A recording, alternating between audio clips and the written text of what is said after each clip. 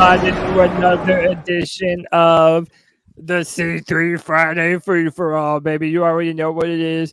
It's the show for Panther fans by Panther fans. Hit that like, hit that subscribe, and more importantly, if you would like to join the show, the link to join is in the description.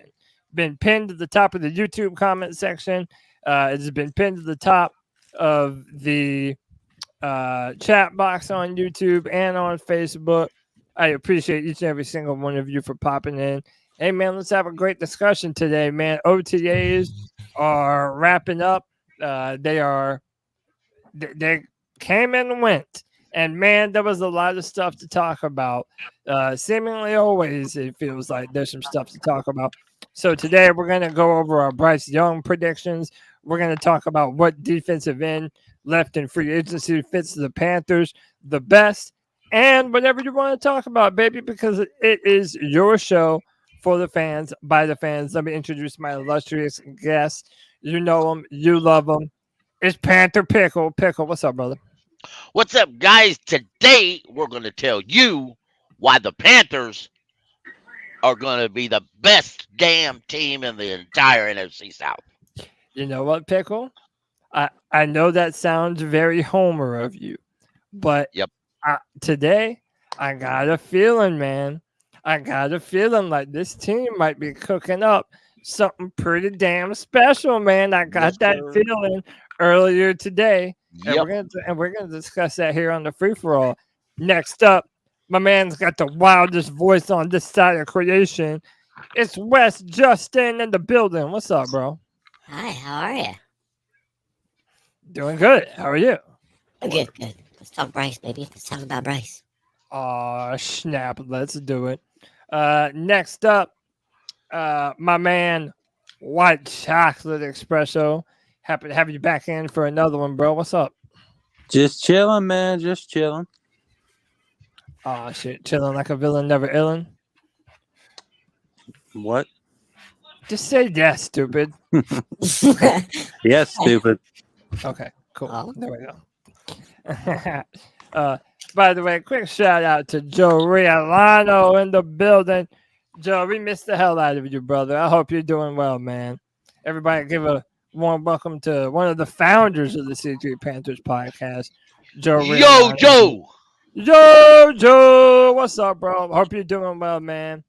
Next up, my man from Panthers Central Podcast. Easy for me to say. It's the homeboy Anthony. What's up, dog? What's going on, Cody? What's going on, C3? Nothing much, man. Nothing much. Just here to talk about Bryce Young and OTAs.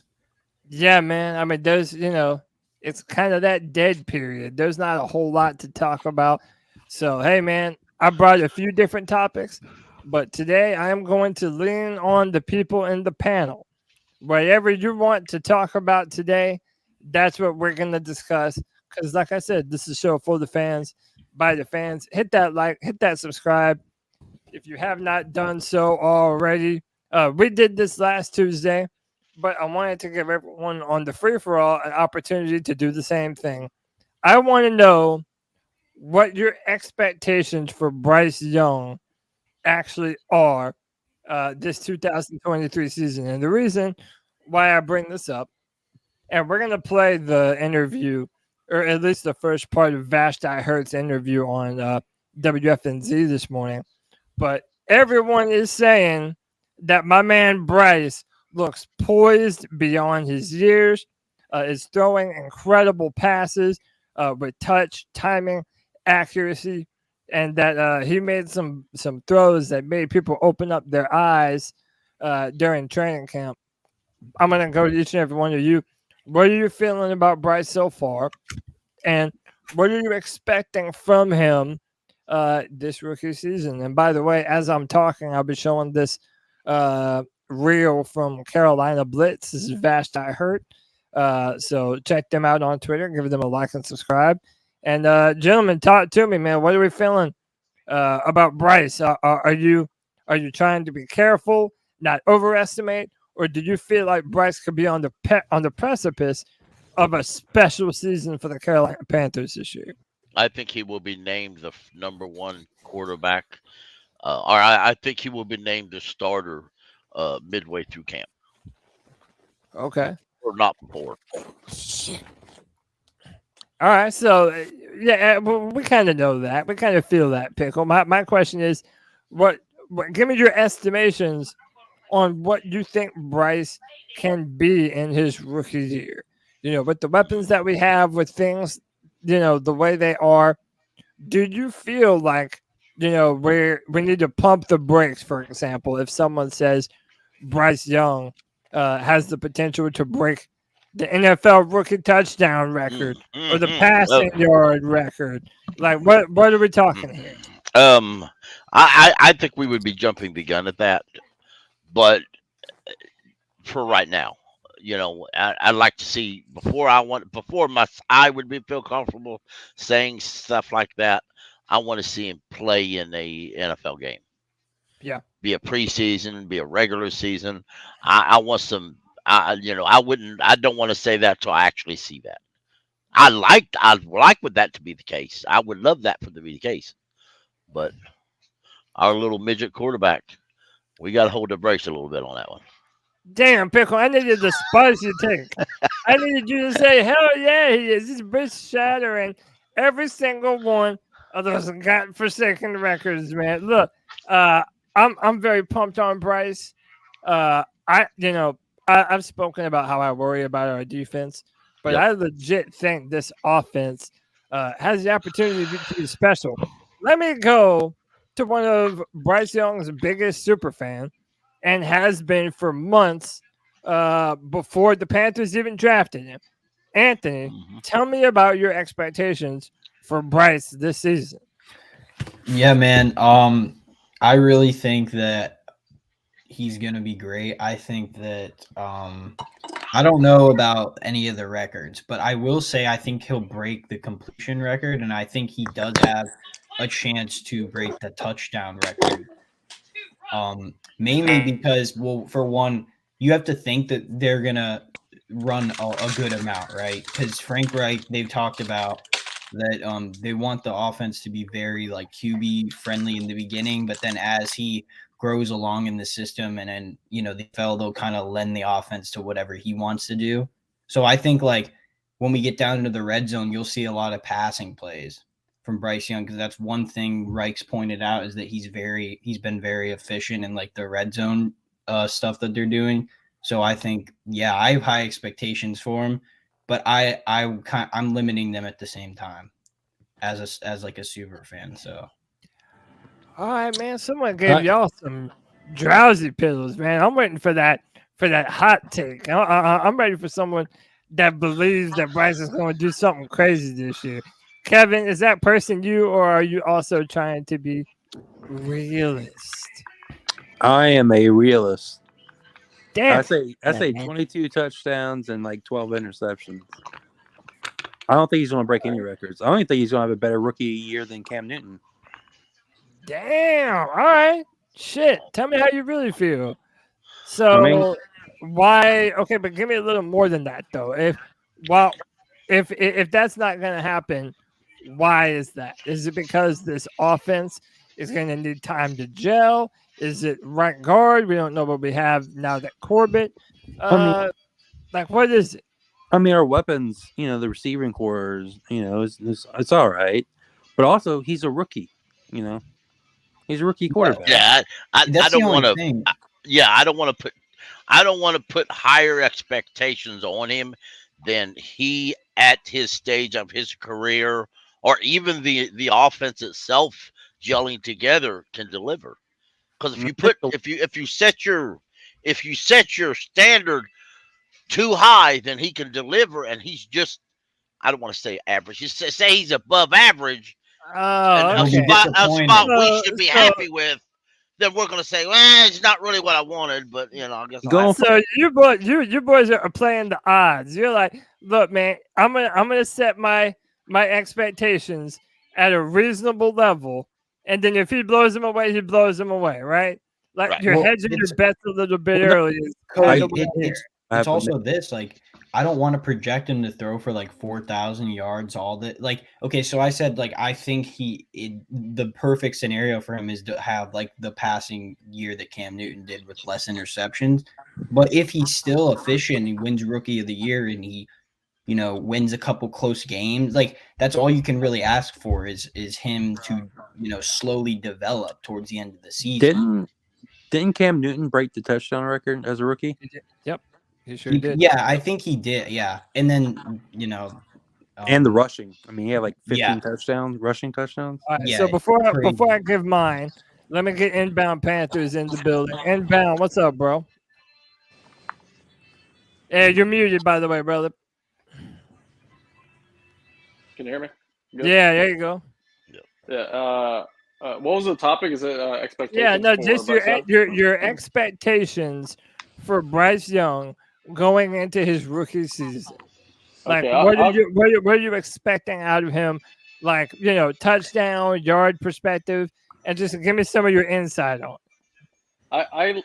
I like this topic because, I have noticed all the Panthers fans, even on Twitter, everyone's a little timid, and I get it, man. We're Panthers fans. We've been through the last 3 years. I don't think any team in the league, except maybe the Cardinals or the Commanders, understand how brutal the last 3 years were for us.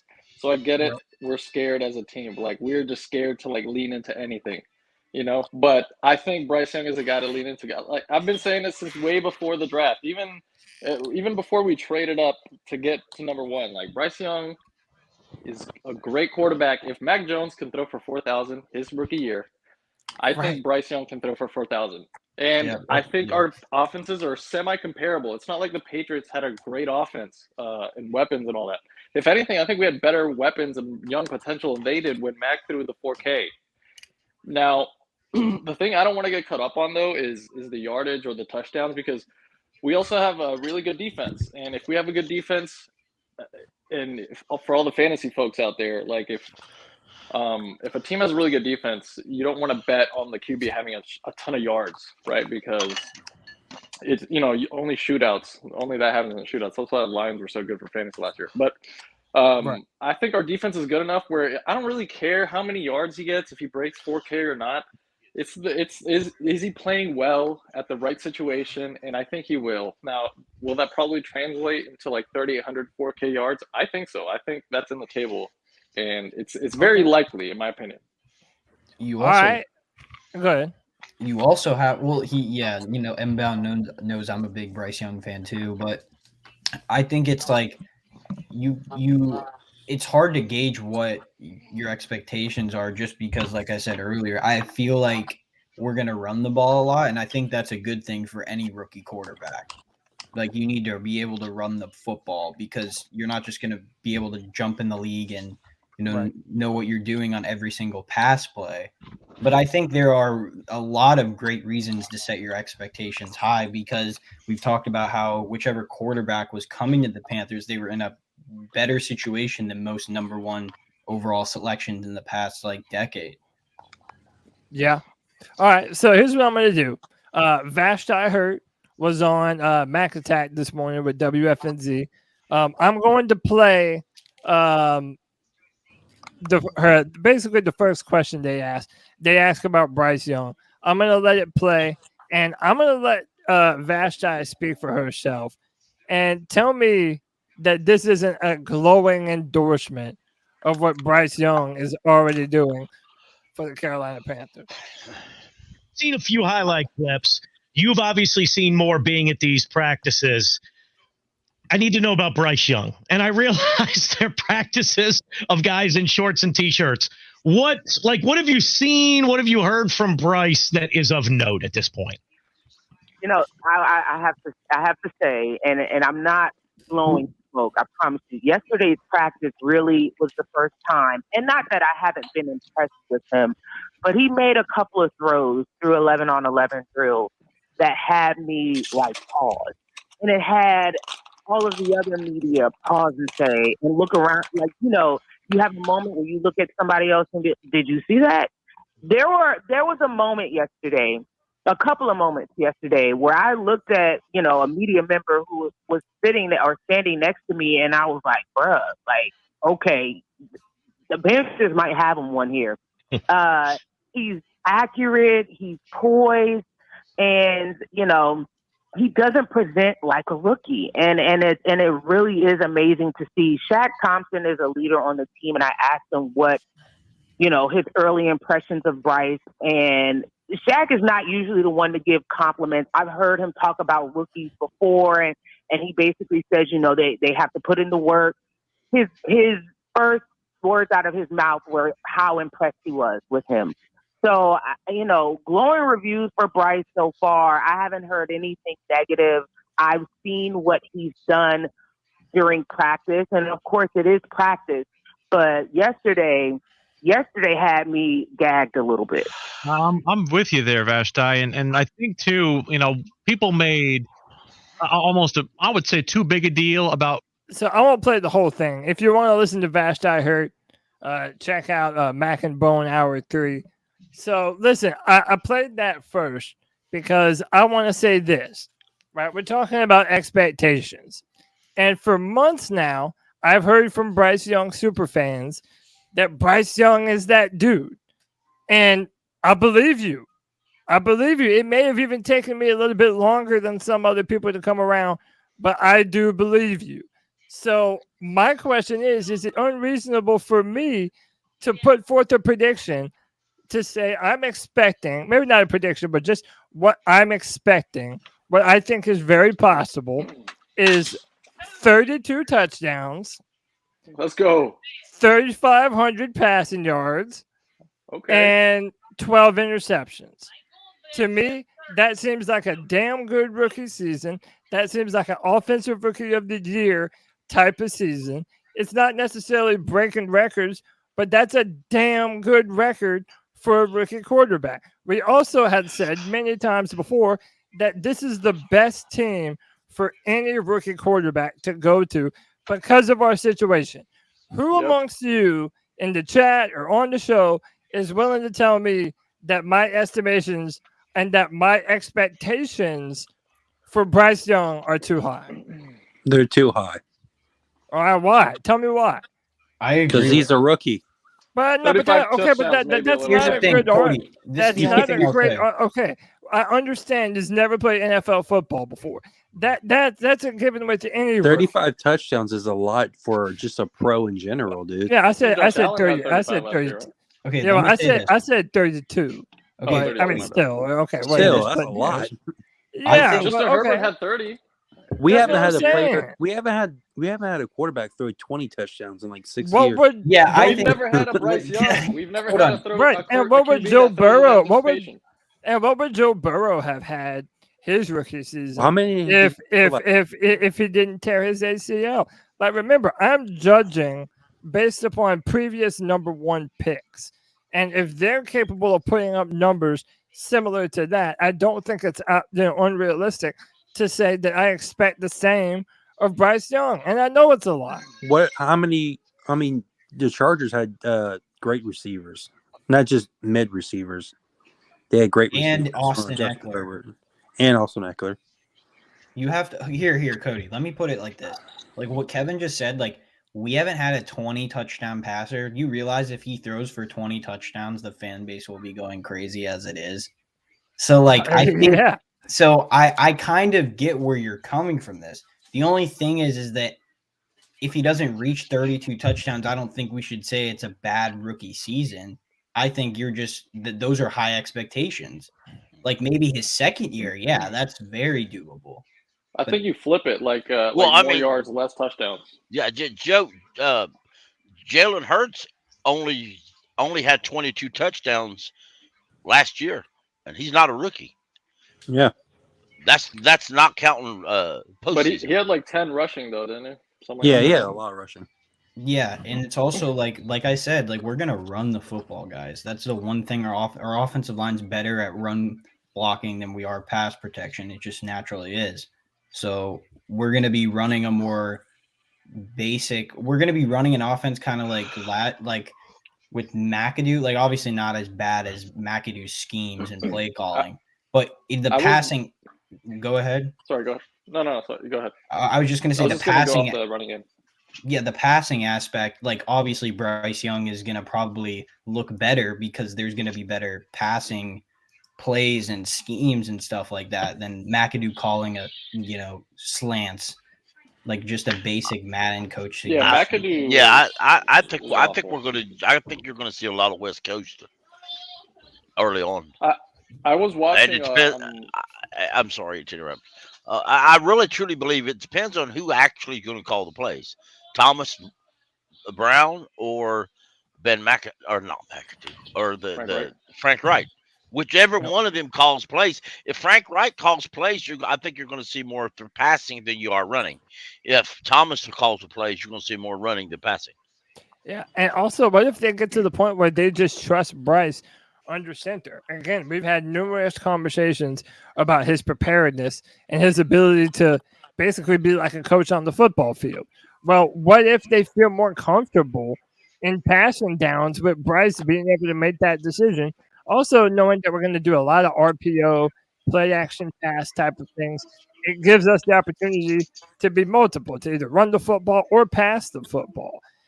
The fact that we don't have a number one wide receiver, in my opinion, benefits us because you never truly know what wide receiver or game plan is going to be centered around. And to me, that seems like a perfect recipe for Bryce Young to have an incredible season this year. So again, man, I feel like everybody is like, so Matt said like 26 to 27 would be a more realistic number, but that's only a few touchdowns off of what I said. So, I mean, I knowing what I know about Bryce and how good he is spreading the football around and the offensive line and the weapons that we have, to me, I mean, that's not crazy to me. I think you're onto some of the high touchdowns because I feel like Bryce is going to shine in the red zone, and the weapons we have are red zone threats. Like Adam Thielen did not have a lot of yards last year, but he had 12 touchdowns? Like he was scoring in the red zone. Yes. And Hayden Hurst, like I think we're going to be a strong red zone team. And as far as like Frank Reich, I was watching a lot of his old footage, even with like Andrew Luck all the way up to Matt Ryan, and it's like that Shanahan style offense. It's like wide zone run, counter, and then play action deep. And it's going to be like that, just setting up play actions. And I think you're onto something also, Cody, because I was thinking the same thing. Like, I'm sure the beginning of the season is going to start off slow and like run first. And, we'll give Bryce the ball on third down and we'll see what he can do off play action. And then slowly halfway through the season, if Bryce is the guy we think he is, we're going to start leaning into, maybe we do throw first on first down and second down. Like maybe we do throw early if Bryce is like actually killing it and making good decisions, which is the QB we picked him to be. So at a certain point, we do somewhat have to expect him to be like, okay, maybe we aren't our run first team. Maybe we're like way more balanced or a little bit more pass heavy. Like, it just depends. But and also, didn't we hire this coaching staff with the idea that we wanted to update our offense and that we wanted to look more like a modern NFL offense that can push the ball down the field? I think Frank Reich wants to. Yeah, I think Frank Reich wants to do that. And inbound, I think it was you that brought up Matt Jones. If Matt Jones can throw for over 4,000 yards his rookie season with those weapons around him, that's what I'm saying. Like, all of us would take Bryce Young every day over Mac Jones, obviously. But I'm saying, even if you take fandom out of it, it's like everyone knows that Bryce was the better player coming out of college. I just judge him based off of other highly drafted picks in recent years. And if they were at least capable of doing that, I think Bryce Young is just as capable. That's all I'm saying. It's not far reach to say he has a better receiving core than he had last year. You know what I mean? Like he has a better team than he had now. Like, how many quarterbacks? I was say how many rookie quarterbacks thrown over 20 touchdowns? Like the last 10 rookie quarterbacks. How many of them thrown 20 touchdowns? Their rookie year? Yeah. How many did How many did Brock Purdy throw for last year? He didn't throw for 20. He would have. He probably would have started. But that's what I'm saying. He would have been on pace. You can't judge the 49ers system because, like, I bet Sam Darnold will throw for 20 this year. I'm trying to look at it. I mean, James was definitely in pace too. Daniel Jones. This is his rookie year. Their rookie years through 5. Deshaun Watson through 5. Jameis Winston's through 5. 5 what? Touchdowns. No, Jameis threw 22 the whole year. I'm looking at it right now. It's Kyler through 20, Cam through 21, Derek Carr 21, Gardner 21, Mac Jones 22, Luck 23, Daniel Jones 24, but I think that's rushing included. How many did how many did Baker Mayfield? 27. He broke the record. Look how many Justin Herbert threw. I think he had 30, didn't he? Yeah, he had 31. Yeah, so, I mean, look at the receiving core and everything he had around him. So would 32 be the rookie touchdown record? Yeah. He's not getting 32 now. Think about it. Because Herbert threw that because they have no running game. Like, they really rely on they use Austin Eckler. They had Austin Eckler. But Austin Eckler's like pass catcher. Like, he's not. If you saw them, that's why they lost against the Jags. They couldn't run the ball. Like, they just kept throwing the ball and then turning it over. They can't drain clock at all. Like, Eckler can score TDs. Don't get me wrong, but he catches a lot of those. Okay. I mean, 20. I think Bryce would at least get like 21, 22 touchdowns. Yeah. So that should be a given. Yeah. Right. Fine, I'll be the optimist on my island all by myself. Damn it! You be your delusional self. Yeah. Well, hey, Cody, it's like last thing, real quick. Like, you look at the ones that threw more touchdown. I don't know how Baker threw 27, but like Russell Wilson 26. He got drafted to a really good team. Like Herbert, They had really good weapons.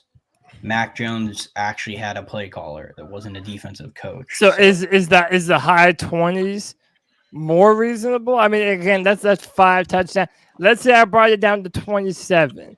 Do you still feel like that's too much? That's probably the max I would go. I think it's going to be like 25-9 or 24-9. That's what I'm thinking. 25 plus is like a nice optimistic Panthers fan number. I say 22. I'm not even like looking at what his stats are going to be. I'm going to be looking at like how he does in crunch time situations and stuff like that. Yeah, exactly. I'm going to break the mold and I'm going to say Bryce Young is going to throw 35 touchdowns. Woo! What changed your mind so fast, Pickle? Me? Everybody's saying the same thing, basically. And somehow or another, when everybody doubts somebody, they generally pop up and flip. Right, that's what I'm saying. And dude, look, if he does go on to have an incredible season, like even if we overestimate, so fucking what? All it means is that we're just believing that our quarterback is the shit. Like I don't even care. I don't even care if my projections are off. I know like, what I want to see though at the end of the year when they give him this Rookie of the Year title. I want to get him up on the national media stage and say, "Pretty good for a short guy, ain't it?" Nice. Just to be a smart ass. Shout out to the short kings out there. Justin, give me your opinion, man. Give me some of your predictions on what you feel Bryce is going to do this season, man. Man, I don't want to overshoot it, but dude, I think he's gonna surprise.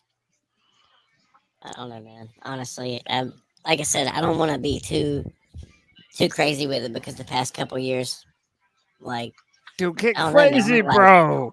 Get crazy, man. That's not nobody is. Listen, here's what I promise. Here's what I promise to everyone. Panthers rookie passing record. That's what I think. Okay, which would be what? What was Cam Newton's? Kev? 21. Yeah, 21. All right, so what, like 22, 23? Yeah. Yeah. See, as a rookie, as a Panther, I think he's gonna have that record. Maybe not like fucking NFL rookie quarterback passing record. Maybe not, but he's definitely gonna hold rookie Panther passing record. All right. He'll throw for 400 his first game. No, I don't know about that, but hey, he might Yes, he show did. up Yes, and he piss some people off. I mean, thought he But did. also, but can I also make one more argument? my And then I buddy want at work to. is a huge Falcons fan, so I hope he throws up 400. I hope. Okay, let me ask you this, right? So everybody's saying, okay, 22, 20, 23, something reasonable. But what if we're overestimating the abilities of our defense and how hard it's going to be to transition to this 3-4? I have made it known before many times that I have some hesitancy about this defense, about the linebacker core, about the D line, about certain areas at corner. Like, there's a lot of questions still left to be answered. Well, If this defense doesn't come out like we're wanting it to, but then that puts even more of the onus on the offense to be aggressive, to outscore. Yes, because a lot of people want to build up last year. Well, we was great stopping the run last year. We did this. We run a different defense last year. We've got quite a many of different players, different starters this year. You can't base anything off what we did last year, because last year we under Wilkes, we run a base 3-4, just an average base 3-4. Yeah, we're not running nowhere near that this year.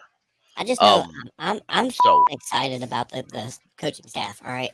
I do. I agree.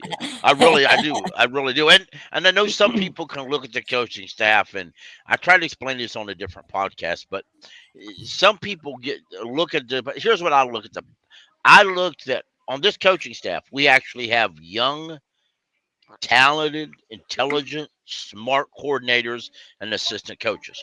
We also have some wily vets. And old. We've also got what I think are the two of the oldest still active coaches in the league right now, one on offense and one on defense. They're there to help, and they're bringing a lot of energy. And I think that's going to make, when the going gets tough this year, the coaching staff's going to look at them and say, what do you think? And that's where you're going to see the difference. Okay. That's where you're going to see the upstart. And guys, just to say, Cam Newton threw for 400 yards his first game and over 400 yards the second game of his rookie year. Just saying. Yeah. Terrible though. Hey, he had to do everything, man. Hey, real quick, let me welcome a very special guest to the C3 Friday Free for All.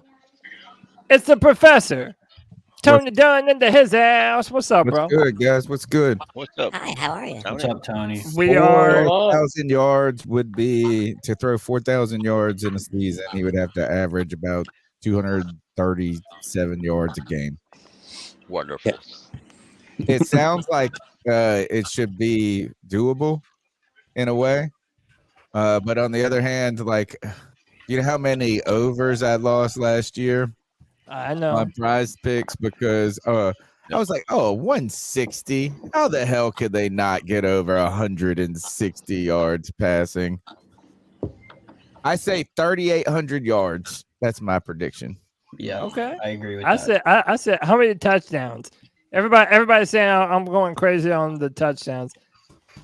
So apparently I haven't broken the record by one touchdown. I had 32 touchdowns. Tell me I'm crazy, Tony. Yeah, I don't care. I'll be the only fucking. I'd rather overshoot. That's, what, 2 touchdowns a game?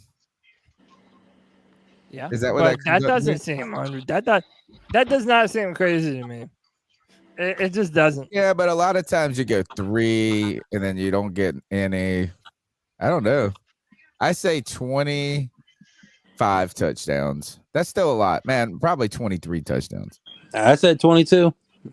Cody, I have a question for Cody. He'll have more than Trevor Lawrence. No, Trevor Lawrence had 12. Wait. More than Trevor Lawrence's rookie season, or more than Trevor Lawrence will have this year? His rookie. Oh, that's not hard to do. Trevor did not have a great rookie season. But go ahead, Anthony. I was just gonna. Okay, so with your expectations being so high, if Bryce Young has a couple like bad, rookie welcome to the NFL games, are you gonna get on the podcast on Tuesdays or post games and shit on him because he's not getting to your predictions? No, not at all. What I'm saying is I'm willing for my projections to be a little bit high. I'm willing to let my projections be a little bit high because I know that he's a rookie. and I know that he's going to have those rookie setbacks too. However, I looked recently at a Joe Burrow coming into the NFL. The NFL was not too big for him. And based on all the reports I'm hearing, the NFL, as of right now, they have not played any football, I understand. But the NFL, I do not feel it's going to be too big for our little quarterback, man. So if he has some rookie issues, that's fine. That's going to happen to any quarterback. But power to the midget. Yeah, and looking at the landscape right now, man, dude, I just don't feel like we're in a tough situation this year. We have 3 teams that I'm genuinely concerned about when we match up against them, and that's really it, man. I think the sky's the limit for the Panthers, at least on offense. He throws a catchable looking ball. Yes. Which is not something that we've had a lot of in our history. I mean, we had Cam who threw missiles at you, right beside you. And then I guess we just haven't had anything else. But it would be nice to see these guys catching and running and doing something instead of everything looking so hard like it has for so long. And every time Cam, I'm just gonna side note here. Every time, I never got mad when Cam threw a pick because it felt like everything was on him. The offense would only move down the field that he had to sling some ball in between 3 defenders. So I think just the coaching staff is gonna make it a lot easier for Bryce Young transitioning into the league. Yeah, it'll be really fun to see. I as a Panthers fan, I don't think we've ever had a QB that throws with this type of anticipation and just throws players. He throws at space instead of a player. Cam was nasty, but he had a cannon and he would try to squeeze it in there. Bryce doesn't have that cannon, so he has to throw it into the space like the Joe Burrows, the Drew Brees did. And I can't wait for that. I can't wait to see that down every down.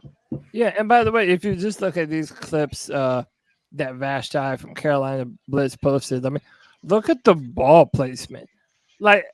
He's literally dropping it in the bucket. The receivers damn near have to make no adjustments to the football. He puts it at a spot. Yeah, dude, he puts it at such a pretty spot, man. Again, I'm just getting vibes about 2015 where we didn't have that number 1 wide receiver presence. And we had, Cam had to spread the football around and build off of the run game. And I just see so many similarities with this Panthers team. Well, we also want to see him running full speed. I want to see him zip it. I wish we got a clip of him breaking YGM's ankles. Yes, that was another thing. There was a clip, or no, not a clip, but there were rumors that he had basically juked my man YGM right out of his shoes. And being small does help you in those situations. You know what I'm saying? Exactly. You are more agile by nature. Your legs are shorter, so you can just turn faster. Yeah, Tony, this is the most rip it throw that I've seen yet from Bryce. Right, this was again not super deep, but puts it over. Yeah, it was a completion. I think we're gonna throw a lot of out routes this year because he, Dre was saying from inbound, the anticipation that his. I like that Drew Brees arc it's got to it. Yeah, man. Arm angles.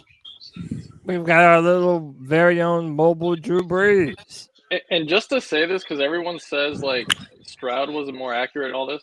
When I think PFF did an adjusted completion percentage where they adjusted for drop passes and stuff like that, and Young had a higher completion percentage by 0.5%, but it was 85% or something crazy like that.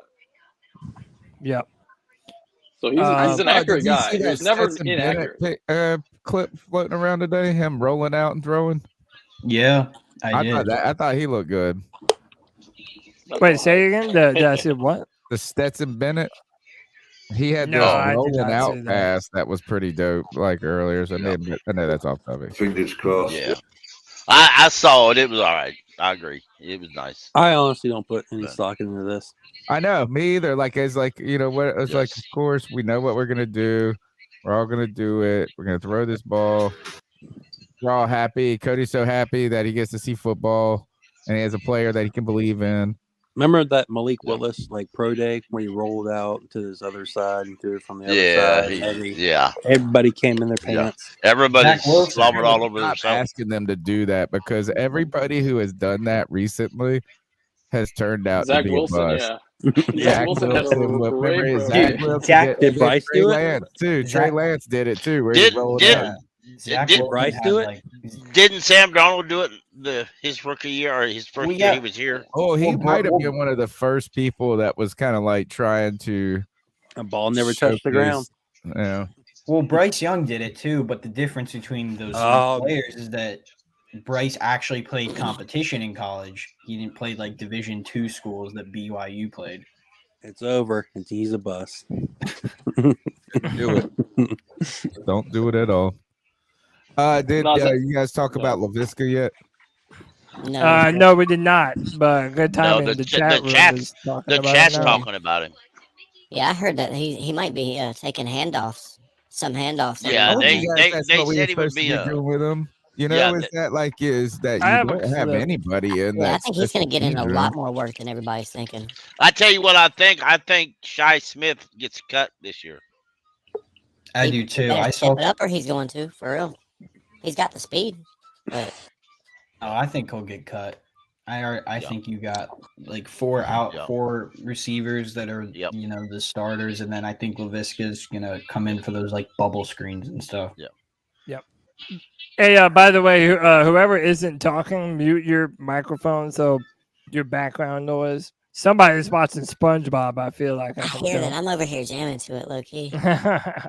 But hey, this is Frank Wright talking about how they intend to use Laviska Shenault this season. We'll continue to investigate the different roles that he can play. Obviously, even if we had this grandiose plan, which maybe we do, but I wouldn't reveal that, here or now, all the different ways you can use him. But, you look at guys like Deebo Samuel and stuff like that, and you say, well, can Laviska do some of that stuff? Of course he can. So, we'll experiment with some of that stuff.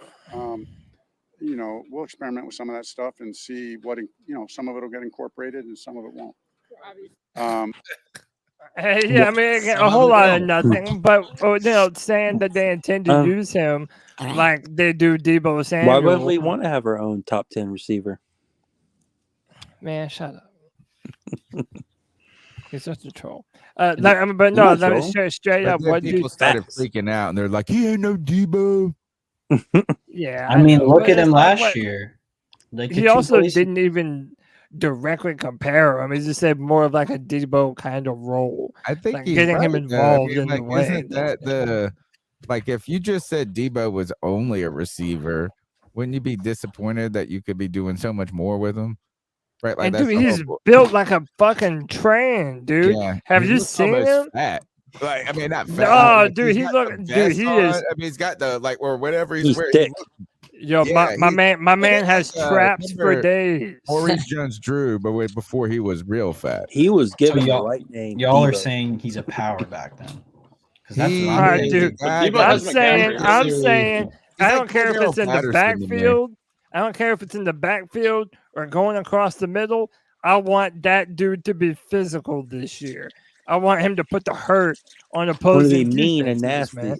Yeah, don't go down. Don't go down when you catch the ball, like DJ. You know those plays Bryce had in college where he would go attack the line of scrimmage and last second turn 90 degrees and pass it to a receiver like way on the sideline. I feel like that's what I want. I want to get Laviska one-on-one with a corner and just truck him over and over. Just set up these screens like that. And if Laviska can give us like one, maybe 3 to 4 of those like random plays where he just takes it off for 50 and scores a touchdown like he did for us against the Saints. First play, he just grabs it and goes 70 yards. Yeah. That's what he's good for. Downfield, I'm not confident in his hands. I'll just say that right now. I don't think he's good at running and being fluid with his hips and tracking the ball in the air. but just give him screens, give him those meshes, give him those like crossers, 5-yard crossers. I'm Let him be Cordell Patterson. Yeah, that's what I think. He's not Yeah. Debo. Debo's kind of like his own. I would love to see him truck a couple Falcon defenders. I just knocked their ass out. I mean, I like to beat the Falcons 50-0. That's another revenge game, Shenault, with the Jaguars. Yeah. Beat them 50-0 too. Pickle, how do you see Laviska Shenault used in the offense, or if at all? Some people think he's going to be cut. I mean, I think he'd be a better running back than receiver, but that's me. I've always said that though since we drafted him, or since we traded for him. I thought he was a better wide receiver or better running back. I guess I'd call him an H back.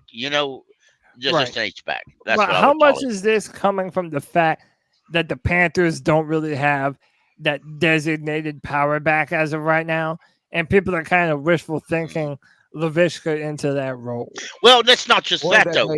There's no room for him in the wide receiver group. No, I mean if they traded for him, he's young, he's got some talent, but the question has to be asked that nobody wants to ask: why in Jacksonville, why in Carolina is he not progressing as a wide receiver? Why is he in one spot, not moved? Why each year they go looking for somebody better? Does he not run good routes? Are they using him in a lot of joker roles because that's all he can play? I mean, you got to ask that question. What if I know some folks think he's going to be a stud wide receiver. He just needs an opportunity. All right. How many organizations and coaching staff are not going to give him that opportunity? And what is the reason behind that? Yeah. You also have to think that since we're gonna run a lot of shotgun and pistol stuff, like you could just give him a handoff in like a inside zone, because he's obviously not an I formation running back, but like with a running start, he's still he's good when the ball's already in his hands and he doesn't have to run routes or anything like that. Right. And by the way, even at Colorado, he was a yards after catch type of receiver. He's never really been that downfield threat type of guy. But the fact that we have so many other weapons to get the ball to, it seems as though there are going to be a lot of opportunities for him to do a lot of damage. I want to look at this guy in the chat. If I want to interrupt it, this guy in the chat, Chief, I can't say that word, but he says, look at Viska in the Jacksonville out in the backfield. He ran MFs over. He did. The Viscas run people over when they lined him up at running back in Jacksonville. Yeah, 100%, dude. The man is strong. Yeah. He's powerful. Yeah. That could be a really big asset. And hey, here's some more good news. Hayden Hurst back out here getting some action. Looking pretty quick, if I do say so myself. Who do you think is going to have a bigger role, Laviska Shenault or Hayden? He looked good. Where'd he go to college? Better have a bigger role. You know where he went. You ain't got to bring that shit up, Pickle. I'm excited about Hayden. I ain't gonna lie. Ginger Thor. Hayden will have more touchdowns, more yards, all of that. Sure. I agree. I think Hayden's gonna have a way bigger year. Frank Reich loves using his tight ends, guys. That's what I'm saying. My expectations are not unreasonable, man. We have so many weapons available to us. Miles Sanders, Hayden Hurst, DJ Chark, Terrace Marshall Jr., Jonathan Mingo, Laviska Shenault. Like, I'm sorry, man. I really do think we have the possibility of being able to watch something special this year. And every year we get hyped up for the Panthers, but this one feels different. It feels like we have something on offense that is uniquely us and has the potential to be a very potent offense if we do this thing the right way. I'm more worried about the defense than the offense. But like, will we be able to stop the run? I think we'll be able to stop the run. I just don't know if we'll be able to stop the pass. Besides for JC, I don't know who. I don't know, man. Like, I don't know who you can rely on to pass rush besides Burns and cover besides JC. So let's do this, Anthony. On a scale of 1 to 10, how worried are you about the defense? And then give me a few reasons why. And I'm going to get everyone in on this. And like, really tell me if there is anything about the defense that has you worried. Let me know. So 1, not even a shred of worry.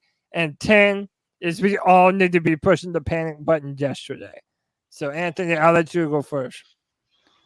Yeah, I'll say probably like a 7, a 6 or a 7. And it's not because I don't think this defense has talent. It's just I don't know, like really like who's gonna rush the passer besides Burns. Like JC is he's a top 10 cornerback, but I don't know. One, he needs to stay on the field, which I think he can do this year, and 2, I don't like Henderson or Jackson as that cornerback too. But hey, like I'm gonna trust this coaching staff, so like that's why I haven't been absurdly crazy about it. But maybe they'll sign someone towards the end of training camp. But those are my main reasons. I actually think that we'll be solid at stopping the run this year. I'm just worried about over the top and big plays given up through the air. So okay. Normally you hear people say the other way. That they're more worried about the defensive line than they are the defensive backs. So that's interesting. Kev, give me your number and why you think your reasoning for that number.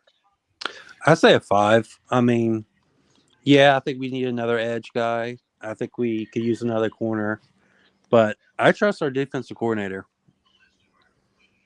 and we have a lot of young talent. Yeah, but athletic talent too. Right, but again, like Kev, like you were trying to say about Bryce, he's a rookie, and you should expect rookie mistakes. And the fact that our defense is very young at a lot of very important positions, that to me, that's a little bit of a concern. That's why I'm at a 5. All right. Okay. Panther Pickle, give me a number and give me your reasons. I'm going to say 7 too. I want to say cornerback, but I believe they have a plan at corner. I believe we're deep at safety for a reason, and I believe there's an inside.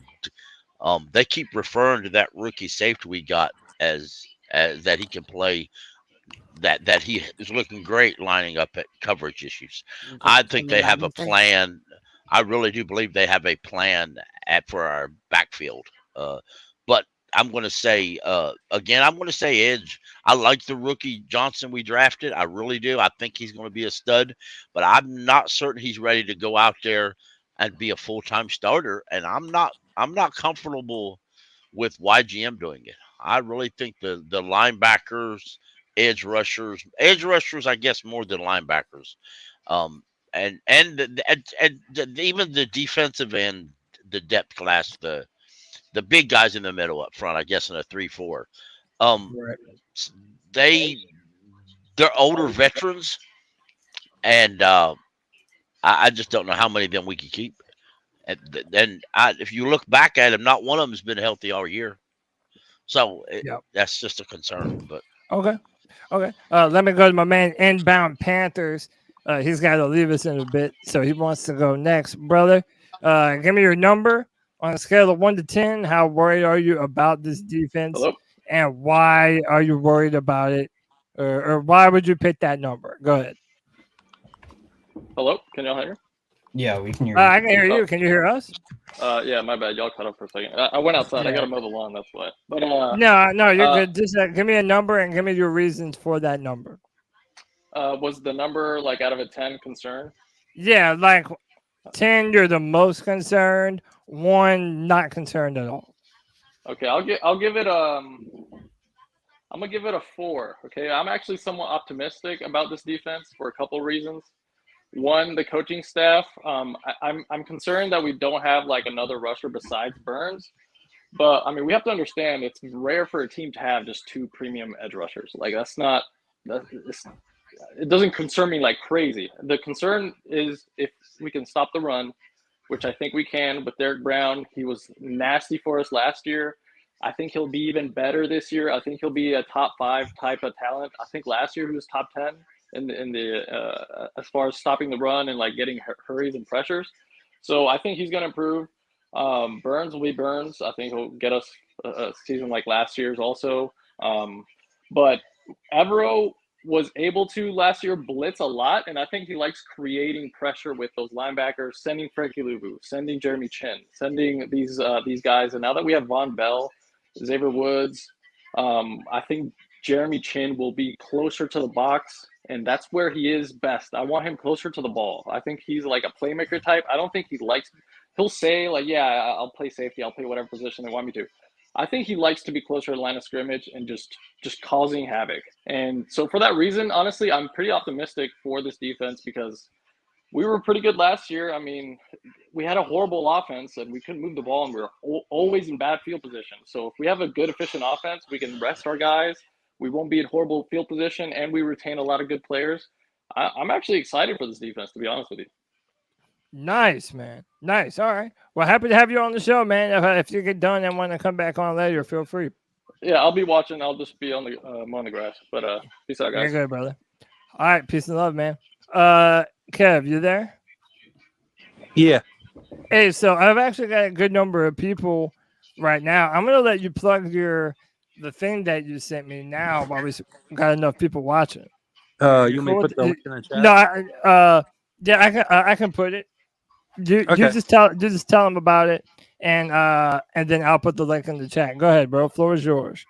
So my buddy's kid, he's been diagnosed with autism, and they're doing this little charity event. They're trying to save up money and donate money to help special needs kids and their families and stuff like that. And if he gets to a certain number, he gets a cape with his name on it. It's called Cape for Heroes, I think it's called. I figure it'd be something to post on here. Get a couple of bucks. Let the little man get his cape. Yeah, you could donate, man. that'd be cool. Yeah, I just posted the link in the chat room right now. Goes to a good cause. If you would like to, hit the link and check it out, man, and raise some money for a great cause. I'm glad you brought this up to me, Kev. Yeah, man, I appreciate you putting it on. Yeah, man, for sure. Hit the link in the chat. It supports a good cause. And yeah, man. Hey, be a good citizen in the world today, man. We need some more good stories in this tragic world that we live in. But Tony, let me go to you. How worried are you about this defense right now on a scale of 1 to 10? I hope that, like somebody said, trust the coordinators. Right? Like, is that we talked about this super squad of assembled coaches. And we just got to hope that this Ejiro Evero dude is the dude, right? That, what is he really good at what he does? Or is he just the latest name that was super hyped? And to be honest, I got to say all the evidence points towards he's really good at what he does. Right? Like, I mean, he is incredibly a defensive guy in his press conferences. Like, he gives you nothing. He is just like, they're like, so would you like to see some things developing on the other side of Burns? He's like, we're working hard. Like, I mean, he is a defensive dude through and through. He's not Mr. Nice Guy. He's not mean. He's just, it is very succinct. He's running straight for the ball. So, and then look, is that the Denver was so bad last year, and I can't really name any players on the Broncos right now outside of their offense and that on their defense, right? I mean, Bradley Chubb got traded away. Can't just think of, Patrick Surtain. Could think of him. But it's not like he was just over there with the studdiest ass defense in the league, just riding this. Is like they were good. They were pretty good too in a very difficult division. Keeping them in games with some explode. I think like the Chiefs scored like the lowest amount of points they scored on anybody against the Broncos. Yeah, it was the 49ers. They scored like 10 points on them. Yeah. And lost. You're right. Yeah, so that makes me excited. And then I guess to just kind of round it back to it's just such an unknown. But we gotta hope. Yeah. Maybe we hope that there was some ounce of good that came out of Matt Rule. Like, did maybe Matt Rule got one player that could turn out to be good, like him and Phil Snow? Maybe Amare Barno could be good. Maybe this Brandon Smith kid could, or whatever it is. Please, can we just get one of these motherfuckers to be okay? and do you think maybe that's a reason that they're not shot, like they're not going for this edge position, is because we have a real coaching staff, so they're like, wait, let's try developing these guys we already have on the roster. But we don't even know who those dudes are. It's Brandon Smith. It's Barno. Oh, Luvu. Yeah, Frankie Luvu. Hey, real quick, let me just make sure I read this so I don't forget. Noah B with the 199. It says Jeremy Chin going to play the Micah Parsons role. Micah Parsons just indicated he joked around saying he might play 8 positions this year. And people are already joking that that's going to be Jeremy Chin. Thank you to Noah B for the $2 love bomb. I mean, again, that's also part of my trepidation, too. It's like Jeremy Chin has been such a big part of the defense. And I feel like I'm probably the loudest one in Panther Nation, like really harping on this Jeremy Chin thing. And I'm like really making it a point. Like, I don't know what he means to this defense. And a lot of people might think that's blasphemous. I think it's fair. I want to know what we should be expecting out of Jeremy Chin this year. It's hard to do that when we're projecting him to be in 50 different roles. You know what I mean? Like, that's rough. Yeah. I want to remind folks what Panthers defensive coordinator Ivero said when asked about pass rushers. He said, "We have Mr. Burns and a bunch of guys who are fighting and clawing and doing a heck of a job." Mm-hmm. That's just way whatever that means. That means Clowney's coming in. Well, let's kind of shift to that. What players do you think we're going to sign another defensive end? And at this point, which one do you want? The 3 biggest names right now associated with the Carolina Panthers are Yannick Ngakoue, Leonard Floyd, and Jadeveon Clowney. Now, we know who Kevin's ass wants. That's simple. But do you agree with him? Do you feel that Jadeveon Clowney is the guy, or do you think Leonard Floyd or Yannick Ngakoue should be the guy? And do the Panthers even do it? Like, is this what we're going to roll into the season with, what we have right now? Igano Ngakoue has the better stats. Okay, he does. Yeah. But I mentioned this earlier when we was in the pre-show that I had read where the Browns new defensive coordinator said they're going to rotate their defensive linemen. And chatting with a few Browns fans, they haven't done that in a couple of years now. So that made me wonder, okay, then maybe there's a good reason why Clowney's numbers weren't all that impressive up there. Now, granted, he missed a couple games too. Yeah, Clowney's. If you look at Clowney's body, his height, his weight, he and you compare him to the other two, he's a little heavier. But can Clowney still move around to play edge rusher linebacker? Yeah. That's the question. No. Ngakoue's played. If I'm not correct, if I'm wrong, y'all correct me. He's played defensive end for most of his career, correct? In a 4-3. He's played, a little bit of defensive end, and he's been an outside linebacker. I was going to say, our defensive coordinator likes versatility. Clowney's played outside linebacker, defensive end, 3-4, 4-3. Who doesn't like versatility nowadays? Well, Clowney can also he sets the edge. That's like he's great runner.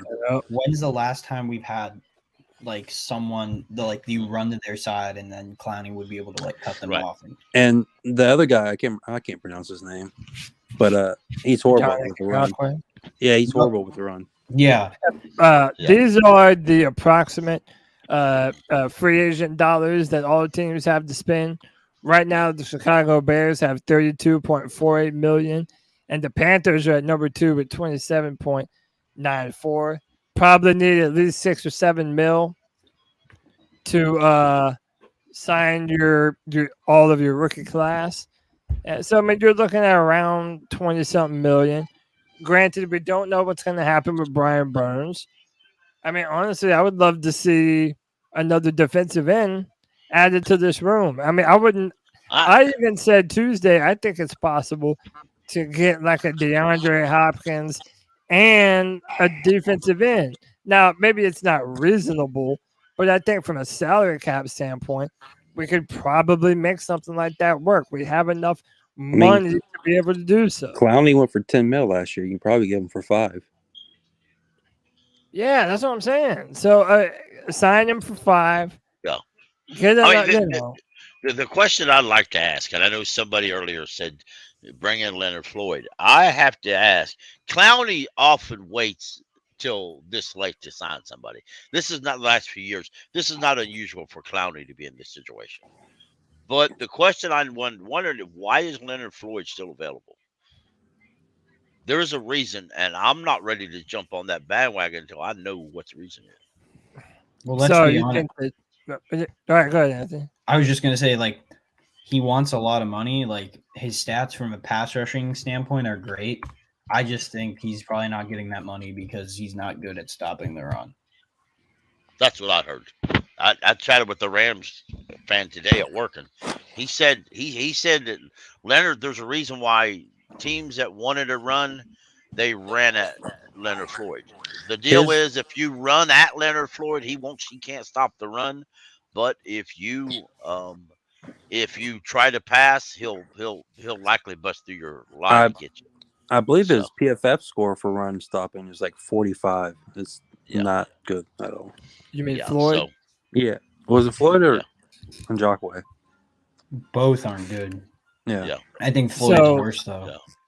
This is from Matt Bowen at ESPN. He said the best fit for Leonard Floyd would be the Panthers. He said that he's also surprised that he's still on the market. 30 years old, coming off of 3 straight seasons of at least 9 sacks. Damn. He would fit as an outside linebacker and base 30 fronts in the Panthers' defensive scheme under new coordinator Rogelio Rivera. The real impact here would focus on him as an edge rusher opposite Brian Burns and Carolina's sub packages. Floyd is a productive veteran rusher with a long 6'5" frame with the lower body flex to turn the corner. Adding him would allow Evero to better scheme his pass rush. And I love this, man, because if you take Floyd, then on pass rushing downs, boom, you put him in, right? On run downs, on short yardage, put in DJ Johnson, let him be big and strong and set the edge. I would say right now Leonard Floyd is probably my favorite fit. Again, I don't even care that much that he doesn't add that much to the run stuff department. I feel like we have the bodies on the team to be able to kind of make up for that. I would love to have Leonard Floyd. That's probably my number one choice right now. Doesn't the 3-4 allow for more rushing yards? Like, it's easier to run again? Yeah. In my opinion. That's how you beat it. Yeah. In my opinion, I would rather have Clowney. And that's I'm all for stopping the run. I think Clowney could offer pass rush when keep in mind though, the better you can rush the passer, the more man coverage you're going to be able to play, the more aggressive our defensive backfield's going to be able to play. Again, you have a bunch of bodies. We just don't know what we have in DJ Johnson being able to stop the run. But that was the reason why you drafted him.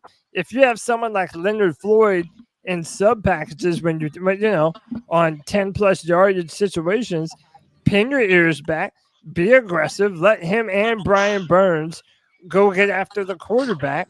That might be the recipe for success for the Panthers. Didn't Evero coach with Ndamukong Suh?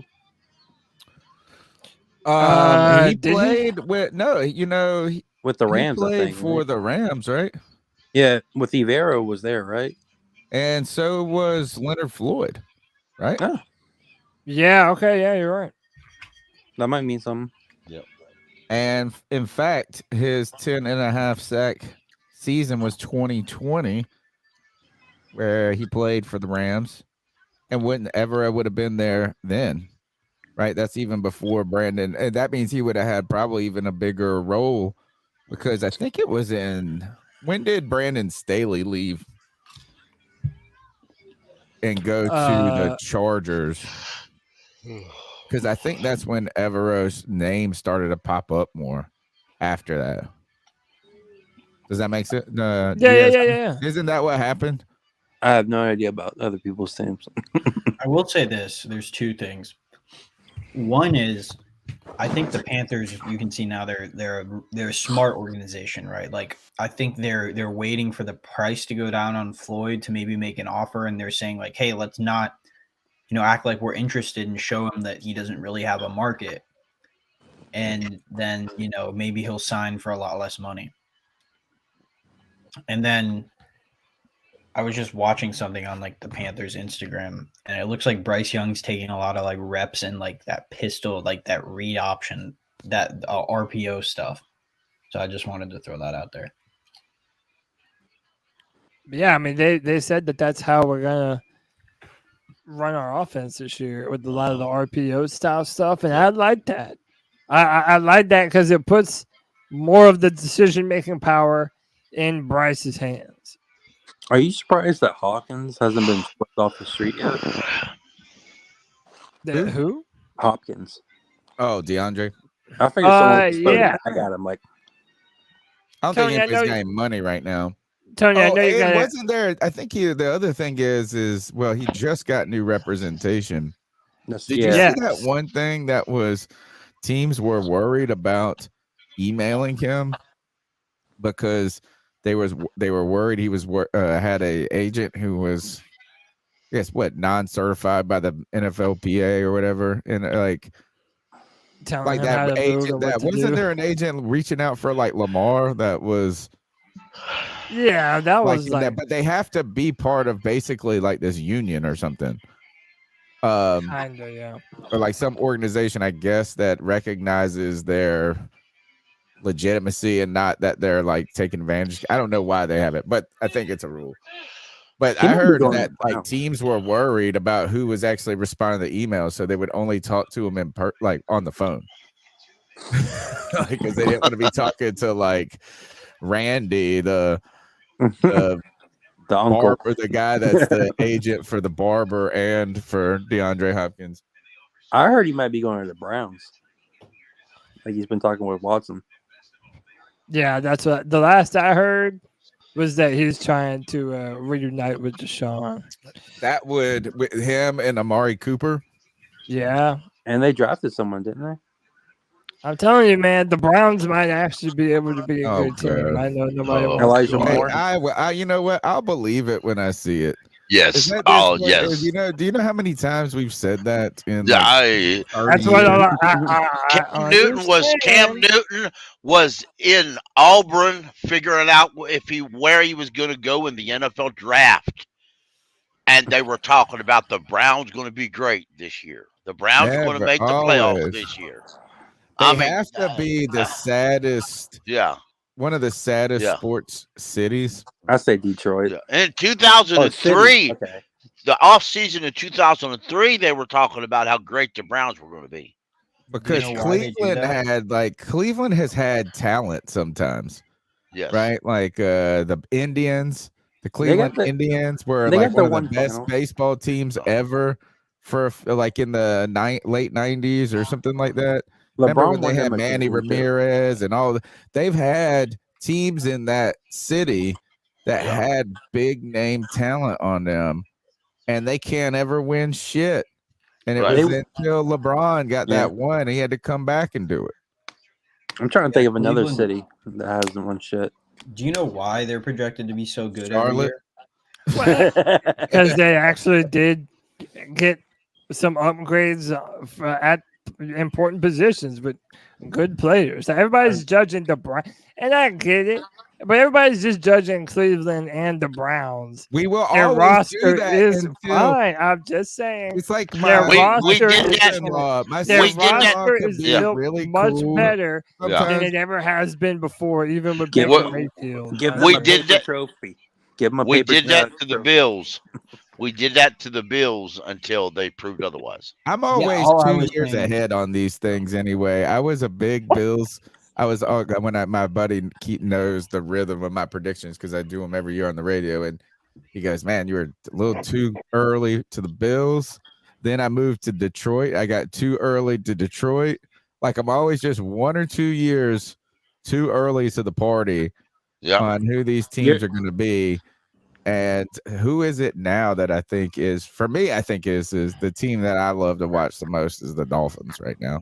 You're always going to be early with Detroit. Yeah. Yeah, right. Or late, I guess. And let me welcome my man Twan Don to the Friday Free for All. Big Twan, what up? What's up, guys? How y'all feeling, man?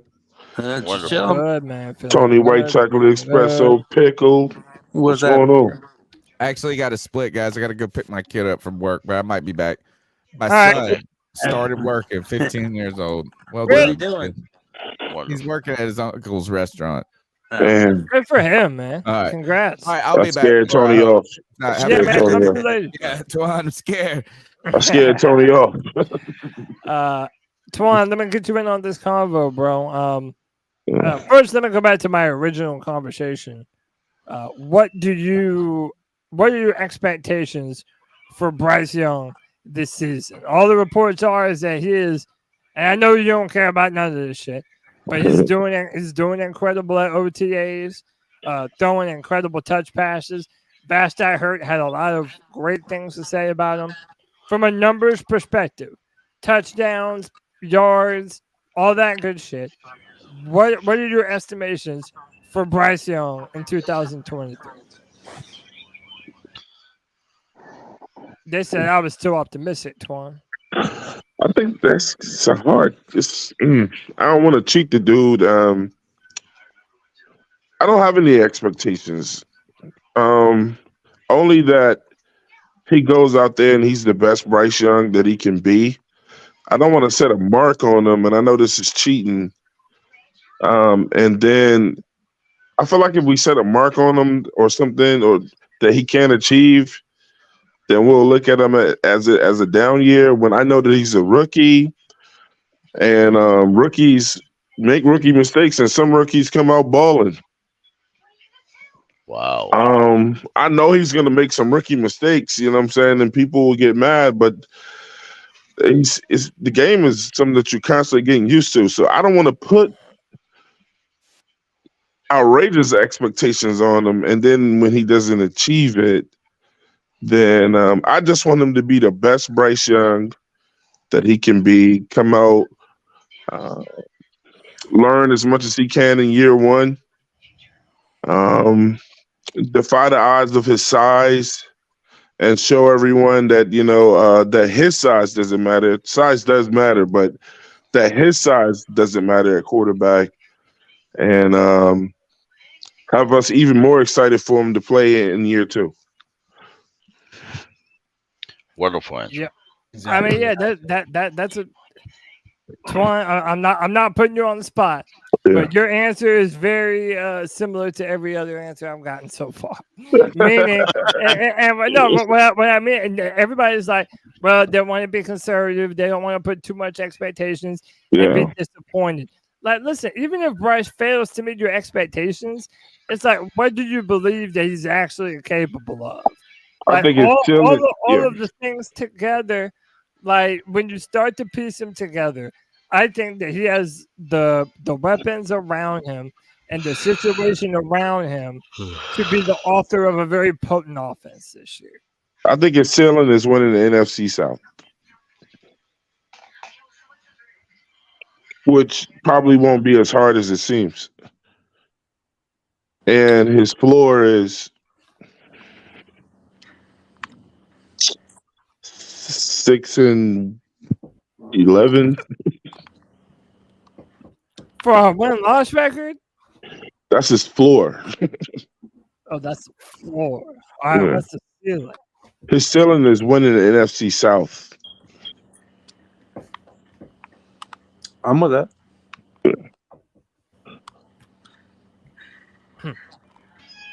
All right. That's a lot for your rookie year. You come in and win the conference. Yeah, How but many I mean, rookies like, have done that?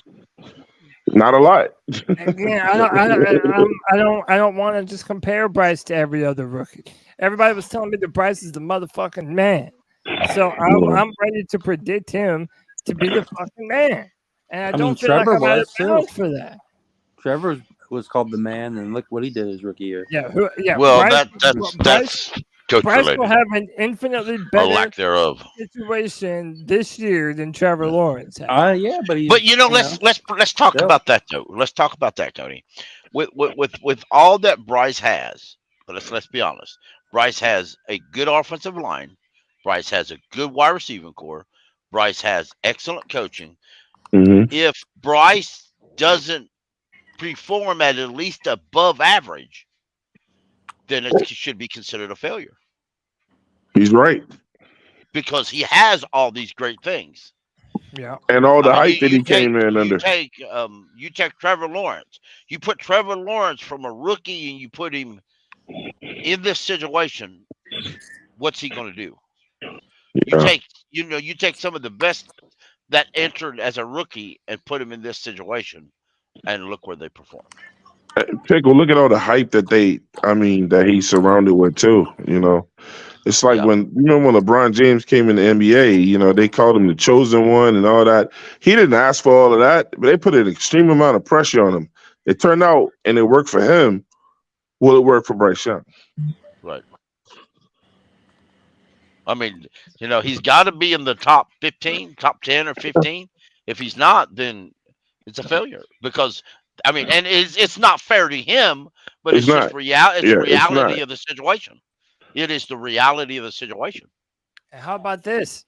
I feel like he also needs to have better numbers than the other three quarterbacks that were drafted behind him. Right. Because they don't have that. You take CJ Stroud. CJ Stroud doesn't have any wide receivers. He's got a poor offensive line. The Texas fans are tickled because a report came out today that he was way ahead. And that's great. That's super for him. But there's no pressure right now. He don't have to worry about getting hit by the defensive lineman. So what's he ahead of? In reality, So you take the other guys that was drafted behind him at quarterback wise, and they're not really performing. They may have a good day or two in camp, but he's got to be better than them. He's just got. He has to perform better than them. If something happens in the Colts or the Texans or the Colts, if the Colts win the division, and for some reason the Panthers don't, you could consider that a failure. And what my man YB Jordan right here just said, CJ Stroud looks good. So CJ Stroud is already taking the majority of the first string reps in Houston. Right. And he is looking really good. But hold up, because everyone's saying that Anthony Richardson is also balling the fuck out at OTAs, and it's looking almost assuredly like he's going to be their quarterback one this year. Everybody should be balling out with no pads on. But exactly, they are in shorts and a helmet, and the defensive line can't hit the quarterback. So we'll see. I want to see what happens when it gets physical. That song, Let's Get Physical? I want to see what that happens when they get physical. I want to see how well Bryce holds up in preseason. I want to see if CJ Stroud looks as good since he don't have no offensive line that when he gets in front of him. Exactly. When you got a defensive lineman chasing you. Exactly. Because Bryce, one thing about Bryce, he can throw on the run. CJ can too, but CJ's not as good at throwing on the run, I don't think. But we'll just see, They're all rookies. And what happens when Anthony Richards, if he sets his feet right and he concentrates, he can throw an accurate ball downfield. What happens if he doesn't get the chance to set his feet? What happens if he's always throwing on the run? If he's always taking them hits? Eventually, he's going to catch up with him, and he ain't going to throw them pretty balls. He's going to throw a lot of interceptions. But I think Anthony Richardson is Bryce Young's biggest competition at rookie. Between the rookies that was picked simply because of the team that he went to. And the storyline is going to also read between the fact that Reich was coaching there last year. And it's like that in itself is like this double entendre of what's going on in football. It's like rookie versus rookie, coach versus his old team. It's a lot that surrounds that. Yeah. So. No, there's definitely a lot that's Anthony Richardson didn't go to a bad team either, just like Bryce Young didn't. Yeah. Well, I mean, again, they get talent. They went, you can judge their situations, but I feel like the Panthers have the best one for a rookie quarterback, and that's not to say that the other ones are terrible. I mean, hey, the Colts might be good this year. The Colts drafted good offensive linemen in the past. They had a plan originally. Oh shit! Those are sharp. These are the new are the new Nikes, the new Jordans that are coming out. People are theorizing that it might be a Bryce Young shoe. I bet you them's expensive. 175. It's Jordan 1. So it's probably, probably about 160. That's out of Pickle's price range, y'all. Well, that's if you get it wholesale. I mean, that's if you get it when it comes out. Do you think they come in low tops too? Yeah. Yeah, I can imagine. Yeah. See, that's what I need, man. I went to the shoe store yesterday. Bro, if one of y'all was really my friends, y'all would buy me a pair. I'm not. You would have to. You got to get that shoe before all the fucking brokers get it and all the bots. Because then I imagine that shit being around $300 when it gets to them. I'm not. I wouldn't buy an Xbox from the brokers or PS5, and I damn sure ain't go buy no tennis shoes.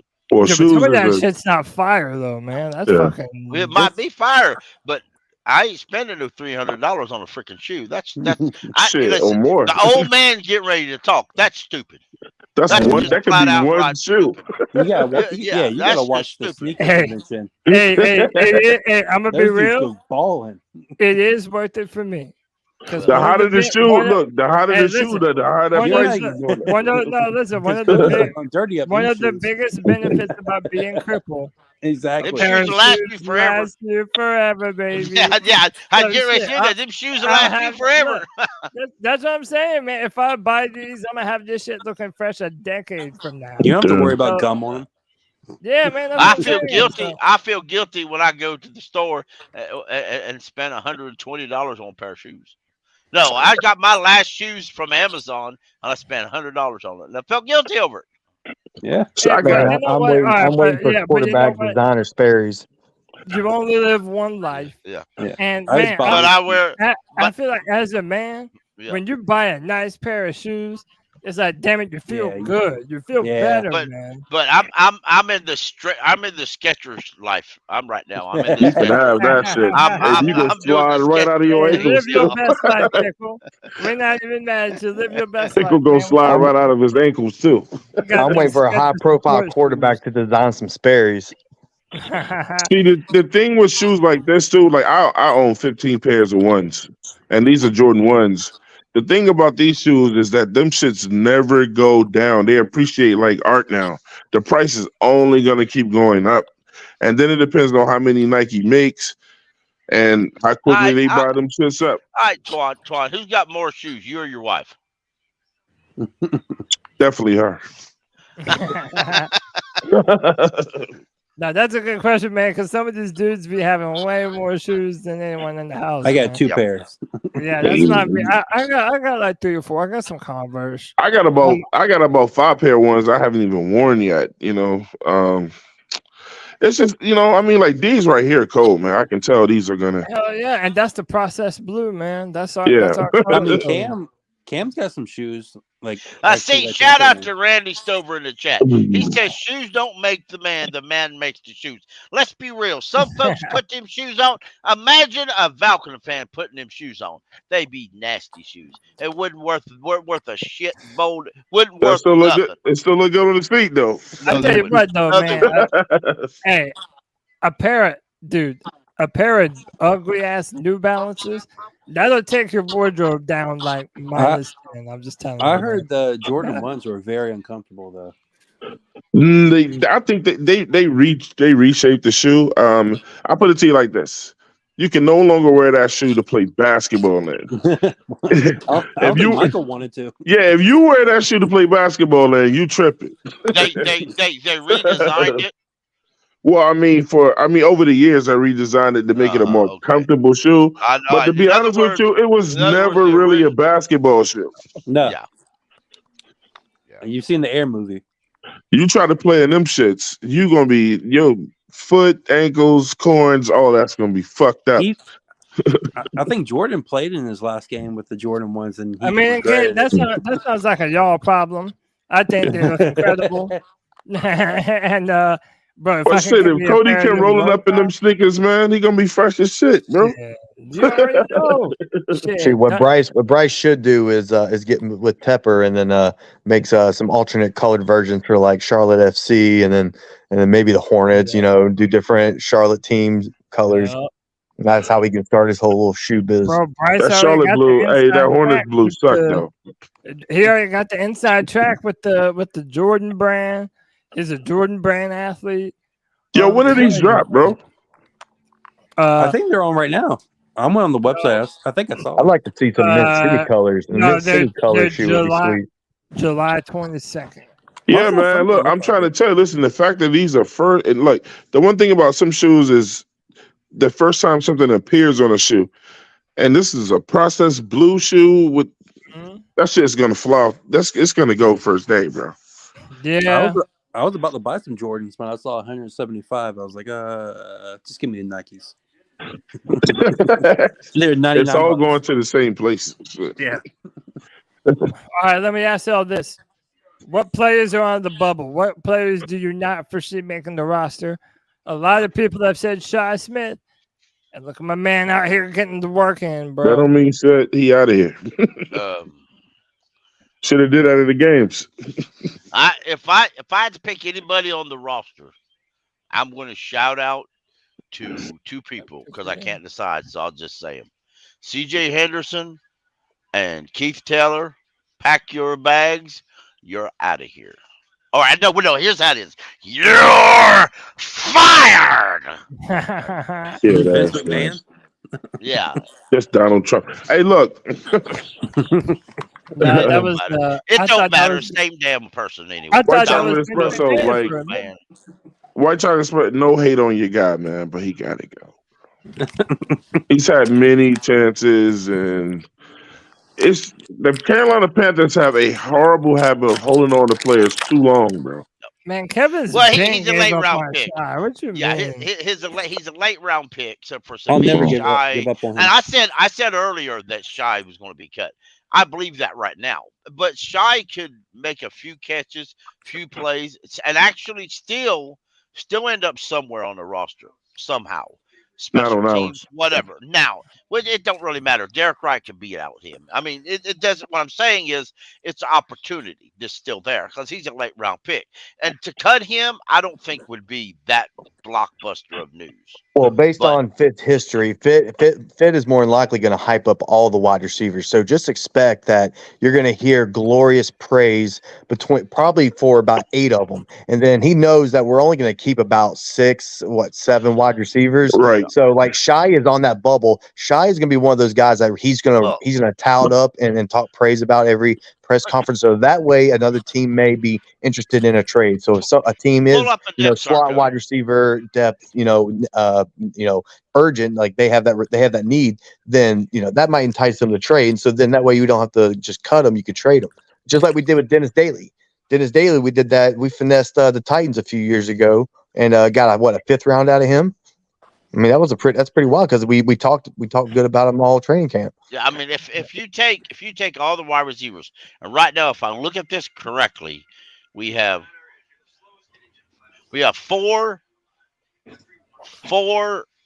No, we have 12 wide receivers. 12 wide receivers. Now you got Marshall, Chark, Adam Thielen. Then you got Mingo, Shenault. That's 5. If you're going to keep 2 more? I mean, it's just Shi Smith, C.J. Standard, Damian Byrd, White. There'll probably be one more. So out of those, 5 or 6 you mentioned, then one Johnson, but you got to think there too. If you keep 6 wide receivers, how many tight ends are you keeping? How many running backs are you keeping? You can't keep. It's unlikely that you're going to keep 4 running backs and 6 wide receivers. No, they gonna have 3. I mean, 3 running backs. That's what I say. You have to make your cuts. So if you go to running backs, you go Miles Sanders, Chuba, who they're hyping up quite a bit, and who People's Cams, Cam Peoples, Blackshear. I mean, Blackshear has special teams value. Yeah, that's what I was about to say. Like if you're the third spot, you're going special teams. Yeah. If he'll more likely make the roster. I think we'll keep 4 running backs, and Cam Peoples probably one of those in at least competing for it. He has the opportunity to get that roster spot. But Blackshear's spot, as long as he can, not fumble, as long as he don't mess it up. I mean, he's in line to be, I think, our kick returner and maybe punt returner. He will make the roster for that specific reason. Yeah, and you also got to remember. Chuba Hubbard can do that too, or even honestly, Shenault didn't do bad at returns last year either. Shenault, yep, he'll be in contention. Yeah. So I just did the show Wednesday. Shit. Yeah. And just so happened that was one of the subjects, and the wide receivers that I have is I got down DJ Chark, Thielen. This is the guys that's gonna make the team. Chark, Thielen, Jonathan Mingo, Terrence Marshall Jr. I think Shenault sneaks in as the Swiss Army knife, and I got that kid out of South Carolina, believe it or not, making the team, bro. Which one? We got 3 of them. Well, the one that hurt his knee, the one that came down wrong. Yeah, now let's also remember it's OTAs, yes, but they're developing a rapport. Derek Wright and Bryce Young. It's well documented right now all over. Oh, Derek Wright. It's just like, but only one of them guys is coming over. One's coming over and one's going to the practice team. Yeah. I think we should cut Michael Jordan and sign Norwell. He just got cut. Yeah, that makes sense though. Yeah. I mean, but right now, go ahead, KB. Physical. That's why he got cut. Well, but again, I feel like, one, that's not a good sign if you're aging and didn't pass a physical. But we're deep at the offensive line. Neither Jimmy D. We're very deep. We're very deep offensive line. I've said that I think we're gonna carry 6. And I've said before, I think it's going to be Terrence Marshall Jr., DJ Chark, Jonathan Mingo, Adam Thielen, Laviska Shenault, and plus one. It could be anyone. That's going to be the spot that they compete for in training camp to watch. Well, the number 6 to me is between Shi Smith, Damian Byrd, who's the guy, the undrafted free agent? What's his name? Josh Van. That's who I was just saying. Josh Van from South Carolina. Also, keep in mind, there's this white boy. I think his name is Derek Wright. He's a wide receiver, and apparently, Bryce Young has already built a pretty good connection with him. And they have a great thing going with one another. So a lot of people are thinking, this kid might sneak onto the 53-man roster. Right. If he say the word, he might be on there. I say trade Matt Corral to the Raiders for a 4th rounder. Jimmy G ain't playing. I ain't even gonna lie to you. I don't think we're gonna. I think we're gonna keep 3 quarterbacks all year, and I think still 3 quarterbacks on the roster are going to be our quarterbacks. You gotta have 3. I actually had Matt Corral looked pretty good in OTAs. I really want to wait till training. Well, I we want to can see keep what a he looks third like. quarterback and not have it count against the roster. Yeah, that's what I'm saying. Like that's why I don't want to get rid of Matt Corral. Right.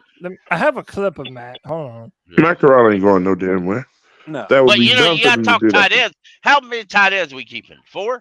Well, hey, remember too that new NFL rule too, where you can have a third quarterback and then not count against your dress roster. Wait a minute. That is true. That's right.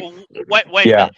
So we'll keep Does it count QBs. against your 53, or does it count against your game day activation? It does count as your 53, but not as the number dressed. So on away games, you can only dress like 46 out of your 53, but the quarterback can still travel with you on the road and be used as if needed and not count against that. That's the way it used to be. Never understood that fucking rule. That's the way it used to be, and they took it out.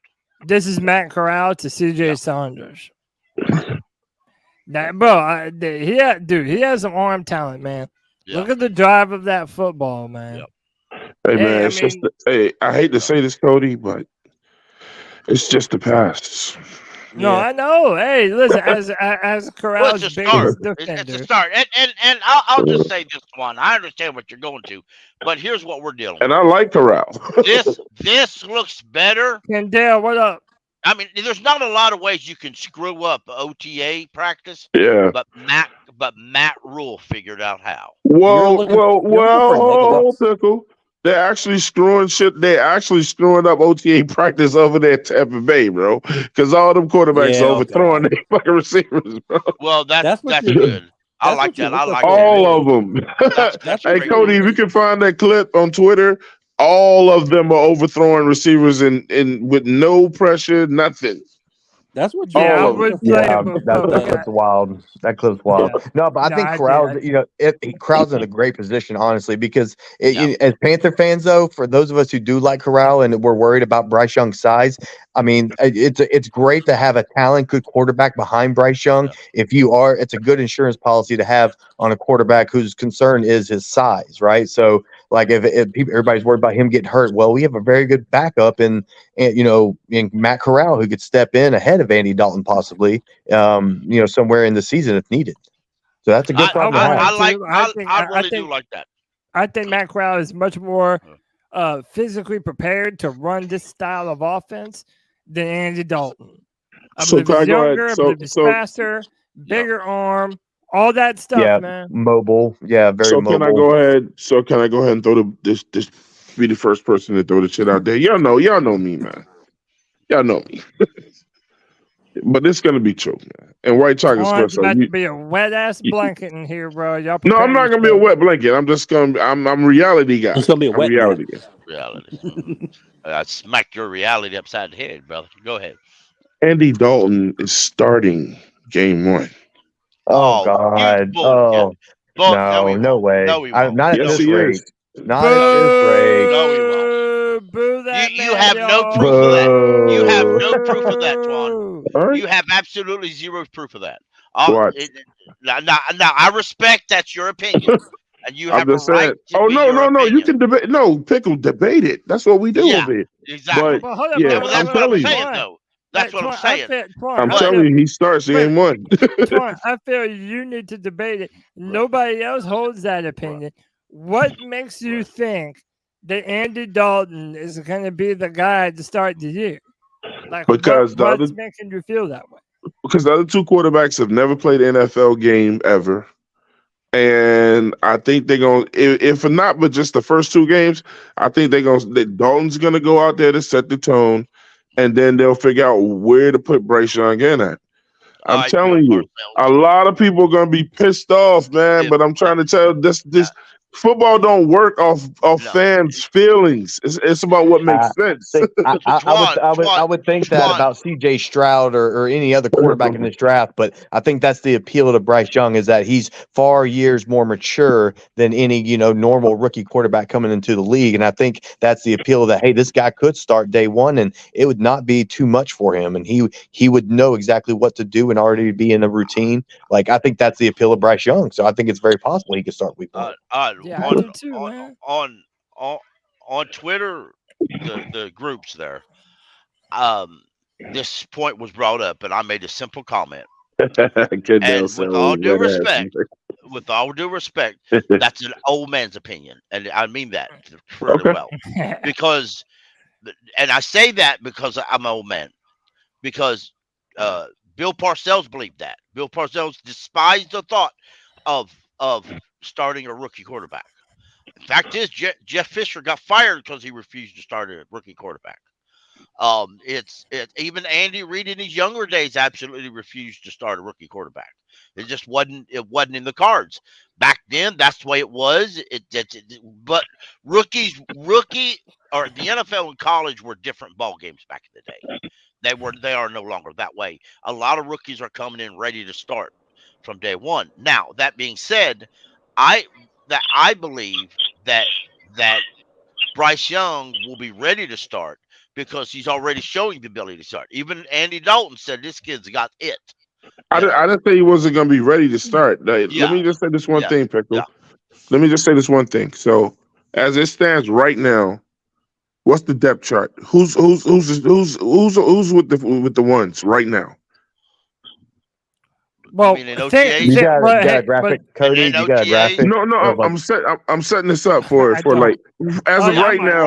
Right now, Andy Dalton. Bryce Young is getting more reps than any I know, but I'm talking about the official depth chart as of right now. Even with yeah, but I don't think there is a depth chart.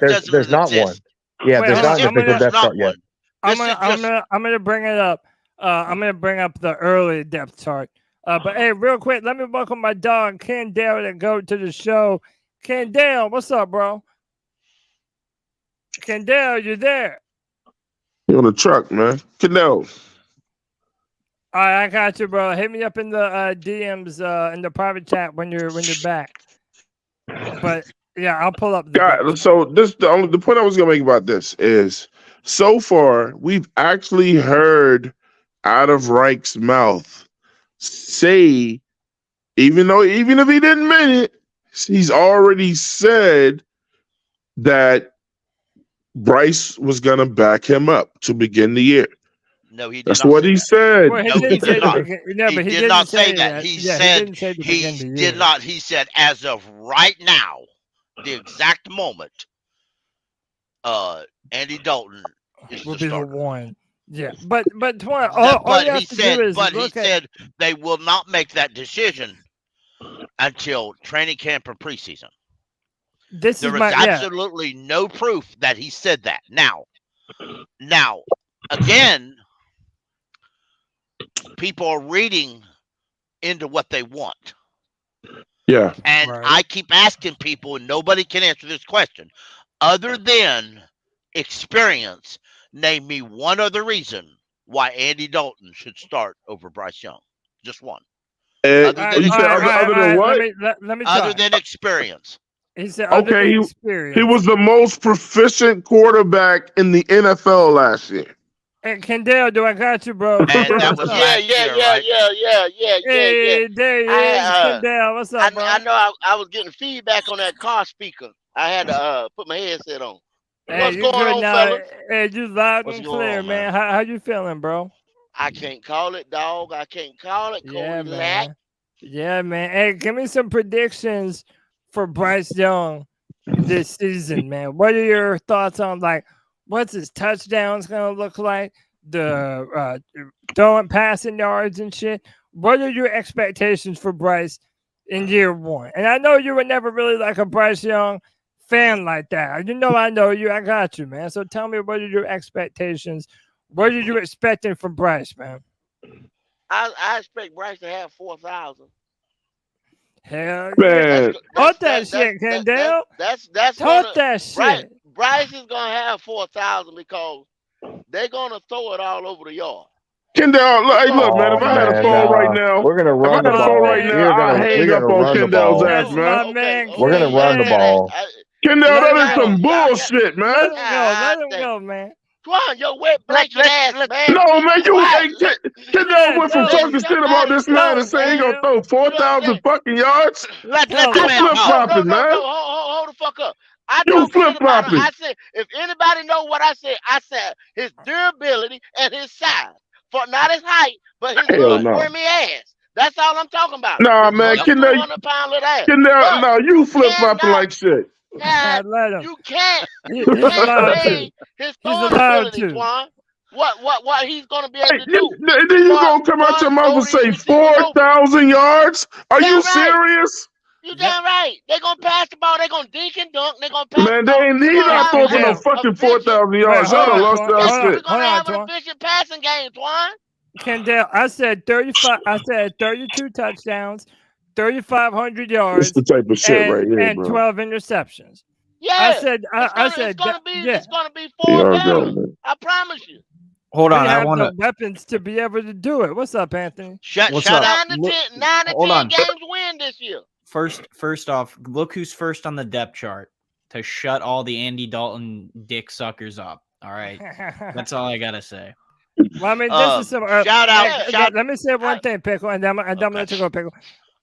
What's really gonna determine who the starter is when the Jets come to town. When we start doing the joint practices, if Bryce is balling with the number ones against the Jets, oh, bro, I'm telling you, it's a wrap. And Twan, what you're not understanding, they are going to give Bryce every opportunity to win that starting job. And I have no reason to believe that Bryce is not going to beat out Dalton. I have no reason to believe that. Cody, you got to look at. He's taking 30 licks. Andy's taking 10, and Matt Corral's only taking 2 or 3. And they had to get rid of Easton because they were giving Bryce so they got that many. Yeah, so dude, that's what you got to understand. He's going to be the starter. He will be they the just starter. telling y'all that old bull, man. He's going to be the starter. Yeah, 100%. And I like his ability to ball out in the offense, man. We have so many different weapons. I don't even think that we need a number 1 wide receiver. Yes, I would love to have DeAndre Hopkins here, but, bro, we don't even need that shit, man. We have enough talent for him to spread the ball around. I really think this offense could be dynamic. On top of that, I have worries about the defense. If the defense is not keeping us in games, it's going to be on the offense to continue to fight and put up the right amount of points. So that's not crazy to me, Kendall. That's the combination. What Twan say? Andy Dalton gonna start?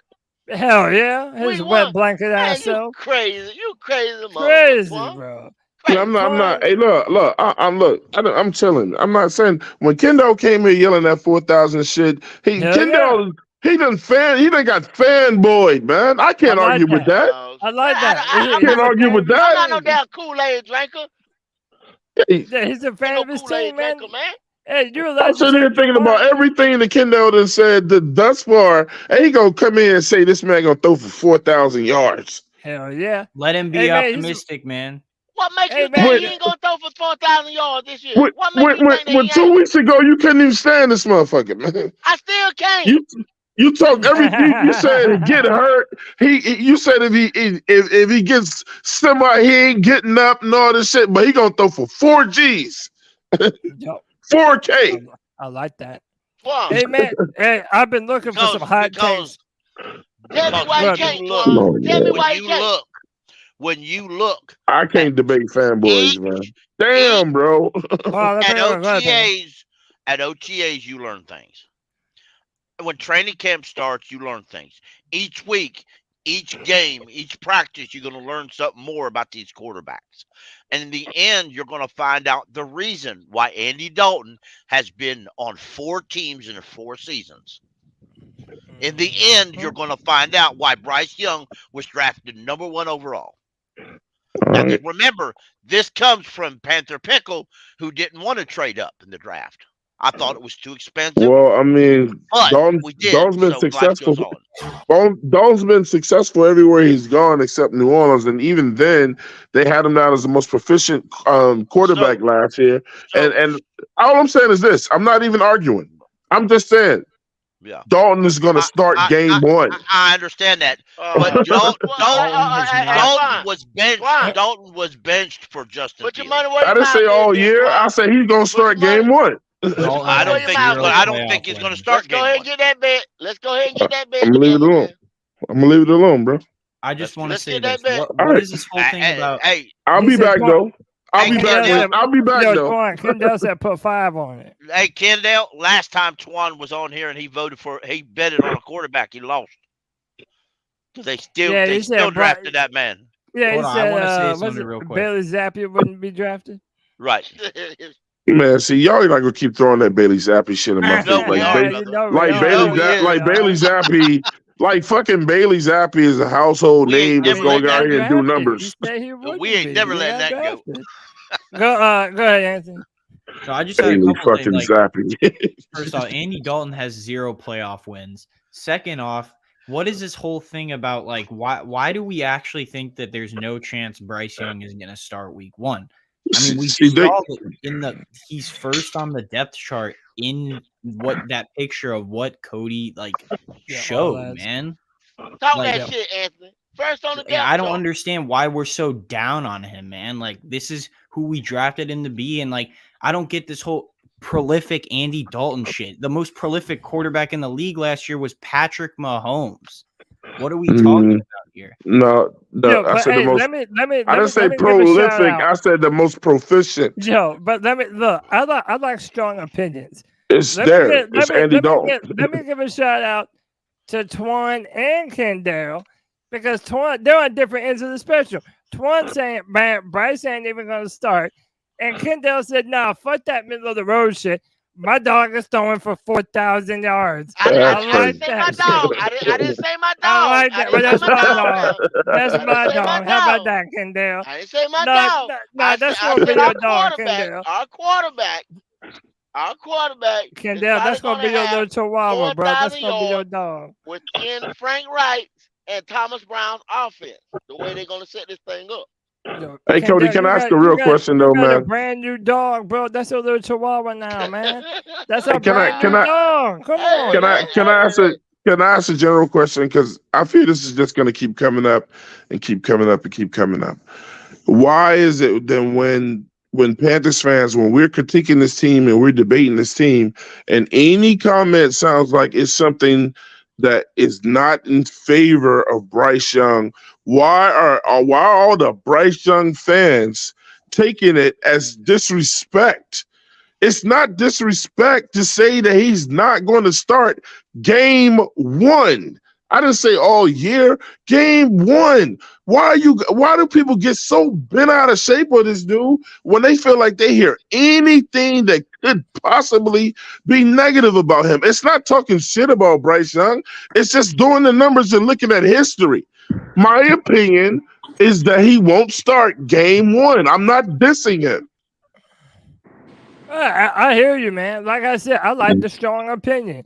I don't ever tell anybody what opinion to have. I just try and provide the other side of that argument. The reason I don't think so, Twan, is because, and again, if it happens, it happens. If I'm wrong, I'm wrong. I feel like they are doing everything in their power to pave the way for Bryce Young to win this job before the Falcons game. But Andy Dalton didn't come. They ain't bring him over here to be no coach. And yo, Twan, another thing, even if Dalton started the Atlanta game, he's not going to finish it. Okay, I just said start. I don't even think Andy Dalton in the press conference literally said, "I know what my role was to when he was brought in here." He even said he liked to play, but he knows this is going to be Bryce's team, regardless. Right. He knows that he's a mentor. It will eventually be Bryce's team. But Andy Dalton also said he speculated, I'm not over here to coach. I'm over here to win a job. Yeah. Let me. He's supposed to say that at the podium. He's supposed. Let me welcome someone to the show. My guy Chad Morales. Chad, what's up, dog? What up, Chad? What's up? I've been so far out of the loop. Like, who is even our quarterback? Like, I don't even know who's on our team right now. Our quarterback. DJ Chark is the quarterback. Number 9, man. No, it's Derek Brown. DJ Chark. Dog, y'all, I ain't gonna lie. It's been weeks since I've been on, and I've just been knee deep in baseball. So I just, I was sitting on the couch. I was like, you know what? I need to see how my boys are doing. So I figured I'd pop in. Yeah. Hey, well, I don't know if y'all saw this earlier, but Vashti Hurt of Carolina Blitz, she was glowing about what she saw from Bryce Young at OTAs. I mean, saying that he's so poised, so accurate, good at pushing the ball downfield. My man Bryce is balling out. Granted, is it OTAs? Yes, but right now that's all we have to judge him on, and it's looking like right, man. He's out there in his panties. But He's supposed to look good. That's all we have to judge him for. How am I supposed to judge him any other way, Twan? There's clips of Andy Dalton throwing ducks. So interceptions.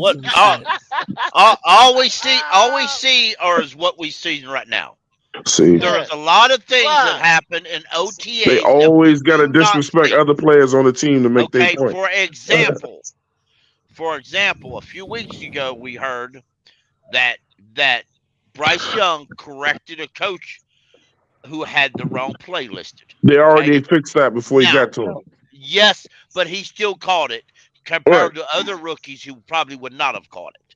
Right. My point of the matter is that there's a lot of things happening that we fans don't see, that like leading in the huddle, getting players lined up correctly, coaching, correcting wide receivers. Bryce Young's doing all this, okay?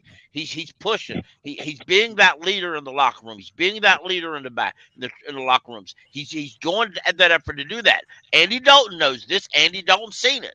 Andy Dalton said he's got it. Andy Dalton brags about it. Yeah. Okay. Yeah. Great point. So there's more than what you're seeing. Now, I said it shortly after the draft. If he's ready, he's ready. If he's ready to start, he should start. He shouldn't start until he's ready to start. If the coaches, I believe he will be, but if the coaches come week one say he's ready to start, then I've got confidence that he'll play great. He's ready to start. No, one thing I ain't saying he won't have some issues that normal rookies have. Yeah. But he's ready to start. That doesn't mean because he starts over Andy Dalton's disrespected. That doesn't mean that Andy starts, Bryce is disrespected. That means that's football. Yeah, and I just want to point this out real quick. Like, we're not taking the OTAs like serious, but like you can't say like, well, we're trying to like make, one player look better. It's like, okay, so if Bryce throws a good pass and Andy throws a bad pass, it doesn't mean we're trying to like shit on Andy Dalton. It's just saying that like you can still use that argument to point out that Andy hasn't looked good in OTAs and Bryce has. Yeah. I mean, hey, there's a long way and listen, that's why I said earlier that we had a long way to go. We're gonna figure this out around the time the New York Jets come to Wofford College. That's when we're gonna really know who's looking to take this. Let me. I'll try a quick question whenever it's free. I don't think we don't know until the start of the season. No, hang on. Let me introduce Al into the show. Then I'll get back to you, Chad. What's up, Al? Al, what's up, dude? Yo, what's up? What's up, Cody, Twan, Sickle? What's up, Kendall? Al, what up, Al? What's the deal? Out there in sunny California. Sunshine, California, bro. I feel like Al comes on here to fuck with us at night, man. Yeah. It finally warmed up over there. That's good, dude. Hey, let me ask you, man. Yeah, finally warmed up. Al, what are your predictions for Bryce Young going into this season? Could he potentially break a few records, or do we need to pump the brakes on our expectations? Yeah, I'll pump the brakes on that 3,500 yards passing and 30 TDs. No, they said 4,000. No, Al, somebody said 4,000. Yeah, I saw that. I said 32. It's kind of much. I mean, that's a lot. 4,000 yards in your first season. That's a lot. But I think he's going to do all right. I mean, I think he's going to be all right. I'm finally kind of coming on board. I've been coming on board the last couple of weeks, so I think he's going to be all right. I mean, at least he don't look like Levis. Did you guys see the Will Levis video where he he threw the ball like 10 yards over? Will Levis looking like some ass right now in OTAs. He's the only one that hasn't looked good. They're saying CJ Stroud is balling out with the Texans, and they said that Anthony Richardson looks incredible with the Colts right now. Don't tell that to Kendall. Top 3 quarterback. Yeah, don't tell that to me either. Yeah, right. He's definitely starting. Has there been any discussion about an edge rusher of a signing or anything Go like ahead, that? man. I mean, no, we haven't. Why, you have an opinion on it? No, we haven't had anything new. No, but go ahead, give me your opinion, bro.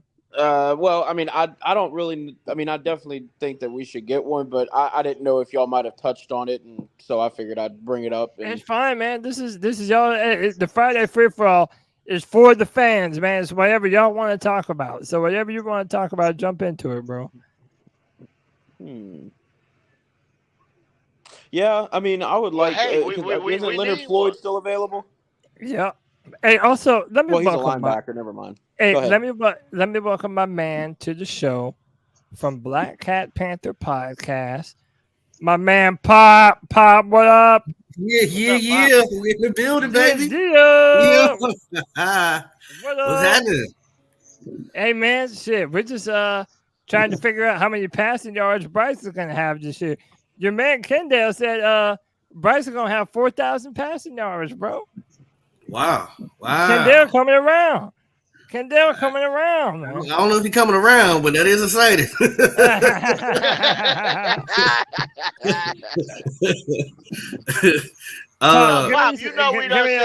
We done said they're gonna throw the ball around the yard. You know what I'm saying? He's gonna have some passing yards, yo. What the hell? He's gonna pass the ball. I'm gonna come down a little bit. I'm gonna say 3,700. All right, I said 35. Okay, so we're in a similar ballpark. Yeah. If he go to 4,000, Kendall, that's your quarterback. Yeah, I know, that's what I said. That's his dog, That's your man. quarterback, bro. That's his quarterback. Hey, Al. What you talking Al. about? Yo. You see everybody in this room is passing the Cavalier to each other, right? Hey, yeah, I see that. Yeah, I see like maybe like 28 to 3,000 yards passing, and then maybe like 20 touchdowns, maybe 10 interceptions. Well, Cody, you got my price pick thing, right? Oh, let me. You say you're gonna throw for 2,800 yards?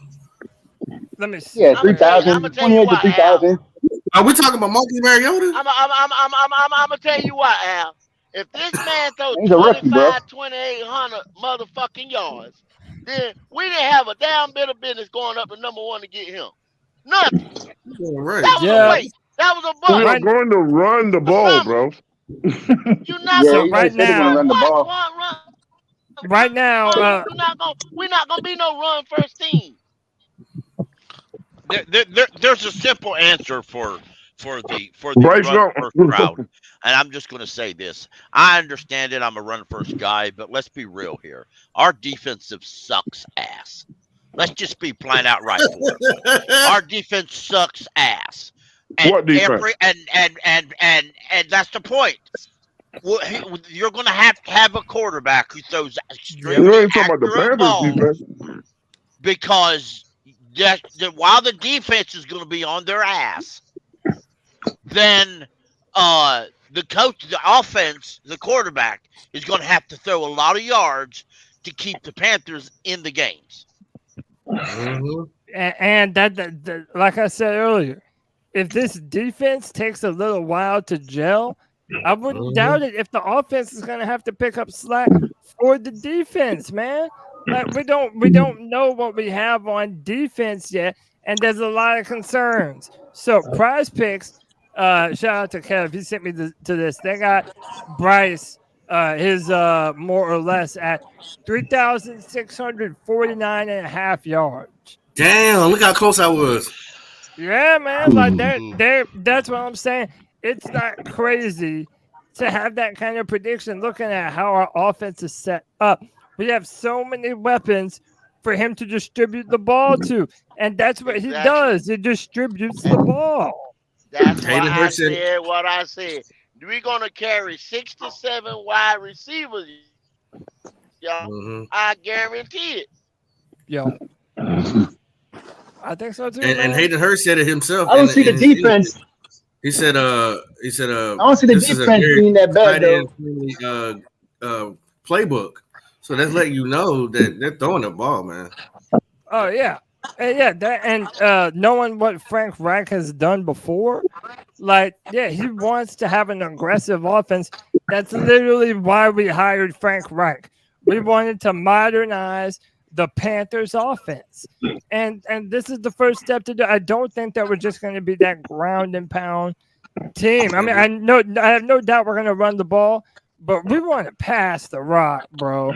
You can't even tell me different at this point. Like, the way they're setting up this offense, it seems like they want Bryce to be the ultimate distributor of the football. And I think that's what But that's something that they don't know yet. And hold that thought, Twan. Let me welcome my guy. Yo, this man is the C3 brand ambassador, making the dopest edits on Twitter. Man, you know I love this dude. It's my man, Don D's Ill Skills. What up, Don? How you doing, bro? Man, doing great. I hope everybody on the panel is doing well. It's absolutely awesome to be back on the C3 Panthers podcast and see all of my friends again. Let's get fired up for this weekend. Let's get fired up for Bryce Young throwing for 4,000 yards. Yeah, Let's go. Another one. Do that. Another one. Say that. Another one. That's what I do think. I really do think 4,000 yards is kind of a measuring stick for the Panthers this year. If Bryce Young is able to pass for 4,000 yards, I feel like we can get over that 10-win mark. Along with that, 30 touchdowns or close to 30, let's say 28 to 32 or higher, could also dictate our win-loss record being over 10 this season and us winning the division and hosting a home playoff game. Yeah, man, and to know what you're talking about MVP numbers though. Almost, you're like almost talking about MVP numbers though, right there. Like, Al, I mean, I'm not talking about rookie of the year. But let me say this, Pickle. 2 years ago, 4,000 yards is still a lot of yards. I mean, everybody that's not throwing for 5,000 yards every year. All right, let's go. Matt Jones did the same thing 2 years ago on a much worse, a much worse offensive roster than what the Panthers are going into this year, in my opinion. Like, who did Matt Jones have to throw the football to? Nobody, but they knew what they were doing on offense, and the man had over 4,000 yards. Like, if someone like Matt Jones can do that on the Patriots, why the hell can't Bryce do that on the Panthers? Panthers? A harder division, too. Because it's the Patriots. What? Yeah. Okay. 4,000. Talking about a better organization. Hey, there ain't about a better organization. There ain't no Patriot way no more, Twan. That shit don't exist. Al, I'm telling you, Al, we can't win tonight. We can't win tonight. I'm just trying to figure out how they're a better organization. They're talking about MVP numbers for a rookie quarterback. Like, that happens all the time. Twan, yeah. Is the NFL not a passing league now? Yep. 4,000 yards is not going to be MVP numbers. Those are not MVP numbers. 4,000 yards MVP numbers. 4,000 yards rookie year. 4,000 yards divided by 17 is roughly 235. All he's got to do throw for 235 yards a game. And that's not even that crazy. That's not that hard for a rookie. That's a lot. Because you knew Sam Darnold can get you 175. Bryce can get us 230. Come on. Also, remember this: every yards after the catch, where the receiver breaks it off for an extra 10 or 15, that counts for the quarterback too, man. So, yeah, I bet you want that, don't you? But I'm sorry, I hate to tell you, but who doesn't? I hate to tell you, but 250 yards. I hate to tell you, but 250 yards is not a deal for a rookie quarterback every game. That's not gonna happen. If you, I mean, hey, he's gonna have some more. Well, if he throws for 250 yards, if he throws for 250 yards for 17 games, he'll have 4,250 yards. I think he's going to average 180 to 210. Something like that. That's fair. That's fair. I mean, I wouldn't be down if he threw for earlier in the show. I said 35 yards. I said 35 so. Yards. I would say 3,500 max. So yeah, what I said earlier, I said 32 touchdowns, which would be the record by one touchdown. 3,500 passing yards, and I said 12 interceptions, but I'm even feeling like that might be too much because Bryce don't even throw interceptions. I mean, I know it's college, but I don't know, man. Somewhere around those numbers, to me, that's I easily see that being Hey, Cody, something that Bryce is capable of. Can you go back to Low Key's back to his other comment? Low Key, go back right here. Same ones putting this crazy expectation on Bryce will be crying and making excuses when he don't. No, not me. That's why. So they already said they were going. They already said they're going to run 11 personnel. So what does that mean? Kendall, you actually have to do it though. Kendall, you sitting here, you dreaming on a fucking star. What does that mean? You over here dreaming on a star. It's one thing to say what you're gonna do. You gotta actually do it. What does that mean to you? That means passing the ball. That means passing the ball. That is not a run. That is not a run.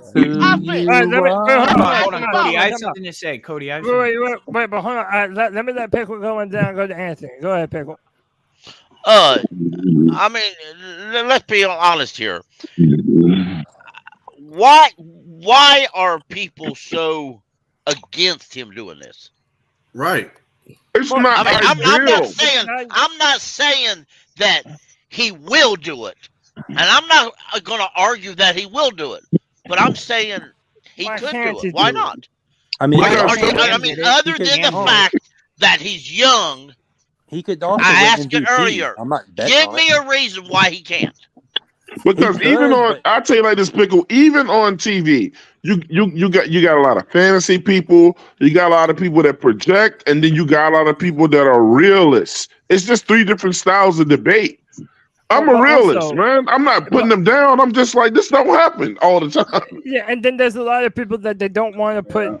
Like a lot of people in here have always said they don't want. Y'all putting a lot of pressure on this dude, bro. Unreasonable expectations on him, and I'm like, look, if he fails to meet expectations, whatever. Like Kevin said earlier, Trevor Lawrence was dog shit his first year in a terrible situation. It doesn't mean that he's a terrible quarterback, but what I'll say is this: like, you believe in the quarterback enough to make a big bet on him to do something special.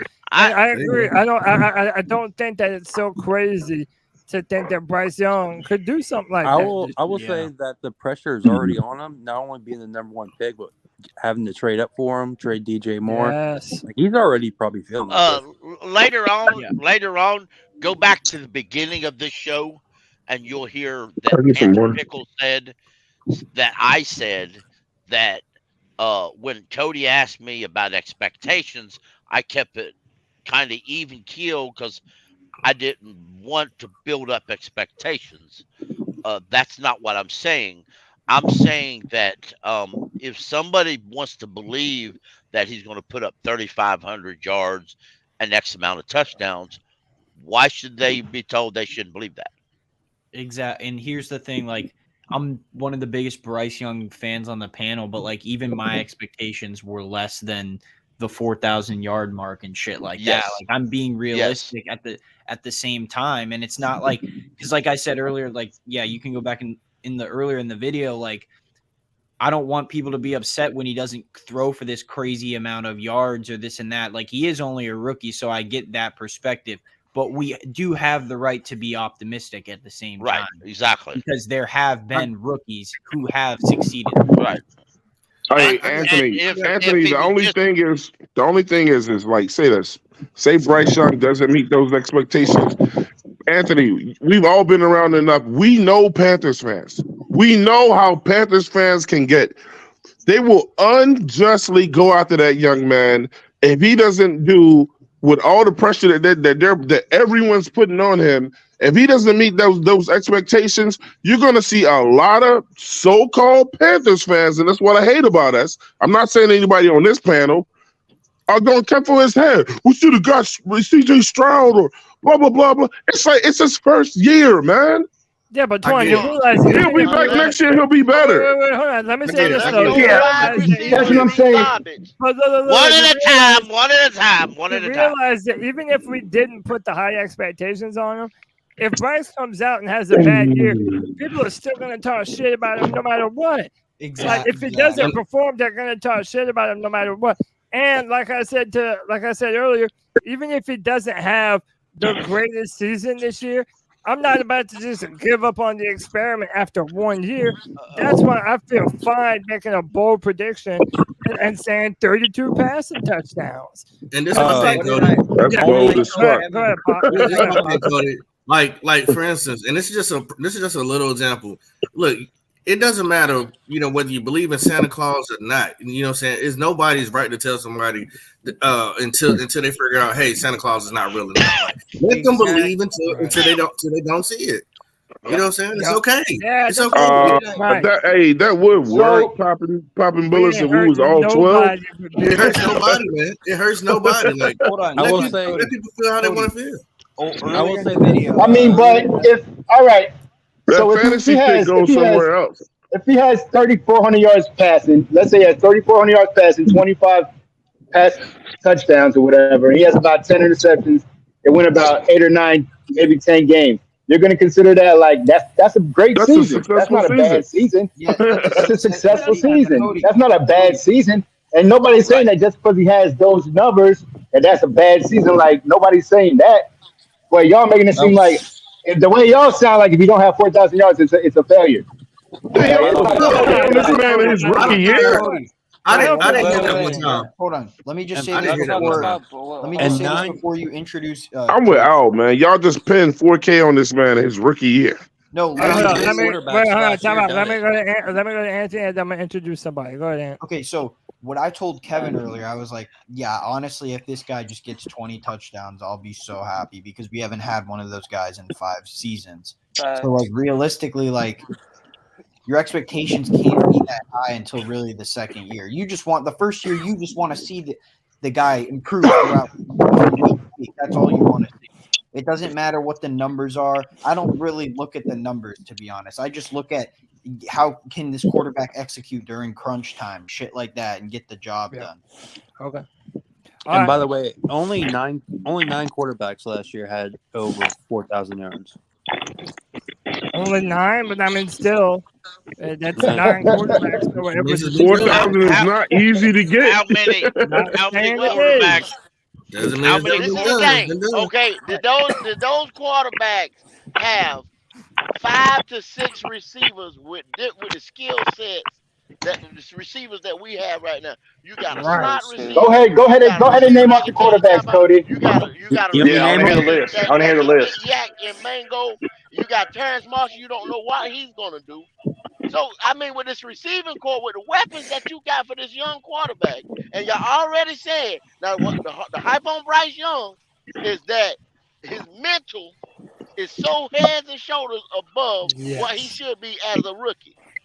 Right. So you factor all that in, and you saying he can't do that. And that's what I'm saying. You still running a vanilla ass offense. They're not gonna do that.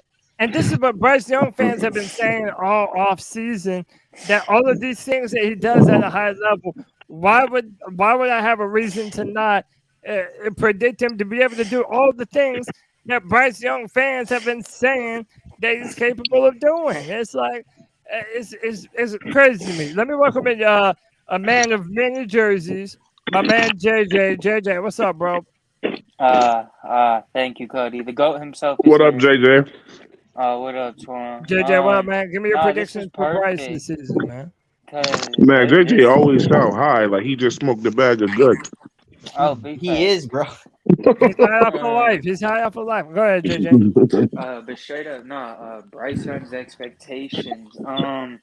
Really, I had a question I thought of, and how fair is this to really ask out of Bryce Young from his first year, outside of like statistics and like how many games we win?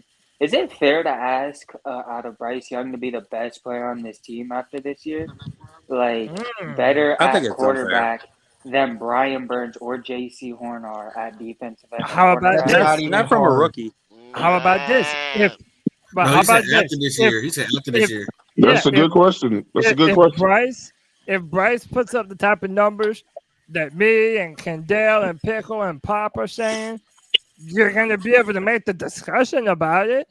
Cody, I sent you the stats. Like hopefully we can at least have the conversation. I'm calling Kendall's ass tonight. Hey man, hey, look, hey, real quick, we got to finish the trifecta from Black Panther Podcast. The big homie Q is up in the building. Q, what's up, brother? Shout out What's Q. happening? What's happening? Hey man, I heard y'all going on the quarterback talk, and I want a little piece of it, man. Hey. Yeah, man, jump in, bro. Man, look, there's only been 4 quarterbacks that's eclipsed over 4,000 yards in their rookie season. 4. Do we think in history? In history, there's only been 4. And let's see if he's on the same level as these guys. Jameis Winston in 2015. Jameis Winston had 4,042. Cam Newton had 4,051 in 2011. Justin Herbert had 4,300, 336 in 2020, and then Andrew Luck 4,374 yards in 2012. Now, next up was Carson Wentz. Carson Wentz is the only one that came close at 3,700. So, do you think he better? Do you think he got higher talent than Carson Wentz? Do you think he's in that echelon? So let me ask you if I may. I didn't say 4,000. I said 3,500. All right, and I'm that's good research too. I've got it pulled up, and I'm going to name a few things. Now, okay, now if you go back and you look, let's be real here, okay? Derek Carr last year, and I know he's not a rookie. Derek Carr, the same Derek Carr that most people on here downed and who threw for 4,800 the year before. He said he threw for 35-22 last year. You say Bryce Young can't beat that? He can, even if he's a rookie. Daniel Jones threw for 30,205 yards. You're saying Bryce Young can at least go that? I know y'all don't. Hey, Pickle. Pickle asked a good question. Pickle asked a good question, but what? Let me just see what this list is. 3,800 is very. I gotta throw this in there though, man. You have it right now. I know y'all don't want to hear it. I have to throw it in there. I'm a realist, but also, and then Pickle was right, but also, it's gonna always come back to Bryce Young's size, man. When he has his welcome to the NFL moment. Oh, it always will. He's still the smallest quarterback ever in the NFL, and y'all are putting big boy expectations on him in his rookie year. Well, just because he's small doesn't mean he can't throw. Well, hold on. Let me bring out. Let me say something to Twan real quick. Because this is why it all depends on the coaching staff mostly. At this point, it's more so on how well can the coaching staff apply talent and comfort Bryce Young or whoever the quarterback in general is going to be, but we all know it's Bryce Young, and how well they're going to be able to accommodate what he benefits and excels in on offense. So I just feel like at this point, whether it was CJ, whether it was fucking 6'5" Tom Brady himself, it's really going to rely on how. I want to add on to that, JJ. I want to continue to bring this up, because the defense is relevant to this question. When Cam broke the rookie passing yard and the rookie touchdown record, they had to overcompensate for the defense giving up too many points.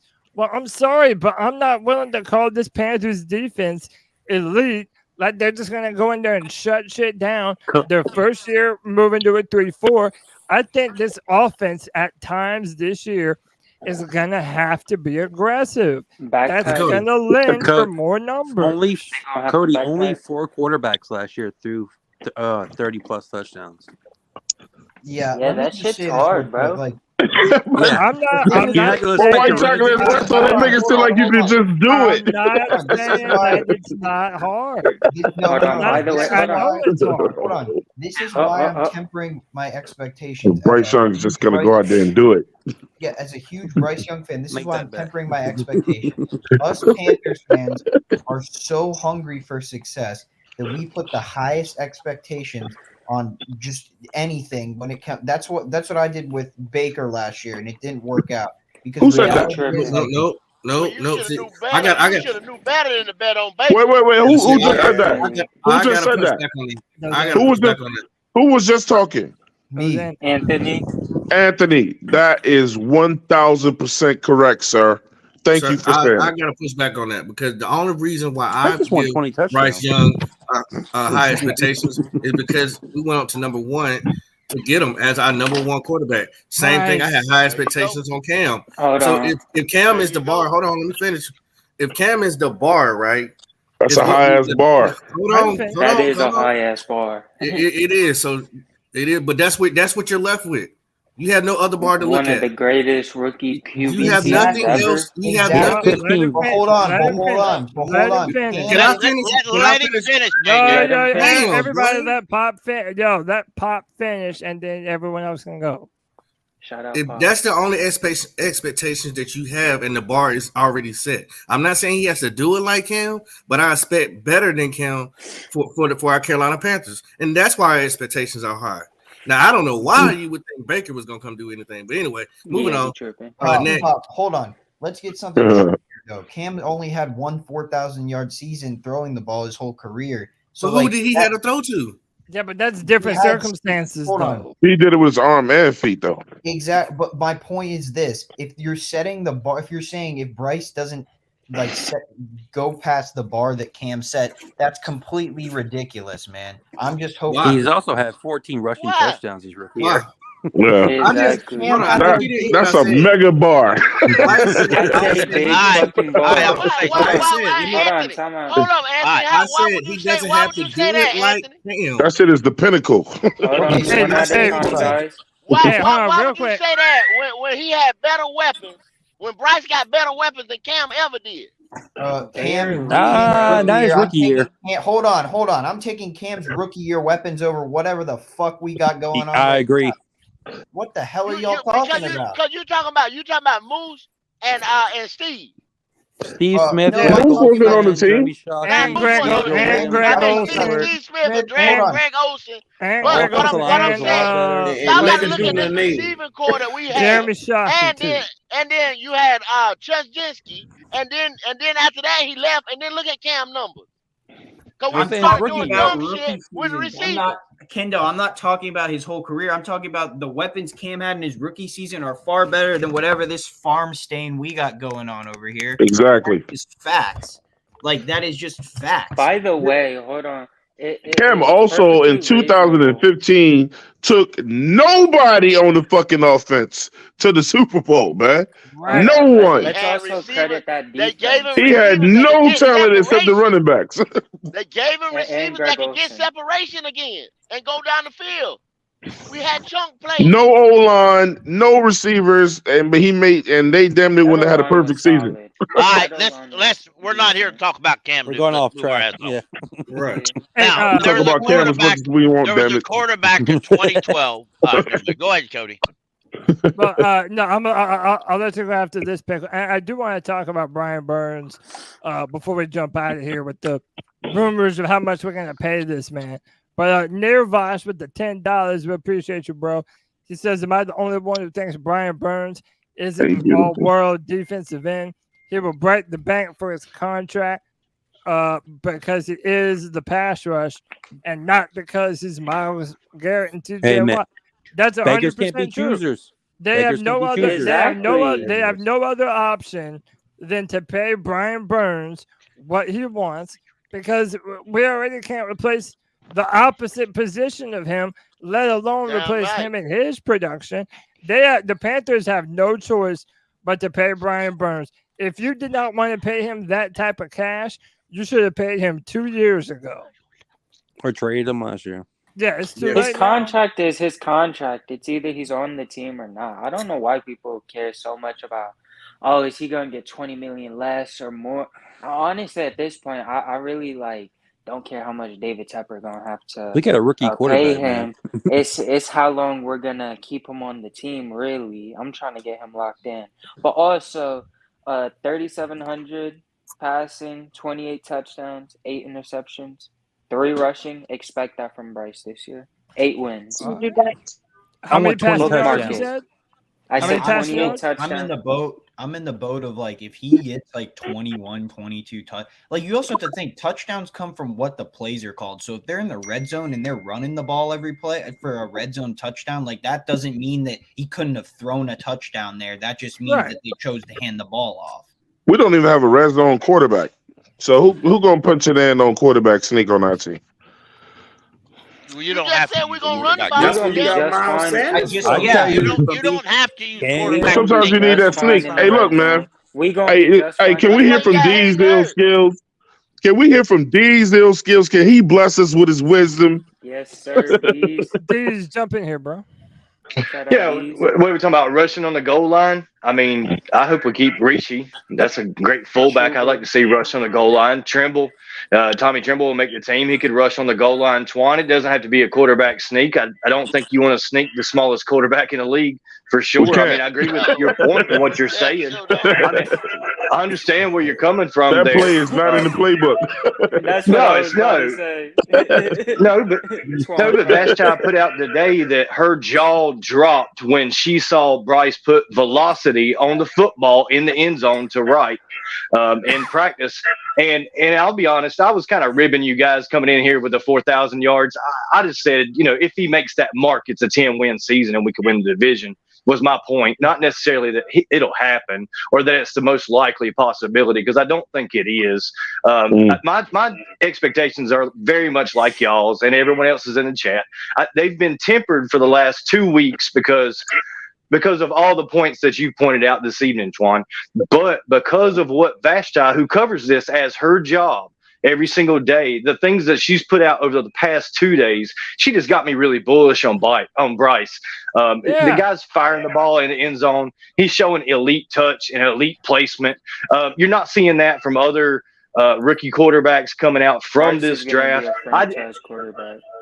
Absolutely. That's why he was drafted number 1, and that's why he's special, and that's why they went up to get him. And I'm just looking for him to prove all those things that we have already done for Bryce Young this season. I think it will happen. I really do. That pistol offense is going to be exciting. It really is. I ain't gonna lie. I'm excited for that. I'm excited for that. I am too. Hype this season would be if Bryce Young turns out to be him. Imagine how hyped we're gonna get on this. What? Right, Cody. Cody. Let me hit these little skills up. Wait. Let me finish these little skills off. Those were wise words by the Reverend Dr. D's L Skills. I got always bringing the wisdom. Wait, let me go to JJ and then we'll go to Anthony. No, I was just gonna throw in a quick comment, like we're hyped now about Bryce and everything, but like we gonna come in here wild, and if we start off 2-0 against the division first 2 weeks off a primetime win, we gonna be capping up here on this show. Yes. The 2 division rivals, bro. I'm telling you, if Bryce's first 2 games are incredible performances against the Falcons and he the looks Saints, like a franchise quarterback. It's a fucking wrap, dude. His second game. It is a wrap. It is a wrap. I'm telling you, man. The second and third game. On Monday night, prime time. Yes, I'm a big there. By the way, league on notice and prime time. That might be big for the franchise. Yo, I am so pumped for that Monday night game, man. Dude, yeah, be pumped for that shit, man. I'm gonna be there. I've never been to a Monday night game before, bro. Cody gonna be the loudest. Yeah, Poppy said you're gonna be there, man. Hey, man, we gotta get up, man. I'm pumped, dude. Like those first 2 games, bro. If Bryce beats 2 division rivals, our most hated division rivals, and looks good doing it. Bro, that's legendary shit right there, man. I just gotta see it first, man. The Carolina Panthers have broken my heart way too fucking much, man. I gotta see it. Hold on, Cody, I gotta say this. I gotta see it. Go ahead. Yo, seriously, where the fuck is G Baby been, man? I just thought of this, like my dog G Baby. Where has he been, bro? Yeah, you need to pay his fantasy. Yeah, you know he's gonna pop up. Dude, he gotta pay his fantasy.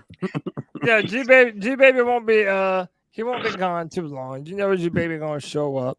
Hey, let me go to Panther Pickle on this one. Go ahead, Pickle. All right, I want to say this real quick. In 2012, there was a rookie quarterback that threw for 3,118 yards. He threw for 26 touchdowns and 10 interceptions. He was listed at the combine at 5'11" and 204 pounds.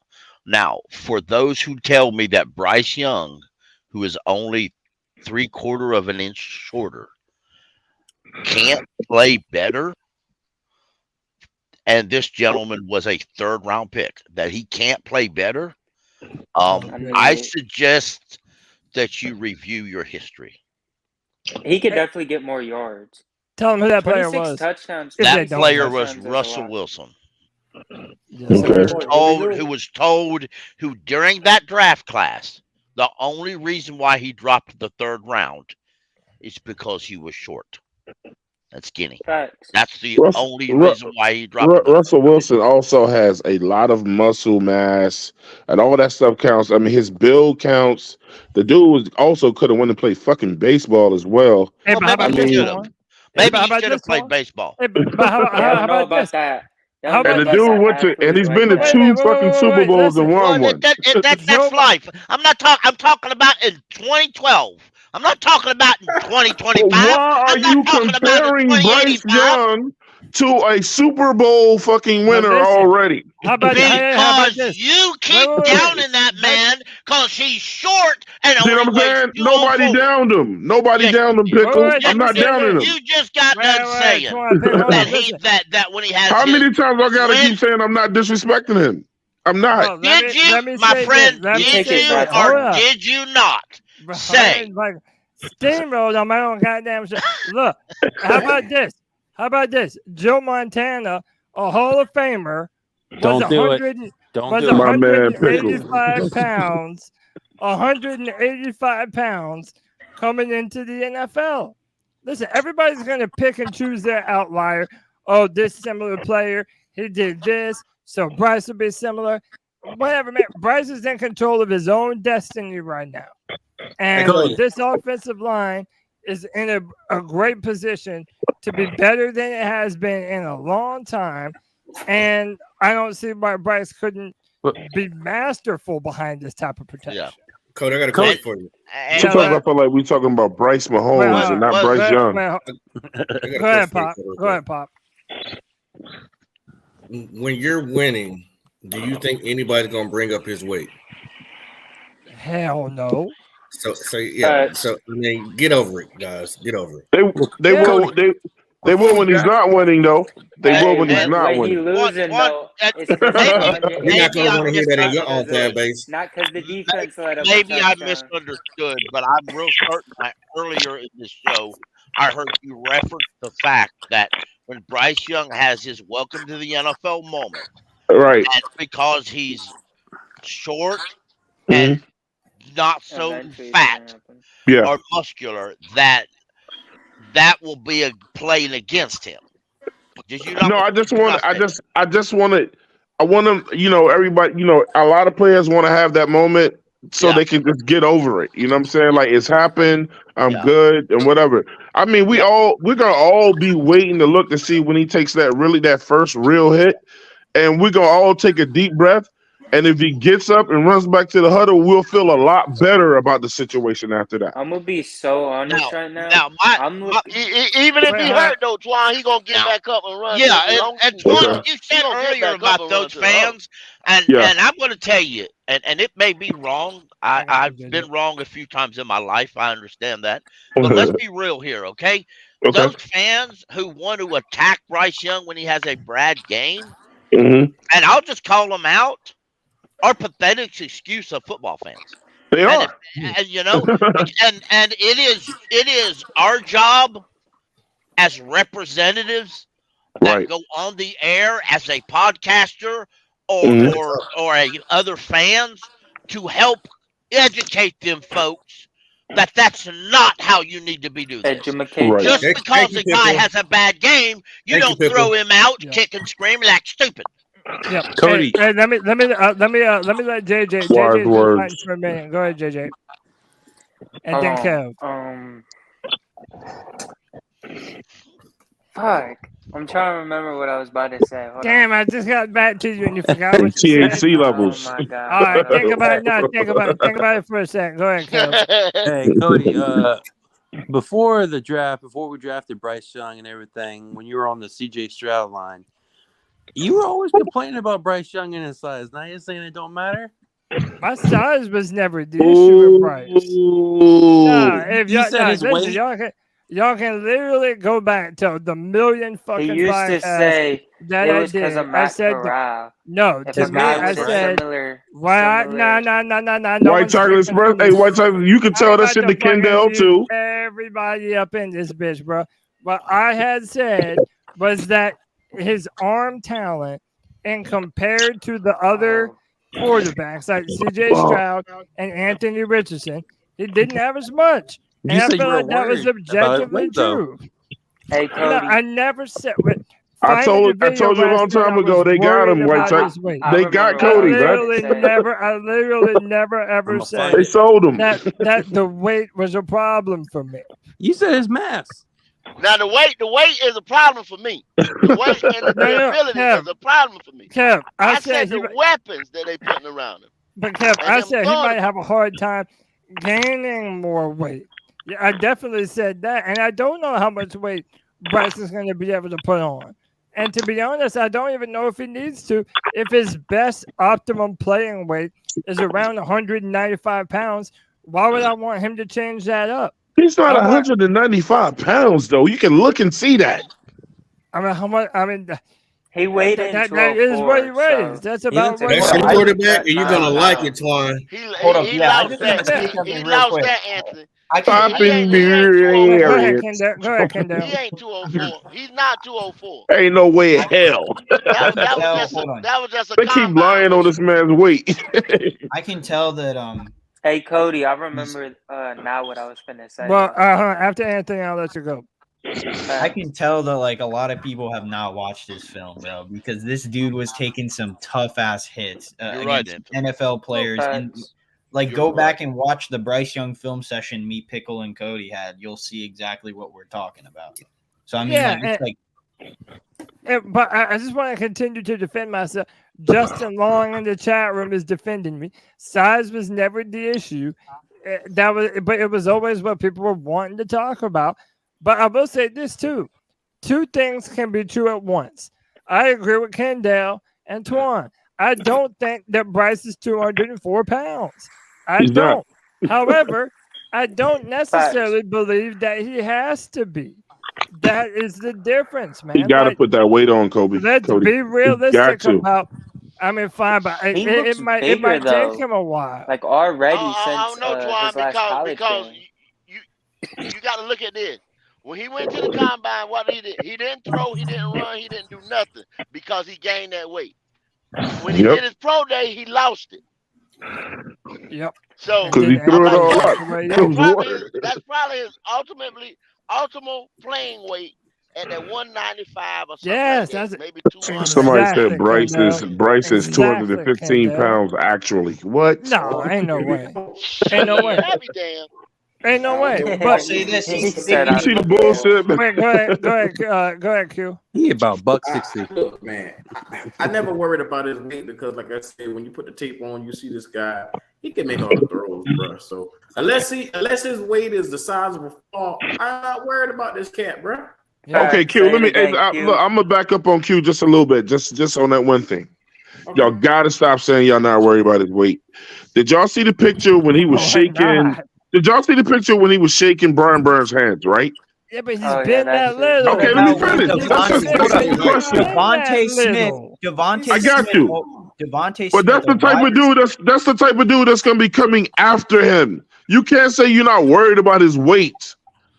Man, everybody been coming after him to be there. Yeah, but we knew that. We knew that. Campbell gonna be coming after him too. So we knew that. We knew that 6 months ago. So what are we supposed to be different they're not gonna, and the NFL rules. I mean, okay. For the love of God, he might get sacked, but they can't break him in half. I don't know. Yeah, if you know what? Right. I mean, if they hit him hard enough, if they hit him hard enough, they'll be thrown out of the NFL. Saving pickle now. Yeah, he can't. I mean, as long as you hit him legally, you can hit him as hard as you want. What about when Devontae Smith that weighs 170 pounds? He's a receiver. Still, when he takes a so hit he from gets the more hits. Hold on. Hey, one mic. Yeah, go ahead, Jay. Let me go to JJ. Go ahead, JJ. Hold on. Devontae Smith did get lit up in that Super Bowl with them tackles and got right up, though. He's not getting tackled he by took some 300 big pounds. hits.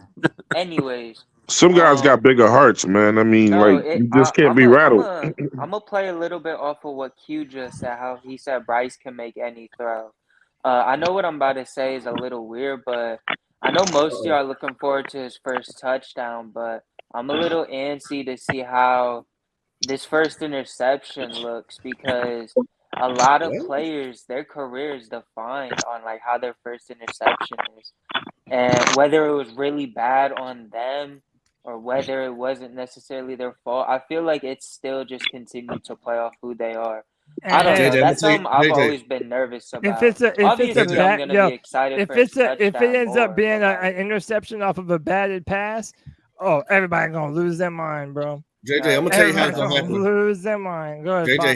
he's gonna throw an interception off of somebody who can't catch the damn ball.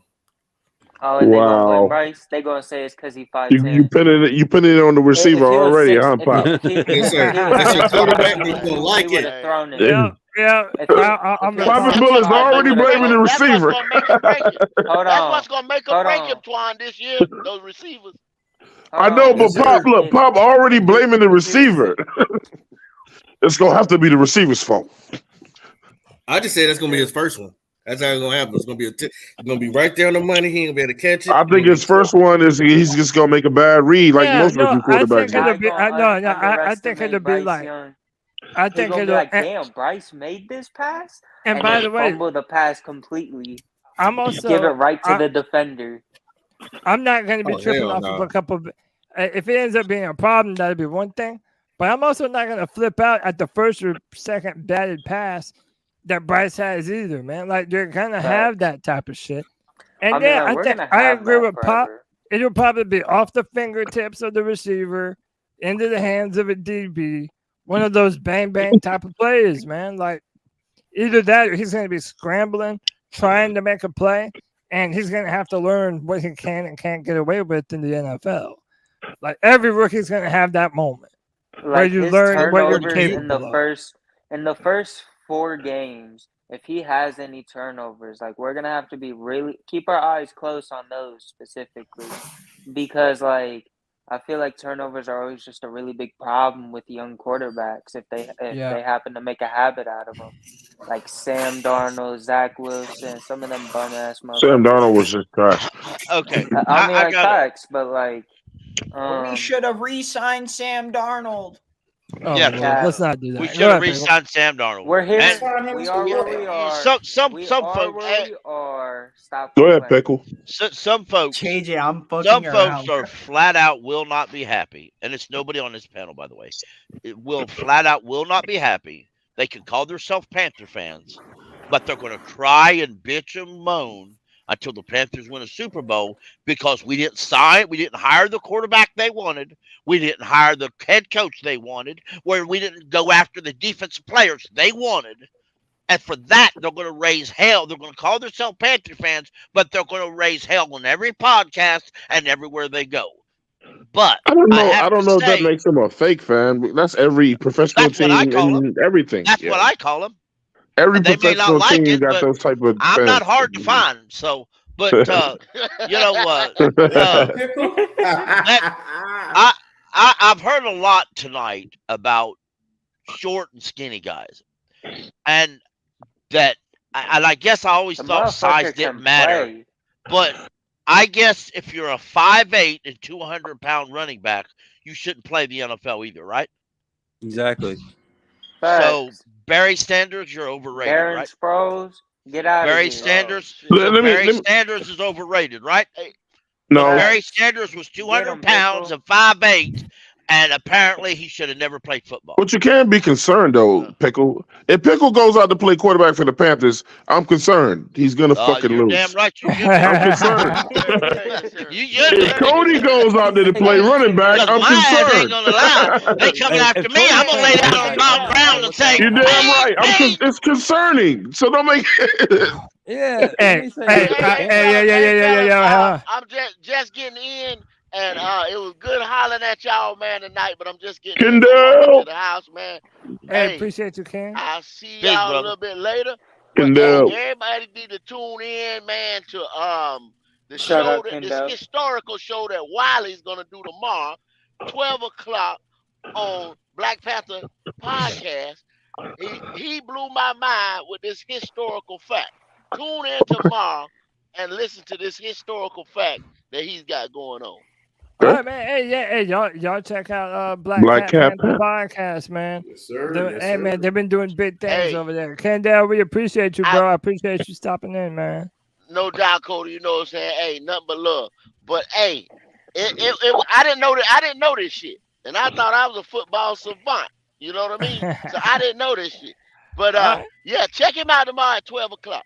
I'm gonna check your ass out tonight to cuss your ass out about that 4,000. Kendall, you're the man, bro. Don't call me. I'm getting ready to go to bed. I'm gonna wake your ass up because of that shit. Kendall, peace and love, bro. All right, y'all. All right, man. Hey, Anthony. What's up, dude? Earlier you mentioned somebody, bro. How about you summoned Oh his my ass? God. You summoned his ass. No way. G baby in the motherfucker. G baby, what the? G, what is going on? What's up with you ugly motherfuckers? What up? What's good with my motherfucking dogs, man? Shit, we out here chilling, man. We talking about Bryce Young, man. Hey, give me your rookie expectations for Bryce, man.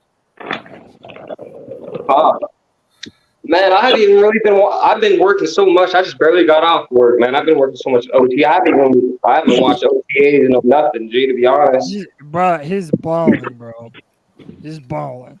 It's only OTAs, but man, he's putting the ball right where it needs. I'm gonna pull the clips up. G baby said he be getting to the bag.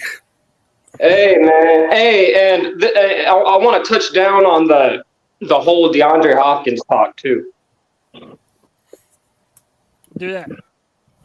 I would honestly absolutely love DeAndre Hopkins, but he ain't coming here. Where is he going? It looks like he's going back to the Texans. Where is he going? Because everywhere he's trying to go, everywhere he wants to go, don't have no money for him. Well, he was smart. He'd go to Kansas City. Yo, G baby, check this man out. Or Cleveland. Man, that's a slow mo, man. Man, who cares? What makes everything looks cool. It's just a You remember, pass. y'all remember that Chappelle Show skit? Everything looks good in slow motion. My man Bryce is out here putting the ball on the money, bro. Because he can't do slow motion. Yeah, right in the bucket. So everything I do is in slow motion, Pickle. Moving slow motion for me. There's a difference between slow motion and Hey, look, everything I do is in slow motion. Hey, Cody, who wears number 45? Yeah, that's the Giovanni dude, right? No, what's his name? Richie, the Yeah, that's what I thought it was. Giovanni Richie. Oh, they changed his number? 45. Look at Bryce Dog. Man, let me see what it is. 45 was Brad Hoover, wasn't it? 45 is Richie. That ain't what Yeah, I said. that's Giovanni Richie. Yeah, that's what I said. 45 was Brad Hoover. Look at his eyes. Vast, Bro, I these heard. weak ass passes. I might even play that one. Don't make me put my motherfucking what I expect Bryce Young to do, baby. Tell me, bro. Come on. Don't make me fucking let the cat out the bag. Super Bowl MVP in the first year. Oh, man, that's cool as shit. Hey, for Father's Day, fathers eat free on June 18th at Chick-fil-A. Yeah, that's because they're not open. Hey, I'm gonna give me some free Chick-fil-A. Damn, I'm a dumbass. That's Sunday. I just got that shit, yo. Yo, Pickle was excited, bro. Damn. That's all right. Everybody get to eat the free there. I'm gonna eat Chick-fil-A tomorrow. Hey, but G baby, my predictions were 30 Rookie of the fucking year, bro. Unless Bijan gets it. Nah, fuck Bijan. Bro, y'all are fucking out of your mind. Bijan Robinson is the best player on Atlanta's offense, G. Don't be like No, Bijan. we're gonna put respect on Bijan Robinson's fucking stay name, on bro. that Bryce shit, bro. Stay on the off Bryce Atlanta's shit, nuts. man. Ain't no Falcon winning the offensive fucking But player. what G Baby just said is real. Young, man. But Bijan might be the guy with Atlanta. They ain't got a lot of guys. He might be the guy on that team. Wait a second. And he's going to be the guy on his ass every time he plays the Panthers. Bryce Young. So we can't even stop the run, so I don't know how we expect to stop Bijan Robinson. Yo, hold on, wait, before we get off. Aren't you positive? Before we get off topipic, Crowd the line. But They ain't got no give me quarterback. your touchdowns, White receiving checkers, yards, so you or stupid. Put 8 guys in the yards, box. and interceptions for Bryce. Aren't you positive? Touchdown passing yards and interceptions. Tell me what you think that number for Bryce. I have over 4,000 yards passing. I have over 30 touchdowns, and I have under 8 interceptions. Jesus, Dang, White I chocolate. like that shit. I'm not saying nothing. Hey, White Chocolate Espresso, I'm not saying nothing. You better not. I'm not saying nothing. That's facts. Bryce is saying the nothing. truth. I'm not saying nothing. He's been God, I'm gonna motherfucker. stir that shit up. Only Jay, four you already quarterbacks heard what last year Twan One said and earlier. the 1 and the 2 and the 3 and. Bill Cosby? Hey, can we go back to that chin, which I was talking about earlier with the chin stuff, man? Wait, hold up. Hey, For anyone that missed it. Hey, there better not be no fucking slander on Jeremy Chin's name. That's all I gotta fucking say. Shit, Look, you I might wanna not. You play might want to leave then. Look, not everybody was here earlier. This man, G. Nah, I missed it, Cody. All right, listen to the man. Not everybody was here earlier, so I want to play this. Shut up. This is All right, hush, Va- JJ. Hush, JJ. this is Quiet. Vashti Hurt talking about. Quiet on Bryce. his head. Yeah. I mean, how can you tell the difference between poop and the Yankees? Oh, The fuck? Poop my in the God! Yankees. I'm here Yeah, for sound this. about normal. By the way, they yap with us. Vashti, What the fuck it's say about been my too Yankees? long. All right, listen but let's jump into it. Okay, so I've seen a few highlight clips. You've obviously seen more being at these practices. I need to know about Bryce Young. And I realize they're practices of guys in shorts and T-shirts. What have you seen? What have you heard from Bryce that is of note at this point? Listen, G. You know, I have to say, and I'm not blowing smoke, I promise you. Yesterday's practice really was the first time, and not that I haven't been impressed with him, but he made a couple of throws through 11-on-11 drills that had me like pause. And it had all of the other media pause and say, and look around, like, you know, you have a moment where you look at somebody else and did you see that? There was a moment yesterday, a couple of moments yesterday where I looked at, you know, a media member who was sitting there or standing next to me, and I was like, bruh, like, okay, the Panthers might have him one here. He's accurate, he's poised, and, you know, he doesn't present like a rookie, and it really is amazing to see. Shaq Thompson is a leader on the team, and I asked him what, you know, his early impressions of Bryce. But and Twan gonna come up here and Shaq talk is not about Matt usually Corral. the one to give compliments. I've heard him talk about rookies before, and he basically says, you know, they have to put in the work. His first words out of his mouth were how impressed he was with him. So, you know, glowing reviews for Bryce so far. I haven't heard anything negative. I've seen what he's done during practice. And, of course, it is practice. But yesterday had me gagged a little bit. Hey, let's go. Wow. Dude, that's what I'm saying, man. Whenever Man, who the fuck was that, man? Who the fuck was that? Vashti Hurt, Carolina Blitz. Well, her Look, fine ass.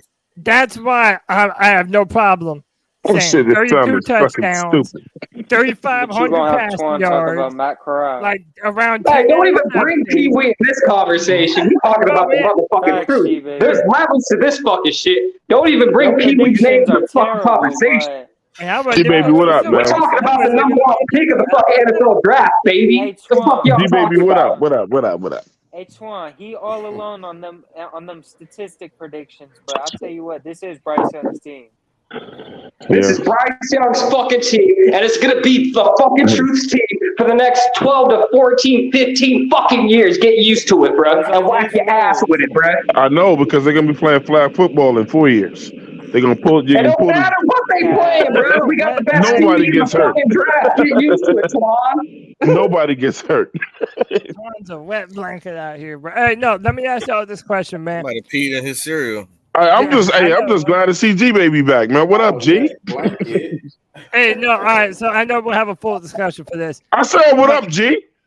What's good with you? Motherfucker, you ain't sitting back there stroking his mustache and shit. After Bro so we made talked sure about he got Bryce a ton. acknowledged. I want to get everyone's opinion on this before we get out of here. I want to talk about Brian Burns. I kind of said what I said earlier a little bit about what they're going to pay Best player him. on the team. I want to get everyone's opinion, man. If we're going to pay Brian Burns Myles Garrett type of money, how are you feeling about it? We ain't Just gonna get pay it out no the fucking way. Myles Garrett type of fucking money. Hey, Yes, the fuck we are. No, the fuck we ain't. All right, yeah, and you know what? Brian Burns better have 15 plus fucking sacks this year. That's what I said, 15, G-Baby, 16, but- 17, 18 plus fucking sacks. That's what I If he said. comes out with that 10 sack type shit, he can get to walking. I don't give a fuck. We let Chris McCaffrey walk. And he ain't even on Chris McCaffrey's fucking level. Man, you must be crazy. I wouldn't pay him till next year. I said it and I'll stand by it. Yeah, I'm Chris- with you. It'd be after this Chris season. McCaffrey dressed Before out. I even. We before I had even chances to broke pay fucking Brian Burns, bro. You What the talking about fuck are street you guys clothes? talking about? You talking about street clothes, Christian? You talking about street Bro, clothes, he Christian? better have 15, 16, 17 fucking sacks this year. You No talking about street fucking clothes? question. You talking about street clothes, Christian? Bro, The one that was always on the sidelines watching? such high You mean Chris McCaffrey, probably the best running back in the NFL? Yeah, that's him. Hey, we're talking about Brian Burns. We're talking about Brian Burns, not Christian McCaffrey. Go ahead, JJ. All right. Hold on. Go He ahead, said, JJ. he Go ahead. said 15 to 17 sacks. That's a little outrageous, bro. Like 13, 14 would still be just fine. Like for if Myles he still Garrett money improved- though, no, it will not. No, Man, D-Baby don't like Brian Burns, man. Goofy. You guys want to Mark, pay him no. Myles JJ, Garrett money? What are you JJ. talking about? Guess what? Myles Garrett only had 16 last year. So, I mean, 16, 17, 18 is unrealistic. Exactly. Y'all acting like That's a big everyone number. was fucking TJ Watt who got 22, bro. Now everyone's fucking getting 18. Aaron Donald. Beggars can't be fucking- choosers. Like literally, exactly. He's Okay, a top okay, 10 let's- pass let's- rusher in the let's NFL. go And over- y'all come let's go bitch over- and complain about giving him his money, bro. It's a contract. Just give him the fucking money. Either you want him on the team or not. It's really too late for all that. He should have got the contract, bro. We're way past that, bro. They gotta pay him, G-Baby. They gotta pay him. They don't gotta pay him shit. No, you're up next, Pickle. You're up next, Pickle. I just want to say this first. Who else are we Wait, gonna hold on, pay? JJ. All right, Hold on, hey. JJ. Hold on, JJ. I'm gonna let Pickle go, but I'm just saying this first. The Panthers have no choice but to pay Brian Burns now because they have no other options. So all You I'm gonna saying, get on here bitching about the Bro, is that a all 40? I'm saying is that You gonna be no like, matter Bryce what Young you can't feel win 'cause about the it, JJ, can you let him talk, bro? no matter what Damn. they say about it, they are going to pay that man that type of money because Brian Burns knows the organization is not in a position to tell him no, and they're not. They're Watch not. him have 10 That fucking is sacks. their. What you gonna do if he has 10 sacks, Cody? Cody? What you gonna do if he has 10 fucking sacks? You still gonna pay him? Who What? are you going to replace him with? I told Pickle we would go next. We'll go Pickle to Anthony. Go All ahead. right. I said the Hey, yo, other my day on fault, the Cody. podcast, I would not You're good. entertain paying Brian Burns till after this coming season. I wouldn't have no litigation. I needed to see proof in the pudding before he gets to know. Now, let's go back to this Myles Garrett conversation. Myles Garrett last year had 16 sacks. The year before that, 2021, he had 16 sacks. That's good. The year 2020, he had 12 sacks. In 2019, he had 10 sacks. In 2018, he had 13.5 sacks. Let Brian Burns put that on the fucking table before you start talking about giving him $25 million a year. Exactly. Thank you, Pickle. Hold on. Let me add Wait a minute. on. When did I'm he next. sign his Thank you, contract? Pickle. Just cause he puts on his Panther jersey. Thank you, fucking Pickle. What year did This he sign? motherfucking team has traded away our best fucking players. I have no more fucking remorse for whoever's on this fucking team, bro. They traded away our best players, bro. And you guys want to fucking suck Brian Burns' dick? Yo, funny. You just want to time out. And those sacks were better. Those numbers were better than Josie Moses' numbers. Wait, look, let me go to Kev and then we'll go to Pop. Go ahead, Hold Kev. on. No, Cody, I didn't even get to speak. Oh, bro. no, you're right. No, I did say, all right, I did say Anthony and then Kev. Okay, so Myles Garrett. Okay, so this is, you can't be mad that people that I want to pay Brian Burns, but you can't be mad that if you're gonna pay him that type of money, you should expect more from him. That's just how it fucking goes. You can't sit here and say this is well, just it doesn't how the market matter. works. Hold on, though. JJ. Hold on. Let him finish. All right, JJ. No one interrupt. No one interrupt. No, go ahead, Anthony. Go. Like, so if you can't just say like, oh, well, we're going to pay him whatever. It doesn't matter what his stats are. Because like G-Baby said, like, what if he has 10 sacks next year? Then you look stupid for paying him that money. Because there's people on the streets right now that have gotten 9 sacks 3 seasons in a row that you can perfectly sign to a contract that's not $25 million worth. And like Pickle said, like Myles Garrett has 4 seasons of 10 or plus sacks. Brian Burns has 1.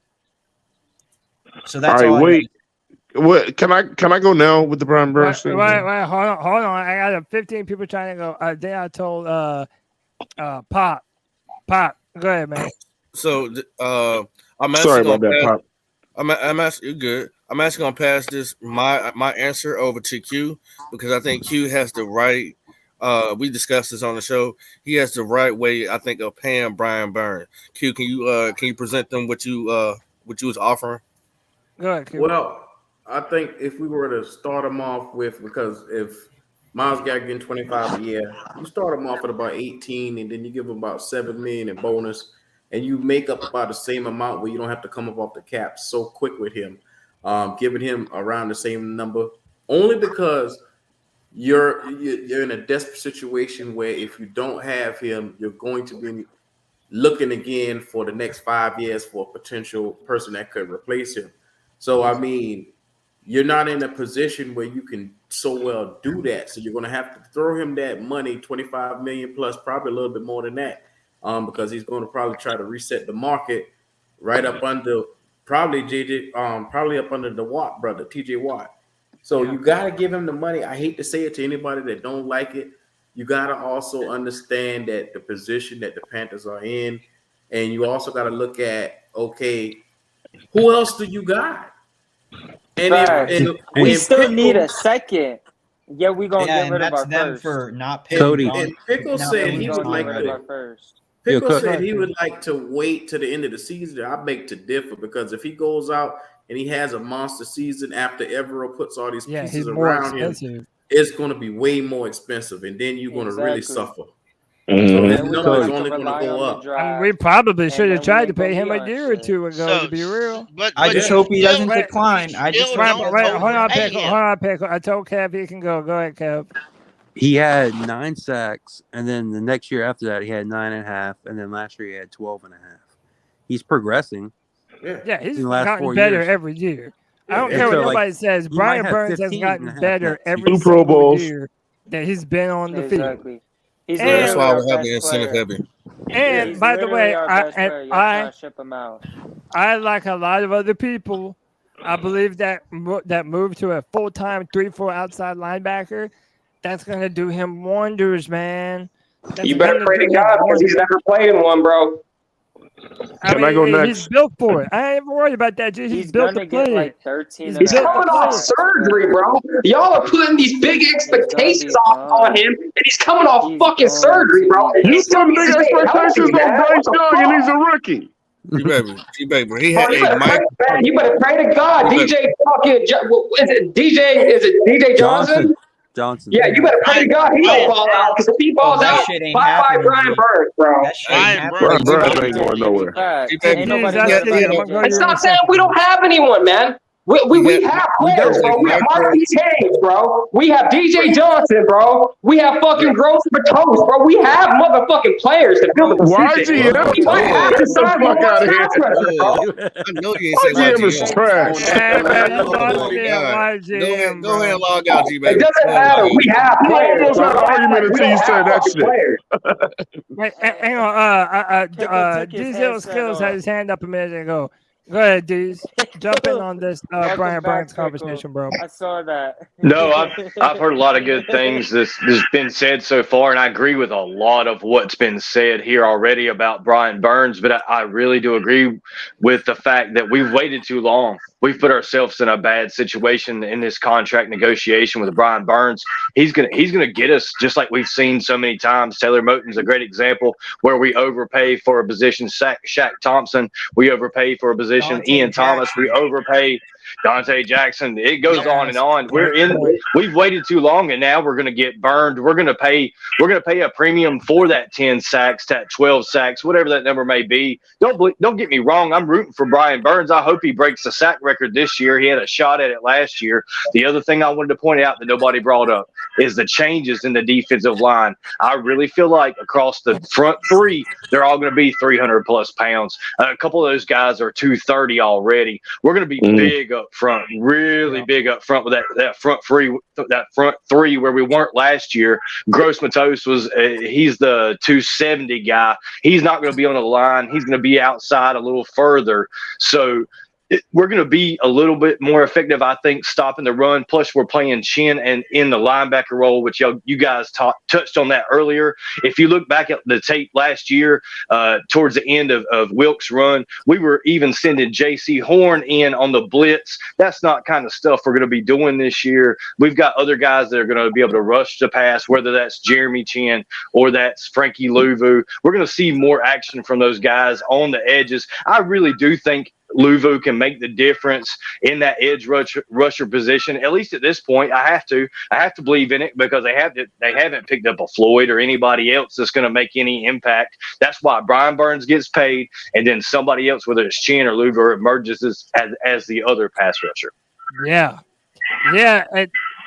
Louvu is such an unknown to me.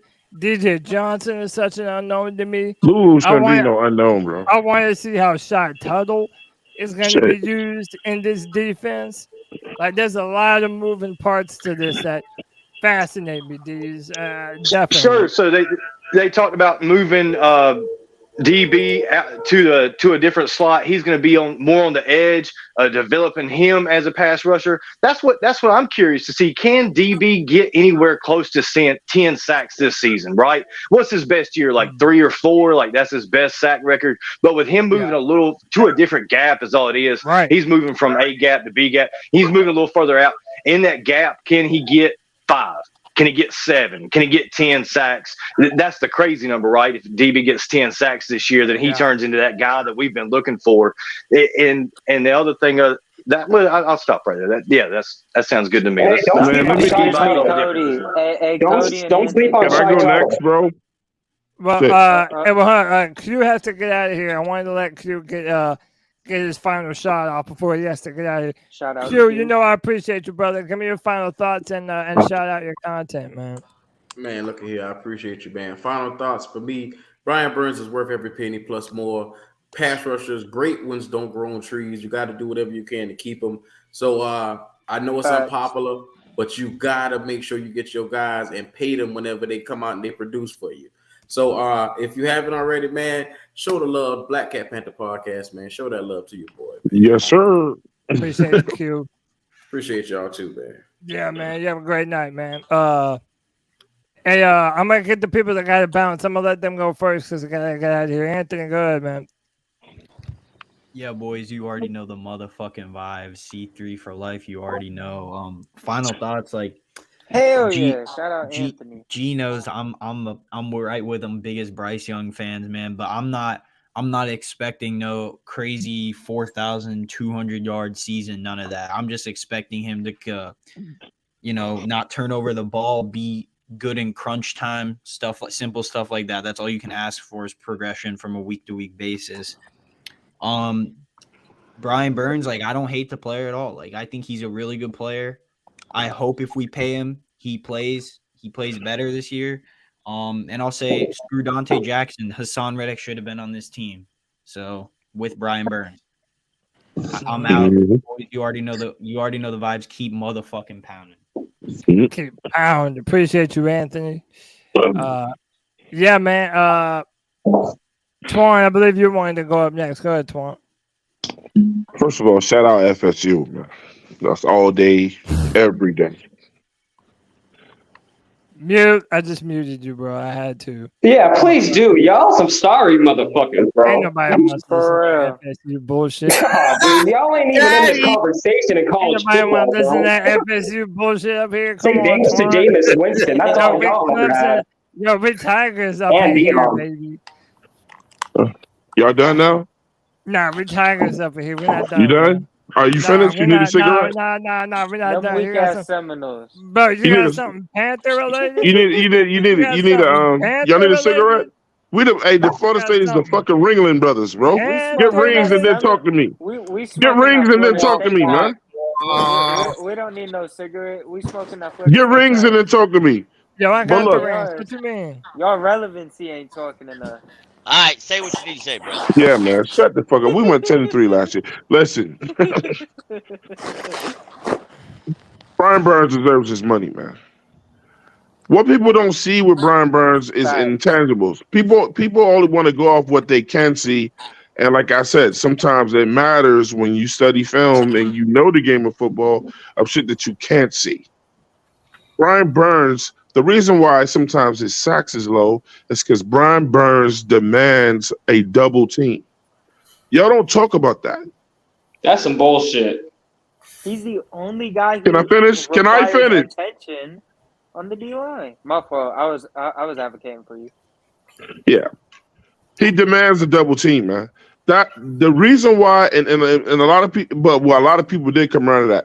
Reddick got off a lot when he was with us because Brian Burns was pulling the double team. That's what was happening. Now this year we was like, oh, so what is he gonna do after they done sent Reddick? We should have never let Reddick go. But then he still got off, and he still demands the double team. They actually game plan for him. They do. Carolina Panthers have a horrible history of not paying their players, man, the good ones, and they wind up going somewhere else and excelling. Or we overpay the average one. Right, you know right. Or what you said, the overpay. Like this should have happened a lot earlier, and maybe we don't have this conversation. But pay this man. I don't want them to give him anything. This money is earned. He's earned this money. He'll go. He's getting better every year. White Chocolate Special just said that or whatever. Even with the double teams, invest in what you have and what you got, man, and stop cutting down players that are gonna be the shit and have shown that they're the shit, and overhyping motherfuckers who ain't did a damn thing yet. That don't make sense to me. Hey, yo, Cody, play the applauding. There's a difference between paying him and paying him the highest paid pass rusher, bro. You can pay him, but he don't have to be the highest paid fucking pass rusher, bro. Hey, G baby, you would think you would be keeping the Burns names out your mouth at this point. After the whole world and came after your ass. Hey, but G, by the way, wait, hold on. G, baby, by the way, we're not paying him the most. Myles Garrett is right now, I think, like the third highest paid defensive end. And that's still top 3 highest. Yeah, hey, that's gonna happen. They're gonna make Brian Burns a top. Brian Burns is one of them. Is that guy? G baby, he's him.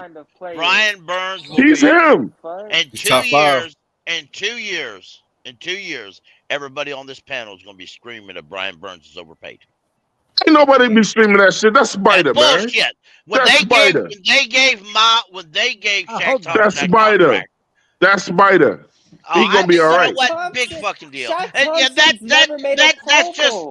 that's just hype. That's just hype. Why don't y'all worry about a real problem and not Brian Burns? It's a lot of motherfuckers. Real problem. Oh, it's a lot of motherfuckers on this team y'all could be worried about, but except Brian Burns. You don't believe Myles Garrett has never been double teamed. I have a question. Yeah, Clowney. That's probably to everybody that does not want to pay Brian Burns. Jump off a cliff. What would you? Because I'm saying out of all the problems the Panthers got, y'all worried about Brian Burns? Exactly. No, but Twan, this is what I'm saying. This is what I'm saying, though. It doesn't like at this point in the ball game. It doesn't matter if you like it or not. They're gonna pay him. If you don't want to pay him, what would you prefer them do? Because as of right now, if you love him or hate him, there's no denying he is our only pass rush. He's a beast of a pass rusher, though. Hold on, Twan. I didn't know you spit facts like this. I respect Well, your name now. Well, hold on, let me go to Pickle first because Pickle is like against it. Go ahead, Pickle. If you pay attention, I did not say don't pay him. I said don't pay him this year. See if he's as good as we want him to be in a 3-4 before you pay him $25 million a year. What else he got to do, Pickle? What else he got to do? Hold on. Give me fucking 16 sacks. Wait, hold on, Pickle. Let me play devil's advocate. Let's say you do it that way. What he got to do? Let's say you do it that way, and Brian Burns this season gets somewhere between 15 to 17 sacks. And then you got to pay him $30 million a year. Now instead of paying them top 3 money, now you're making them probably the highest non-paid or the highest paid non-quarterback in the NFL. It'll be because worth everybody it, has to pay the biggest premium for defensive end. He's not getting Aaron Donald. No, I wouldn't. I would franchise tag him and see if he does it another year. Thank you, Pickle. But Pickle is not going to play under attack. Then he won't play in the NFL. Y'all are fucking ridiculous. You can't just. Then he absolutely won't play. He will play under the Jags or the Panthers, or his ass will be inactive all year. Brian Burns don't do shit for the Carolina Panthers, bro. He don't help us win games. He don't have a signature Brian Burns. I tore it up game, bro. Let me go to JJ. Go ahead, JJ. Y'all saying I swear to God, the Panthers got so many problems, like Twan said. And y'all bitching, complaining about our best player getting 20 to 25. Bro, he ain't our best player, bro. Because we ain't slobbering on the guy's dick. Brian Burns is the best player on the fucking team. Damn, y'all slobber on the pecker and give a reach around at the same time. I put a finger in that ass. I don't give a fuck. You'll be playing with the man. All right, get too red. Who knows what your old ass? Anyways, Brian Burns has proven to be great. No, he hasn't. That's the problem. You guys say he's proven he's great. He's proven he should be the highest paid defensive player in the league. And we are saying he has not proven that. Yes, the fuck he has. No, he has not. Mario Addison has better numbers than Brian Burns. Cody, pull up Mario fucking Addison and fucking Brian Burns fucking numbers to the first 5 fucking season, bro. Or let's just do the first 4, bro. Please, bro. Pull up Julius. Mario Addison has 41, and Brian Burns has 38. There you go. I was ready for that. There you go. So he's no better than Mario Addison. That's what I'm trying to explain to you guys. G baby. Go ahead, Pop. He did it faster than Mario Addison. It doesn't matter, bro. It's the same numbers as Mario Addison. It's still the same time, bro. Cody. Oh my God, y'all are fucking dumb as a All right. Hold on. By the way, Mario Addison also for a couple of years played next to Pep. He played next to Charles Johnson. By the way, he had far more help. And Papa Miller's. Burns did. What did I say about Brian Burns? He causes the double team. Those other players play with those other great players. You had to pick your poison. And Cody, can I add something? Didn't I say pay him 20 to 25 million? I didn't say make him the highest. Y'all niggas tripping, bro. Let me go ahead, Kevin. Go ahead. Yeah, let Kevin go. Burns right now has 38 sacks out of 4 seasons. Julius Peppers' first 4 seasons, he had 41 sacks. He was hurt, bro. I mean, he was suspended, bro. What are you talking about? Hey, Kevin, them facts hurt. Hey, boy, them facts hurt, bro. I've been a Panthers fan my whole life, bro. They don't want to hear all that shit. Them facts hurt, don't they? Bro, stop it. He's not as good as you want him to be. He went to the Pro Bowl half his career so far. He's a Hall of Famer, and the numbers are close. No. Let them go, Pickle. Let them go, bro. Man, y'all motherfuckers stuck. You and Pickle stuck. I've been down this road before. I've been right down this road We've been down with Charles Johnson. You guys are going to Let overpay. me know what happened with Charles Johnson, Pickle. You're going to overpay for that man. Brian is not even in his prime yet. Brian Burns ain't even Charles Johnson, and y'all want to overpay this motherfucker, bro. You're going to cry about it. And you're going to blame the GM. And He's not even in his prime yet, Pickle. Hold on. Brian Burns ain't even Mike Rucker, dog. Get the fuck out of here, dog. All right, time out. Y'all tripping, bro. Let me let JJ. You see how I say? You see how I tell you? Like these Panthers fans disrespect. They own the best fucking players on their fucking team, bro. You need to talk your talk, Twan. You disrespect players across the NFL. Man, fuck motherfucking Bryce Young, man. He ain't done shit yet. You disrespected Bryce Young a while ago. Talk your talk. Everybody, come on, bro. Everybody gotta chill. Now we're going off on a tangent, bro. Jesus. See, that's how I know he a hater, bro. He's willing to shit on his own fucking QB to prove a point. What you doing right now with Brian Burns? I should cut through the fucking screen. Is that what you doing right now? Is that what he's doing right now with Brian Burns? Everybody knows D-Baby is the motherfucking hater, bro. Everybody knows you're a fucking hater. Here, bro. Hey, yo, Twan. Awkward pause. Like if you're action going on the Friday free for all. How about that, man? Hey, y'all better give me a damn light. Y'all see what I got to deal with, man. I'm always breaking up fights and shit. People throwing This ain't no damn over fight. the internet and shit. Bro, you know, I gotta keep it real over here on the Friday free for all. Hit that like button, hit that subscribe, hit that notification bell. This is what we're gonna do. I'm gonna let y'all give your final word on Brian Burns, and then if y'all want to make another statement, make a statement. No, Cody, I want you to answer the question first, Cody. Cody, who's the best player on the team right now, Cody? Your honest opinion. Who's the best player pound for pound on the team right now? Bryce fucking Young. That's easy. Man, get the fuck out of here. That's fucking man. easy. Fuck out of here. That's easy. It's Bryce fucking Young. And y'all gonna fucking see. The best player on this damn team. This guy ain't played one snap. He the best player on the team. Yes, he's the truth, bro. The fuck is wrong with y'all? No, see? Yeah. I asked Cody though. Right now it's between Brian Burns and Jason. Utah serve cat. Thank you, bro. But I do think it will be Bryce Young in short order. Hey, yo, Cody, hold on. Hey, Cody. Go ahead, so watch this. Watch us not pay Brian Burns. Watch him go to a team. That's gonna be the dumbest shit ever.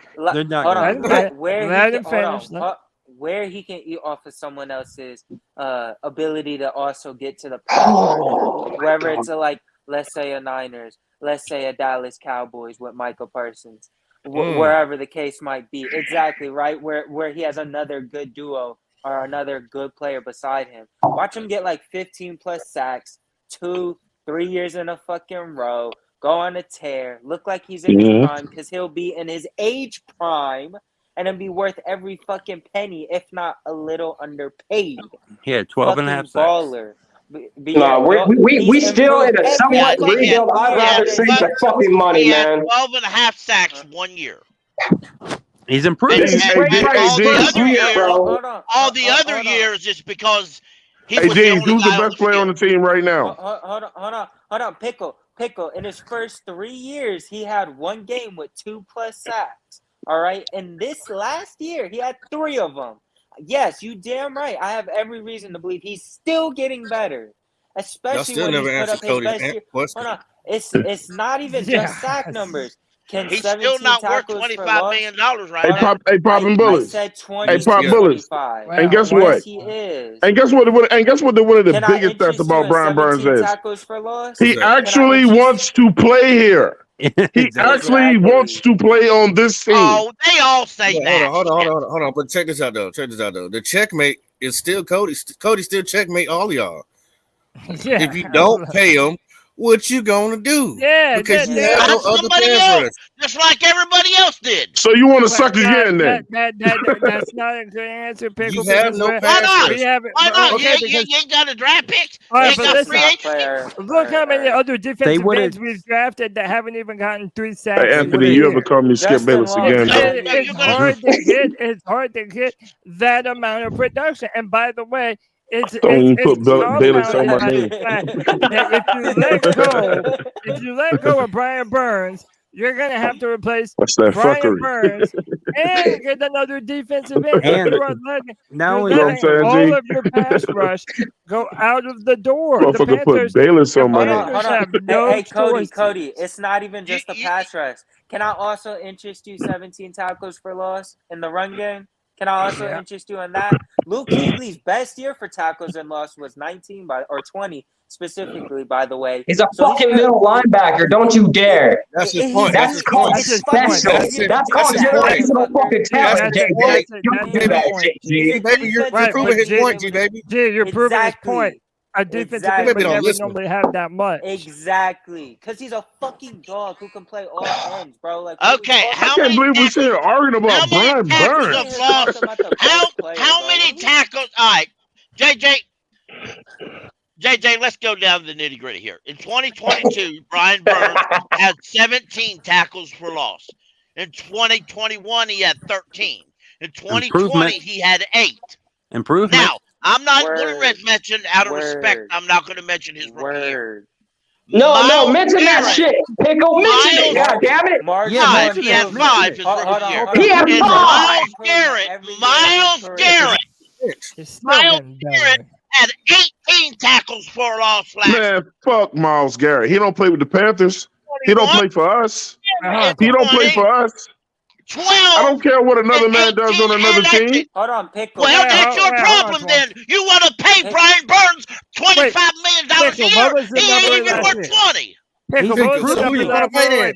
Pickle, who you gonna pay? Who you gonna pay, Pickle? He gonna get it anyway.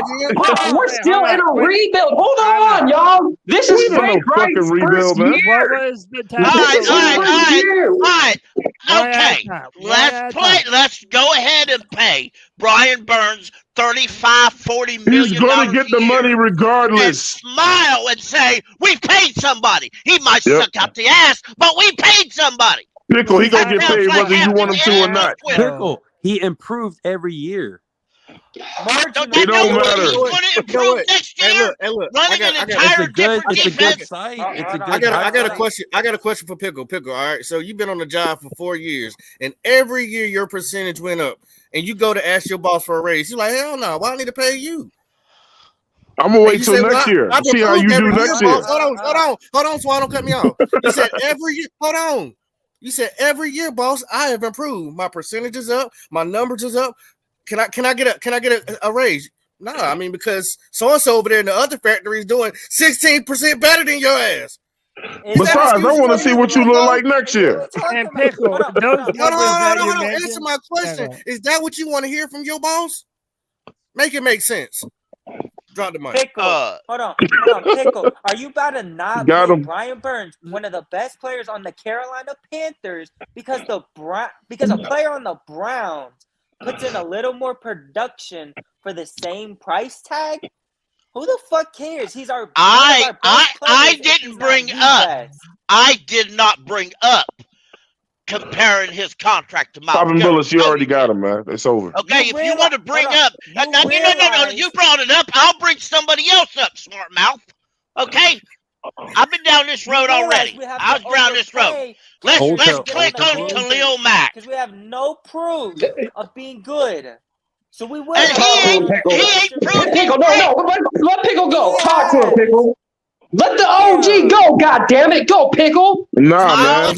Miles Crosby. Miles Crosby. The alliance between G Baby and Pickle is hilarious. Miles Crosby. Miles Crosby this year. Well, Miles Crosby this year will get $12 million. That's his all right. Contract, his extension ain't kick in yet. Well, whatever. Hey, look, let's all take pictures when Burns is sitting at that table signing that check. He has numbers comparable to Brian Burns. I've said Max Crosby's better.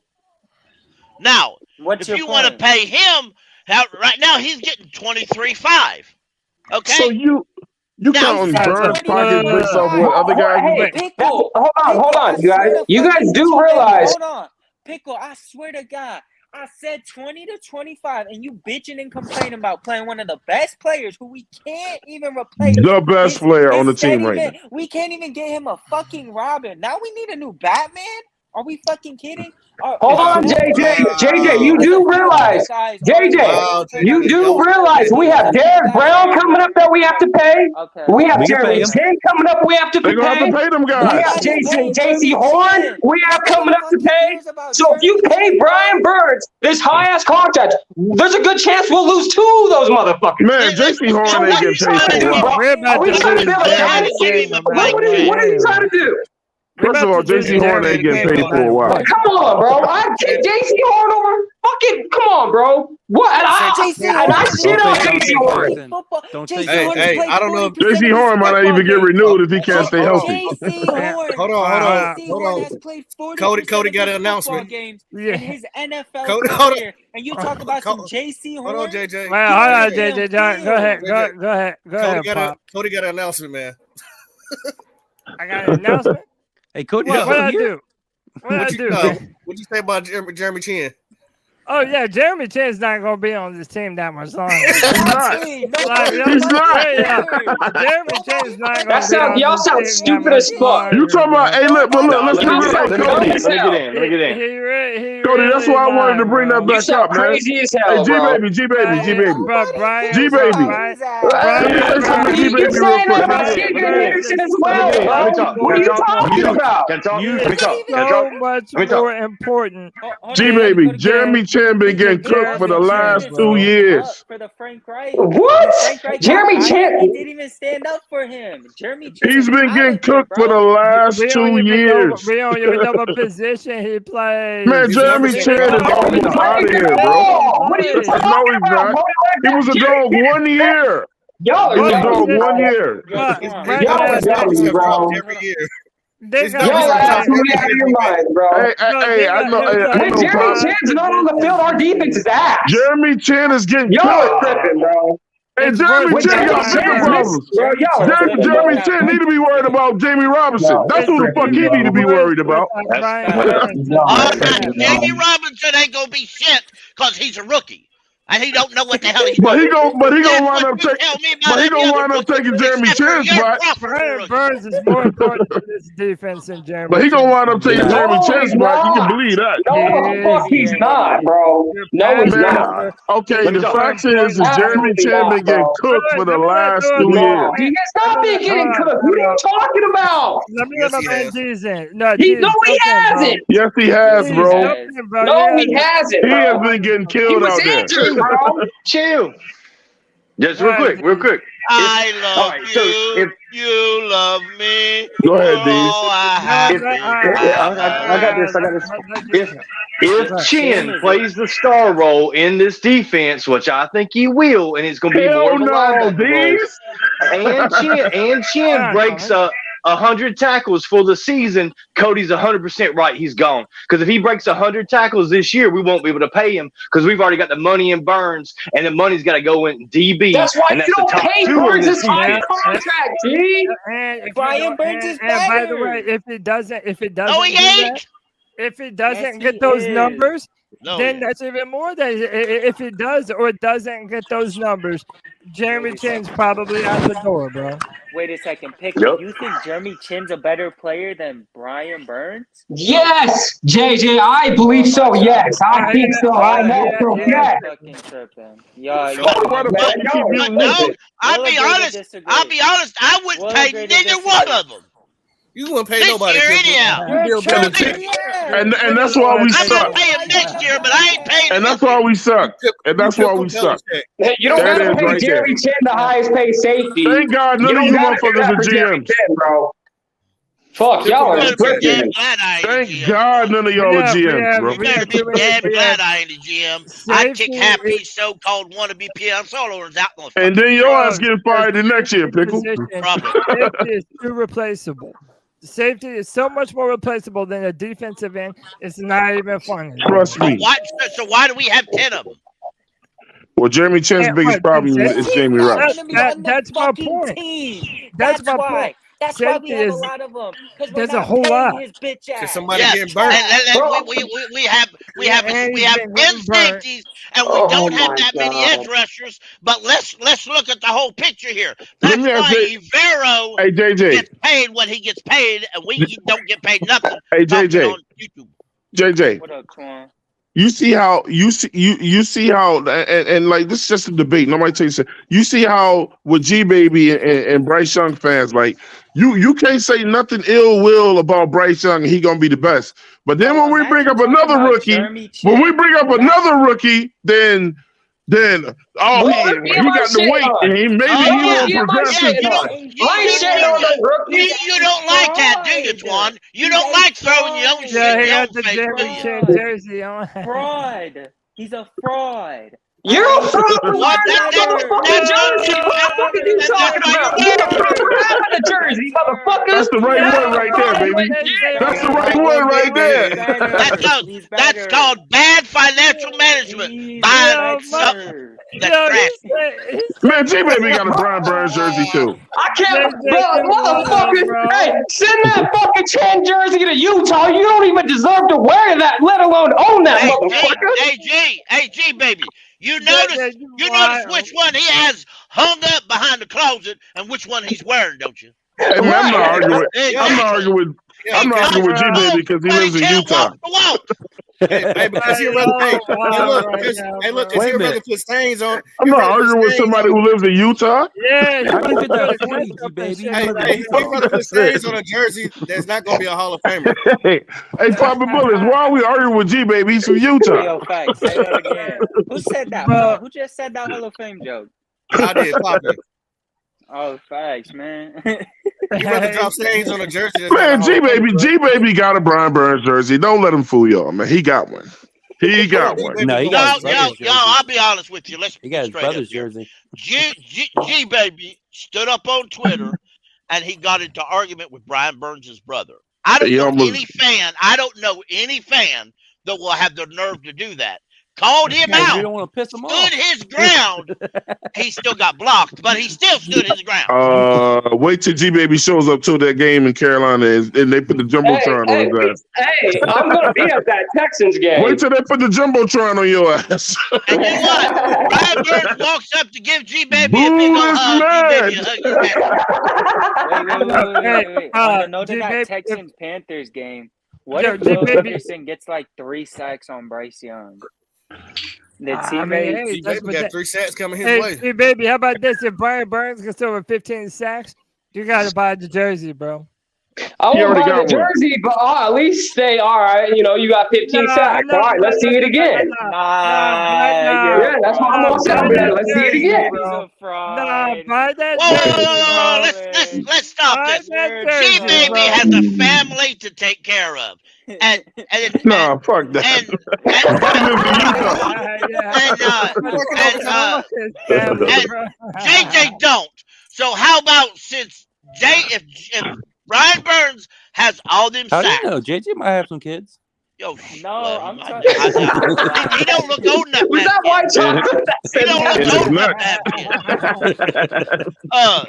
Then how? And since JJ hates Jeremy Chin that bad. How about he just don't send? Why do y'all always take people's words to the extreme? Nobody said hate. Hold on. We just said he's been getting cooked the last 2 years. I didn't say Pickle. I didn't tell him. I didn't say he should get a Burns jersey. I'm just saying he should deserve the contract, especially if he gets 15 plus this year. The worst thing they did with Jeremy Chan was they started comparing him to his uncle Atwater. I'm like, that shit did not last long at all. What are you talking about? He played one good year, G baby. That's it. Damn it, bro. The dude has been getting cooked the last 2 years. It is wild who you pick and choose to love, man. He is like, oh my God. Wait, let me go to Pop. Go ahead, Pop. 2 questions. Can you pull up them J's real quick, and where can I get them? And number 2, did you hear about Laviska Shenault playing a sort of Debo Samuel's role? What you think about it? Yeah, I think he's not Debo Samuels. He ain't gonna make the roster, bro. That's what I think about Laviska Shenault. I thought it was nice for him to say, but he ain't Debo Samuels. I thought that was very nice. Debo Samuels, but I said type of role. Well, what is that? I mean, I think he already is a Swiss Army knife, though. I mean, so shit. I mean, he'll be really playing what he's been doing. It's on July 22nd. Those motherfuckers are cocked. Oh my God, I'm buying. July 22nd I'm actually gonna buy those. July 22nd. July 22nd. You can go to the GOAT app. And they I'm gonna screenshot this. I'm gonna have my queen by me. They're taking pre-orders for that shit now. No, I'm trying to. Hey, G baby, they don't sell these in Utah. Hey, I know that we're gonna have to go, online. Hey, G baby, they won't even ship these to Utah. Let me answer Pop's question. Listen, if we're able to use Laviska in the Debo Samuel role, that's perfect, man, because when he's on the field, you're going to be able to use him as a decoy, and you're going to be able to give him the rock and get a ton of yards after the catch, get him the ball in those intermediate spaces. Yeah, I love that for Laviska. I think that's the best way. Isn't that kind of what he already does, though? Yeah, but they need to continue to do it at a higher level than. But we don't need to do it at a higher level, though, G. That means you're taking the ball out of somebody else's hands and putting it in your hands. No, you're not hearing me. You're not hearing me. We have the ability to be versatile down the field in mid-range distance between 10 to 15 yards and underneath with Miles Sanders and Laviska Shenault. Man, y'all obviously don't know. We just got fucking Jonathan Mingo. Mingo does all that and more, bro. Right. It's still in compliment to everyone else on the team. And they compliment each other well. I feel you, Lack. I feel you, G. I feel you. What? So you saying that they're going to use him, he's going to be the new Curtis Samuel. And somebody asked me something. I don't know who it was. I said, hold on. When are these shoes dropping again? July 22nd. July 22nd. What's the name of it? You can pre-order them. It's the what is the something blues? Jordans. Air Jordan 1. It's the processed blues. Yeah, you can pre-order them on the GOAT app. Bro, them motherfuckers, man. No, those are fucking fire, bro. That's you can. I'm trying to tell you, you can pre-order them on the GOAT app. GOAT. But if you're a size 12 or 11, you can forget it. It's already done. That's closed out. But man, look, we're closing on damn near 4 hours, y'all. We ain't closing in on shit. I just got on this motherfucker. I've been sipping, man. We always trying to fucking leave, man. So get his balls massaged or something. Where the hell? You have to do it by your Where damn you get a 40 at in Utah? I can't even take G Baby seriously no more. He's from fucking Utah. All right, bro. Look, I'm arguing with a dude from Utah. You probably ain't in Salt Lake City, are you? I'm like 15 minutes away from. What's the name of your town? What's the name of your town? Roy. Hold on. You might not want to say that. You don't want Brian Burns to find your ass. Yeah, Lucci. He ain't going to Utah to get him. Fucking dumb. I'm scared as hell in Utah, man. It's bigger than Charlotte, bro. Utah is the only state where black people go, and I'm asking you, baby, am I safe here? No, man, y'all tripping, bro. There's hella Mexicans. There's hella fucking black people, bro. Hella Mormons. There's quite a bit of Mormons, but bro, y'all would be surprised, bro. I'm telling you, man. Like Utah is like what, the 12th biggest state in the United States. Hey, Yeah, and most of it's landmass. Panthers for the 199. It says Jeremy Chins and Brian Burns are gonna ball out for us. Hell yeah, That's facts. That's facts. Inbound. Hit him up on YouTube. Follow Inbound Panthers on YouTube. Well, at least we know Burns will. Hold on, Twan. Hey, G baby, you can bookmark this and stamp it. Brian Burns is getting 13.5 sacks. Brian Burns ain't gonna have no more of the sacks than Will Anderson. I got that screenshotted, motherfucker. I got the receipts. Me and you, motherfucker. I got him for 14. I got him for 14. You, motherfucker. That man, I want 15 sacks. 15 plus sacks. If you That's what I'm talking about, Pickle. I want 15 plus sacks. He better have 15 plus. Fumbles. So you saying you're gonna be mad if he only gets 14? Exactly right. Like You just gonna have to fucking deal with it. It's 14, 15. I want 15. Y'all are like sacks and some easy ass shit to do. They just can't be good with a good player. Like a great fucking player. Besides, y'all misunderstand the concept. I wouldn't out him. Overpay. I would franchise him for like 3 or 4 and years. Not overpay just to piss great him off. fucking players. Go look. Like I said before, the Panthers have got to start paying their players, bro. They got to.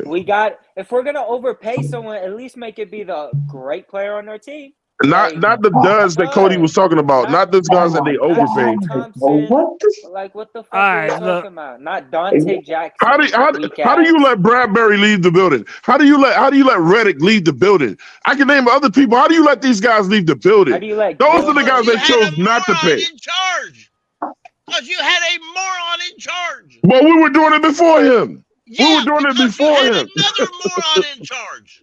So we're gonna go all the way back to Fox before we lose the morons. Right. You damn right. I can name all of them, all the way from John Fox, all the way now. I can name all. All right, let's not do the history lesson at the end of the show. Yeah, we need. Did you guys hit the offensive line? No, we hit a little bit of everything, bro. Rivera said I almost went undefeated, damn it. Hey man, we need to talk about the truth, man. Rivera said, "Hey, I got Rivera on the line. He said, tell Pickle to put some fucking respect on his name." 13 I almost went fucking undefeated. wins, Twan Don. The Twan Don. 13 wins, motherfucker. Stand on that shit. I'm pumping my fucking chest down, motherfucker. Man, if we get 13 wins, I'll buy you those Snickers. I hand deliver them shits. Hey, motherfucker. Don't pay for your gas to get your ass over here, too. How about that? Bro, I'm gonna have to fly to Utah and hang out with you, for real. For 13 wins, then me and G Baby gonna be doing the next live in Utah. I know, Pickle. That's what I'm saying, man. They could have drawn this shit out. And I appreciate y'all coming in, man. That's what makes the free for all incredible, man. But you gotta go get some ass. You about to go eat some ass. If you ain't doing none of that, you about to stay out here with us, motherfucker. I'm not staying fucking Utah. I ain't trying to put my business out there like that. Let me get the fuck out of here, bro. I might see what smells good. You know? If no one's going to go get some ass, y'all ain't going nowhere. You better not leave me on this bitch by myself, or I'm taking it White chocolate personal. espresso. It ain't no strip clubs in Utah. Nothing. Yo, G-Baby, you ain't gotta go home. Y'all got But chicken you gotta wings? get the hell It up ain't out nothing of fun to here. do there. Wait, what? Who just said chicken wings, bro? Utah, y'all, let's be real. Utah They is got about an ostrich wings inch and some closer. shit. Utah's about an inch taller than West Virginia. Hey, that chicken wings got me dying, G. If you ain't Salt Lake City, then you lost. You gotta drive 50 minutes to a liquor store. You gotta drive an hour. Yeah, Hey, look, I dare. Hey, look, $10 to anybody that can name two more cities besides Salt Lake and Utah in 5 seconds. Go. Raps, man. It is. Yeah, it's a rap. Right. Baby can't even do that shit. I can say the same for fucking North Carolina. You think motherfuckers in Cali and motherfuckers? Ain't nobody know about y'all over there. Wrong again. Raleigh, Greensboro, Winston-Salem, shit. But all right, look, man. Everybody gets to say their final piece. And we're about to get up out of here, bro, because I might go get some ass, like G Baby said. Don't try me, bro. Don't try me, bro. Yo, don't fucking try me, bro. I'll pull some ass if I need to. Oh yeah, and G Baby. Don't play with me, G. Hey, North Carolina. I'm taking you this serious. Don't play with me, bro. I'm going to get some. You never know what I might do, man. North Carolina is the second fastest growing state in the United States. Yep. Facts. I don't know why motherfuckers want to come here. They just do. Number one? The fastest growing state? Yeah. Florida. That doesn't surprise me. Yeah, no surprise. I don't know why either down there. I mean, I know why. But. Come on now. All right. All right, let me go to my man Pop. Pop, you know I appreciate you for coming on as always, brother. Tell me where they can find your content and give me your final words for the show, man. Yeah, you can find me and my my homies over there, Goat, Q, Patman, on Black Cat Panther Podcast. It's a place you can come there, you know what I'm saying, express yourself. We definitely have different amounts of topics. We'll be doing a lot of big things coming out that we also want to get, you know what I'm saying, fans of Panthers, Panther fans to come and join us too as well. And male seahorses have babies. What? All right. Okay. That's random shit, but all right, I appreciate that. You dropping knowledge. Hey, Pop's he's dropping some. I mean, it's true. Things you now know that you never realized you needed to know. I mean, it is true, but I mean, I don't know what kind of damn LGBTQ sea life shit that is, but there you go. Yeah, they've been on that type of stuff. Good. Hey, JJ, the man of many jerseys. JJ, I appreciate you, brother. Tell me your final thoughts for the show. And hey, put it on that Burns jersey while you do it too. Put it on that Burns jersey while you say it. That Burns jersey don't fit him. It's an adult size. Oh damn! Oh, Bryce Young can't fit that shit. What you talking about? That shit fit me loud and proud. Hey, don't disrespect our midget quarterback. Don't be mad at me to blanket to fit your chest. Anyway, yeah, JJ, tell give him some final words for the show. Everybody got jokes. What's it called? So we'll run it back. Bryce Young, 3,700 passing, 28 touchdowns, 8 interceptions, 3 rushing, a light 8 wins at least. Brian what? Burns, 8? 8? Relax. Don't kill me. Yo, G Baby, we could throw some money on that 13-win shit. I'll really take the under on that. G Baby ain't spending that money. Don't test me, bro. I already owe white chocolate 100. Don't play with me, bro. Don't play with me. I'll make that bet. Hey, I'll put 200 on it right now. I'll send you the money and let you hold it. 200. Come on, G Baby. 200 that we won't get 13 wins. You done working enough overtime already. Don't lose your paycheck, bro. I'm telling you on no emotion. All right. Anyways, Juan. But yeah, Brian, hold on. Let JJ finish. Let JJ finish. Go ahead, JJ. You want to do it? 2 beans. With over 14 sacks. 200. Unless that ankle injury really is bothering him, but I don't believe that would be the case, honestly. So he'll improve yet again by at least a sack and a half. So and he'll definitely clear Will Anderson weak ass. And yeah. Keep pounding, yo. Hey, that's it. Appreciate you, JJ. Hey, yo, Swan was spitting some facts though. Whenever we was talking about Brian Burns, like I have to throw some respect on this guy. And hell no, don't be mad because all you do is yell. Hey, don't talk to the OG like that. Don't talk to the OG like that. You and Pickle being like best friends. Oh, weird. You and Pickle and them that killed each other. You defending them? Ugh. I know. It's telling me, bro. This former Fake mortal ass. enemies are now like the best friends and because shit. I'm young. Like, All right, don't JJ, do be the mad man, 'cause bro. you I old. appreciate you, bro. Hey, let me go to Twan Don from 704 Charlotte Bound Show. Give me your final thoughts for the show and tell them where they can find your content, man. 704 Charlotte Bound Show, man, on all the major outlets, YouTube, Twitter, Facebook, your mama's favorite podcast. Man, we just, we doing it. We doing it, you know what I'm saying, or whatever. Make sure you guys come check us out. We had a show the other day, it went great. Man, look, I'm just gonna be positive about this year. And but I gotta be honest, man, the Carolina Panthers have hurt my feelings a lot. And I just gotta see it, man. You ain't never I gotta lied see about it. that, brother. I just gotta see it, man. I'm not invested in this team no more until I see it. A winning record. Like, I want to see a winning record before I say going into another season, like, oh, we're gonna win 10 games or something. Like, nah, Sam Darnold. Sam Darnold had me out here calling him Sam Newton after we went 3-0 with him, and then it just turned into shit. And that was our last hope. Season and then lose the last game, basically. That's all. All right, G baby, take one more sip of that old English. He's still drinking a fucking 40. It's Miller Genuine Draft. All right, Hey, when I got in this motherfucker, this thing, I opened this motherfucker with you boys. I'm about to polish this motherfucker off. They only sell 40s in Utah. No, finish it right now. They can't sell it in Utah. No, finish it. Chug that shit. Chug. Hey, G Baby didn't beat the chicken wings allegation though. Hey, he had to order that from Amazon. There we go. Yeah. This man just struck a fucking right 40. There, that's some black shit. He just struck a 40 out. Right there, bro. He's 40 years old right drinking there, a 40. bro. Hey, that's what's up.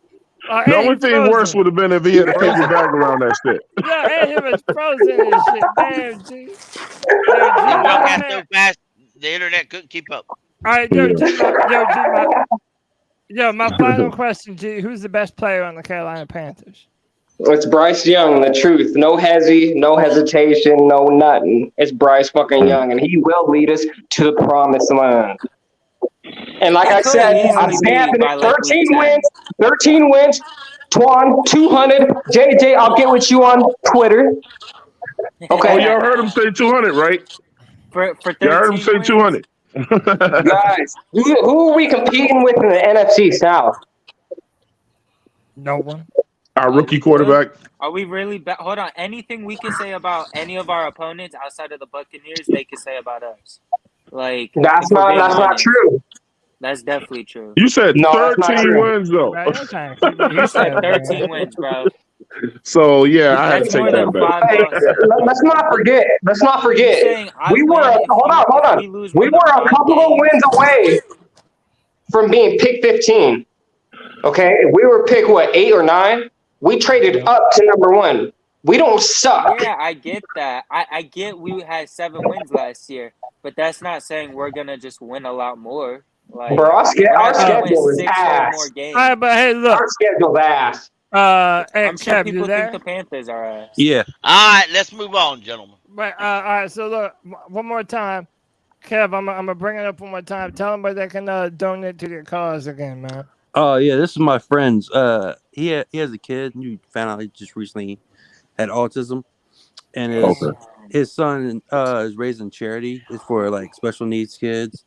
I think it's called Cape for something. But basically, he has a GoFundMe, raise money. It all goes to special needs, charity. And if he raises a certain amount, he gets a cape with his name on it and everything. So I figured I'd post that in there. I retweeted it. I'll post the link again in the chat. If you would like to donate, please do so, man. Kev, I'll retweet it too, man, and I'll send something to him, man. I'm about to put the link in the chat room. All right, give me your final thoughts for the show, Kev. I was gonna say I also just started another GoFundMe. We all have our lives and everything, and we think we have problems and everything, but there's a lot of people out there, like thousands of people out there right now, having to live in Utah without chicken wings and Oreo. And let's donate to the Utah Drive, man. With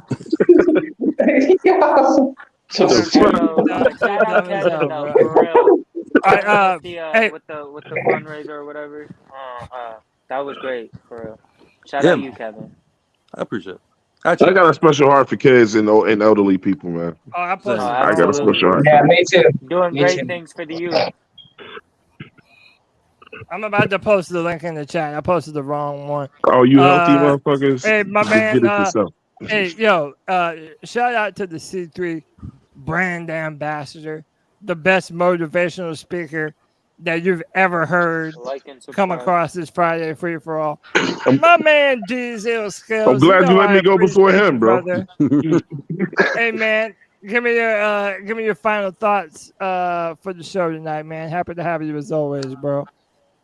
Oh, thank you so much, Cody. I've enjoyed it, and I really enjoy being a part of C3. And I don't know that everyone, especially casual viewers, understand the brevity of the C3. There are so many people involved in our C3 community that are so supportive. They are wonderful friends to have online. They are wonderful friends to interact with. They are people that support good causes like the one that White Chocolate Espresso has brought up today. I had some things about football I want to talk about, but it's late, so I wanted to just real quickly talk about this one friend I have that I know. The guy is a great dad. You know, he is an incredible teacher. He works incredibly hard, and not only does he work hard, he's worked hard for 10 years. He has shoveled sand into a sandbox just for his friends to create the greatest Panthers sandcastle that they could possibly make. And his name is Tony Dunn. And that's why I'm going to reach out one more time, and I'm going to say, please visit CarolinaCatChronicles.com and help contribute to what Tony Dunn has created. And let's have a discussion, like he said.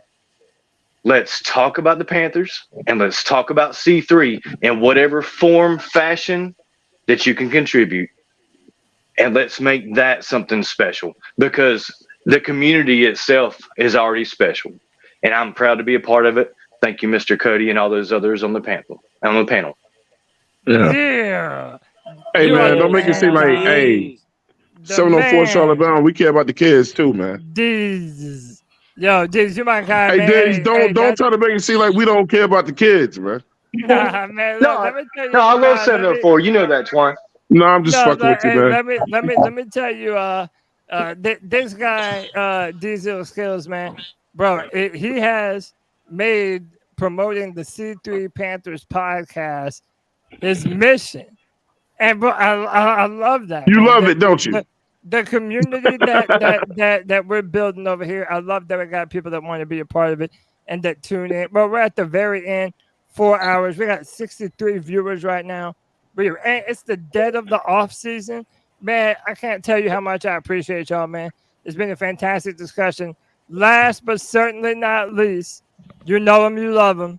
He brings the energy and the life to the Friday Free for All. It's the one, the only, the OG himself, Panther Pickle. Panther Pickle, give me some final words for the show. Argumentative mother. I love you too, brother. That's my uncle. As a father of a special needs child, there are things you don't about know. to make me cry already, bro. There are silent battles that you don't know. Right. From some simple things that we take advantage of. Mm-hmm. Getting up, going to bed, simple things in life, sitting down at the table and eating are simple things that a parent of a special needs children have issues with. Mm-hmm. And you don't know those battles till you go through them. And it's hard to express those battles to others. So my heart and my prayers go out to that family and that situation. And I hope they get all the capes they want. Yep. Now, And by the way, if you would like to donate to Kev's Tiny Superheroes, Tiny Superheroes, I have posted the link in the chat room. If you would like to donate, anything you can would be appreciated. Right. Please, man. For the kids. Yeah, that's it, man. And Pickle, much love, brother. You know I appreciate you, man. And, I appreciate that, Pickle. That's much love, bro. Yeah. Instead of gambling with G Baby making terrible bets, we should just give it to the charity. Yeah, and to the people in Utah for the wings. You know, they need them too. Yeah. Donate to the charity and. Hey, G Baby, you know what a real good lemon pepper tastes like? See, y'all like to diss them people in Utah. Let's be honest here, okay? Fuck Utah. I think you might agree to defend Utah. Exactly. Shut up, Juan. You're from New York. What the hell do you know? I know everything because I'm from New York. Oh boy, we are getting off the rails. My name is Cody Lashney. I am 1/4 of the C3 Panthers podcast. We will be back Tuesday night at 9 p.m. Y'all know you'll never find anywhere else on Friday where you get this much fun. That's right. Cody, all I gotta say is you better be on your way to the East and bro. I'm over here feeling great. I'm picking a strip club overseas. Now, shout out to Cody Lack, who's been trying to close this show for an hour and still ain't got it done. Because we ain't ready to leave, goddammit. Bro, don't ever tell me I'm not a man of the people, man. 'Cause, when the conversation is jumping, I gotta let it go, But I appreciate y'all. My name's Cody Lashley. I'll be back Tuesday night at 9 p.m. C3 Nation. Keep pounding. Keep pounding. Keep